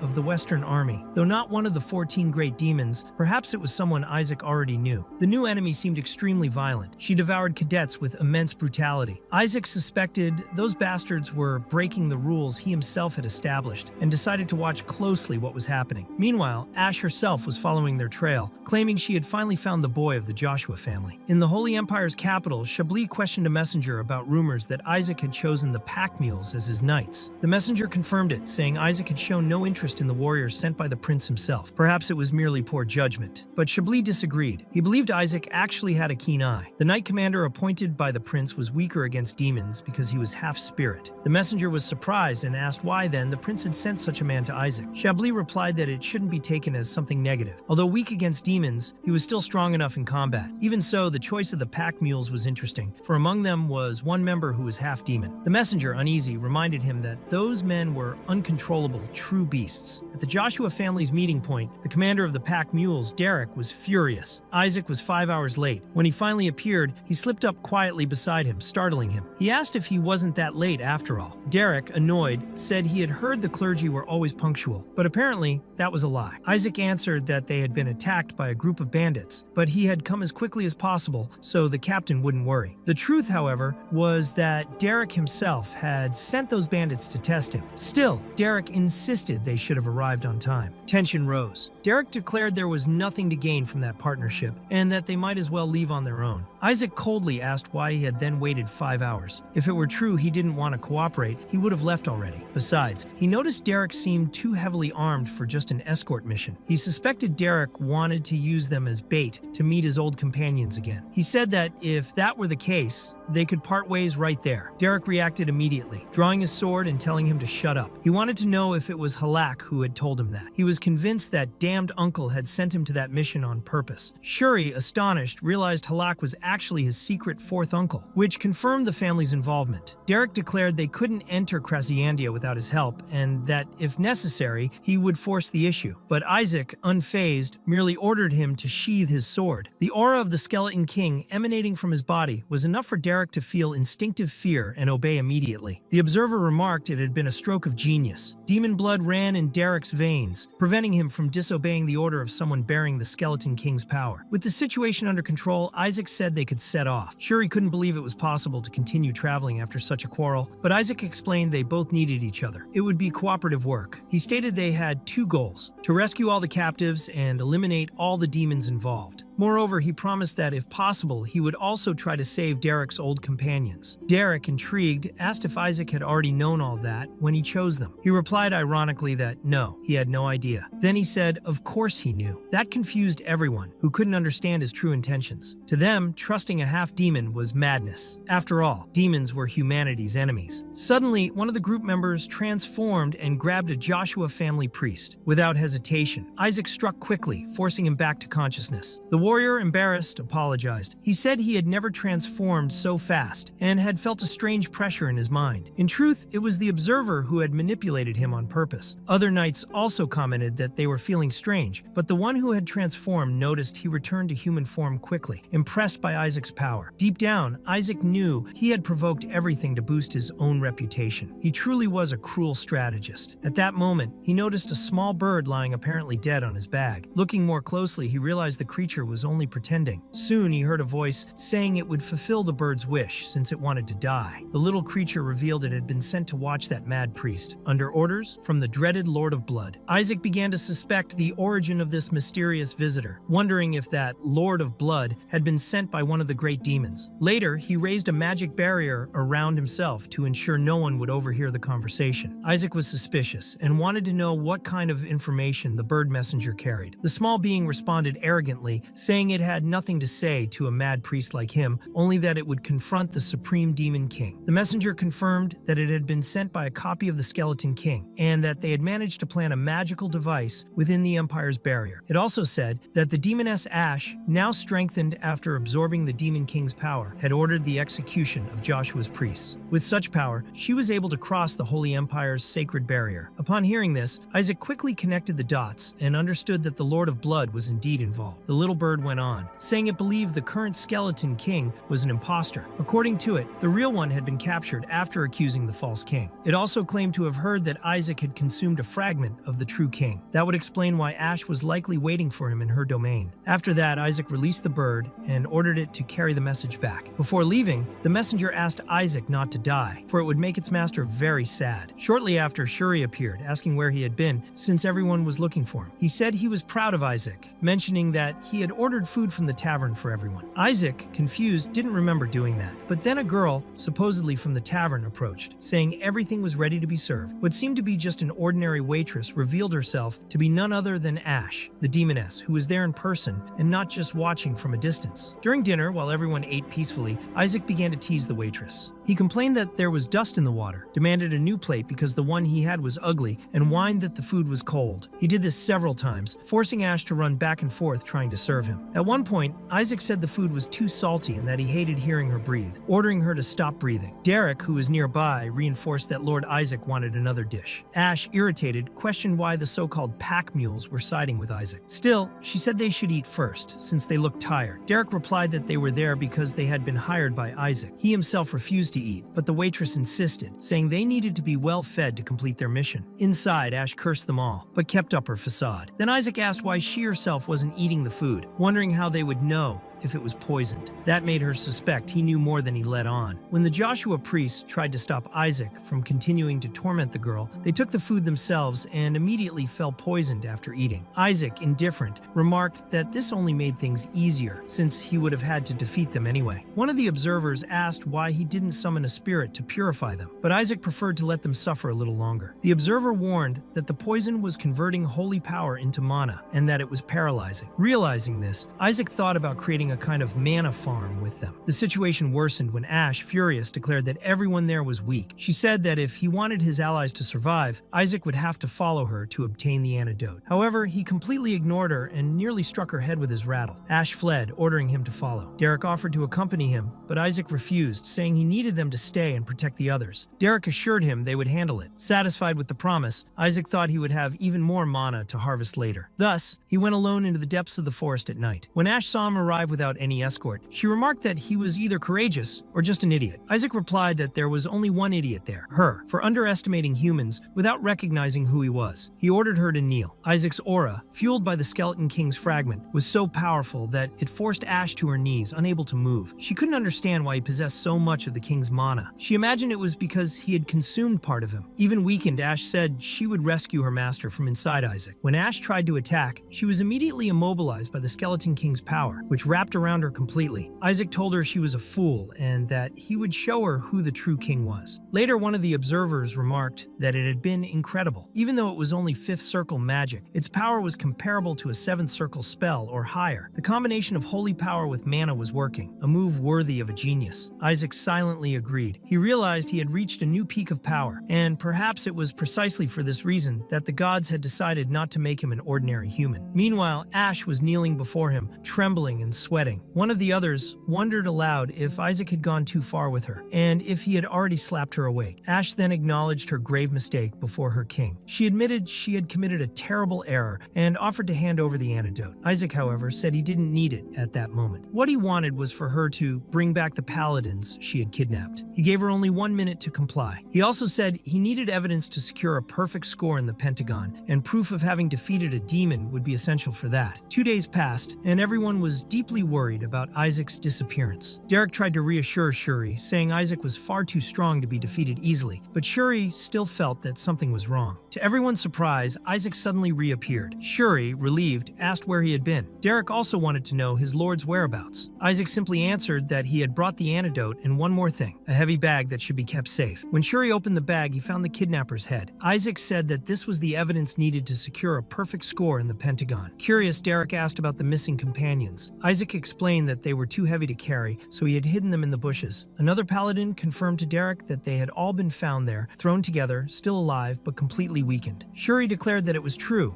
Isaac had gone there, saved everyone, and even killed the demon. He asked if Isaac had faced everything alone, especially since he had gone to the land of the mages. Derek commented that it made no sense at all, but Isaac explained that it was better for everyone to believe that version. He said that once the mages learned of the mission, they had planned to kidnap the priests and later pretend they had rescued them from demons, trying to bargain with the Holy Empire. The woman who had drugged them was actually a mage. She wanted to deliver them to the Arcane Empire. Since possessing divine power, they were far too valuable. Isaac said she gave up on the plan after he threatened to report everything to the Holy See, and that even the mere mention of the Pope was enough to terrify her. He went on talking a lot, then asked if no one believed him. Shuri replied that nobody cared about the details. What mattered was that everything had worked out in the end. Derek said he believed him, but Shuri insisted that Isaac's actions were still irresponsible. Something bad could have happened. Isaac, in turn, said that he had done everything for his people. If everyone had gone into direct conflict with the mages and demons, the number of victims would have been much higher. As a guardian of peace, he could not allow that. Derek said that he truly was a man of faith. Shuri commented that at least Isaac had returned safely. Many thought that he too had been kidnapped, especially after the appearance of the mages. Isaac then mocked, saying that mages concerned about priests was hard to believe. But soon a mage appeared and said that was a bit rude. He explained that yes, they had been worried that demons might have captured Isaac. He distrusted their intentions and thought the mages were only there because of the mana core. The mage commented that a report had indicated the presence of a demon nearby, but Isaac said he had not seen any. The mage insisted he had sensed a mana core in the area. Isaac said it must have belonged to someone in their own group. He also remarked that demons weren't that common, and a novice priest like him wouldn't stand a chance against one. The mage agreed, saying that a novice truly wouldn't survive an encounter with a demon. Still, the presence of that core made no sense. He mentioned that Halak had confirmed the existence of a demon. Shuri found that curious, since that was the name of his fourth uncle. He said it might just be a coincidence. Isaac then said he was going to rest a little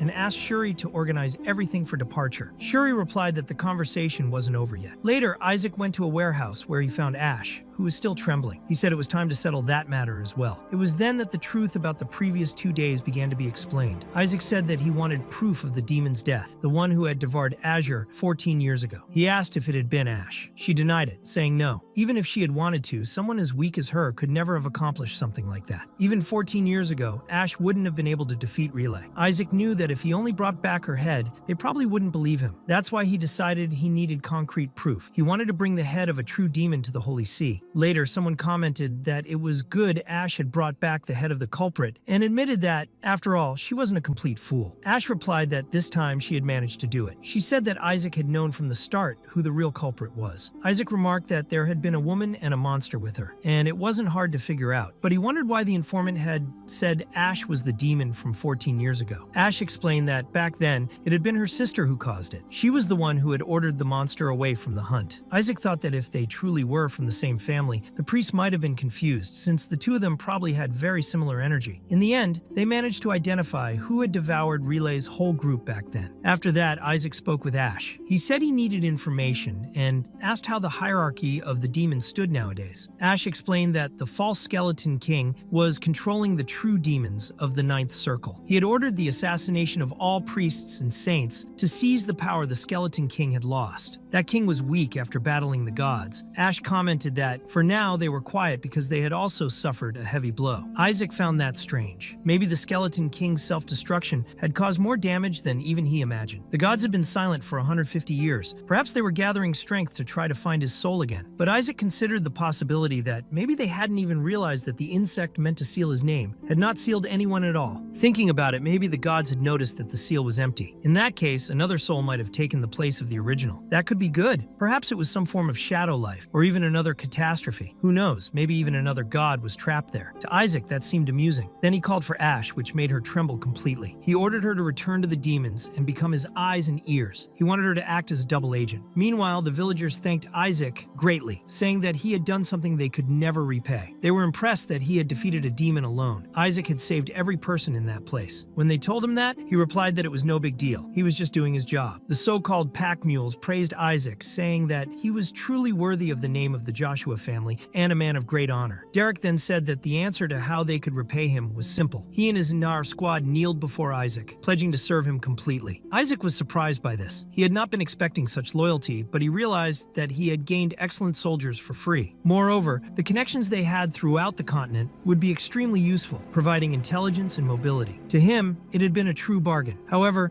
there was a child among them, and Isaac had no idea who he was. Derek then asked if Isaac knew the boy's identity. In truth, it would have been surprising if he did. The boy introduced himself as Hyberius, the youngest prince of the Arcane Empire, and thanked Isaac for saving his homeland. Isaac was shocked to learn this. He then realized that the mages of the Arcane Empire had probably only helped because one of the kidnapped had been the prince himself. Hyberius commented that he had always thought the people of the Holy Empire were arrogant, but that someone like Isaac, who had saved his life, had proven to be far more honorable and refined than anyone from the Holy See. To him, Isaac was truly worthy of gratitude. Isaac then asked if the prince could help him with a favor. Meanwhile, Hooray Barrett was informed that Joshua's team had already headed toward Cassandra. They said they had not been able to follow them for long because of the mages, but they were certain the group had entered the mission area. Hooray was surprised. He had not expected the pack mules to take Isaac that far, but the messenger explained that, in truth, Isaac had gone alone into enemy territory. Hooray then concluded that Isaac had probably failed to tame the pack mules and had given up on trying. He said there was no chance of him completing that mission, and that the possibility of any of the group members returning was minimal. At the same time, Hooray knew that one of the Joshua brothers had promised to amuse himself greatly if the priests entered his territory. Surely he had used the mages to eliminate them. But the messenger asked if Hooray Barrett didn't think the crowned prince could help Isaac. It seemed that the prince was truly interested in the boy, but Hooray replied that, for the moment, he didn't have enough resources for that. Cassandra was a contested area between the two empires, a territory in constant conflict between the Holy Empire and the Arcane Empire. Any wrong move within that region could trigger a serious incident. That was why the prince could not intervene directly. family. Hooray remarked that he could already imagine the shame the Joshua family must have been feeling at that moment. And Isaac, in turn, thought the very same thing, that Hooray must be laughing inwardly at their fallen reputation. That was why he decided it was time to make a masterstroke and turn the tables. Isaac then decided to present his secret weapon before the Holy See, the crown prince of the Arcane Empire himself. Everyone was shocked. Shuri could not believe what he was seeing and wondered what that lunatic was doing. Who, in their right mind, would present the prince of an enemy nation in such a way? Hiberius explained that this was precisely why he would hide his identity. Even so, Shuri was still suspicious and asked if Isaac had not kidnapped the prince. But Hiberius replied naturally that, of course, he had not been kidnapped. Isaac added that the Holy See was now in trouble. After all, not only had they rescued the kidnapped paladins, but now the prince also owed them a life debt. This was the first rule of politics, according to Isaac. Always make your opponent owe you something. By saving the prince of the Arcane Empire, they had secured an invaluable trump card. Shuri was uncomfortable with the direction of the conversation and thought such things should not be said in front of the prince himself. But Hiberius simply praised Isaac, saying that he was a brilliant strategist. It was then that Shuri realized the two of them were insane. Two madmen talking and plotting together. Shuri then asked if Isaac wanted to use the prince's rescue to make a triumphant entrance and gain recognition. But Isaac replied that it was not yet time to make anything public. That was exactly why he had called that meeting. He was certain that the Golden Faith had prepared traps to sabotage the mission from the very beginning. And he knew very well what would happen if the prince fell into one of those traps. It would be chaos. Hiberius enthusiastically commented that Isaac was so incredible that he himself would jump into the fire if ordered to. And Isaac concluded by saying that now was the time to bring down those traitors of the Golden Faith. Hey guys, if you're enjoying this, don't forget to smash that like button and subscribe to the channel so you never miss the next video. Let's hit that goal together.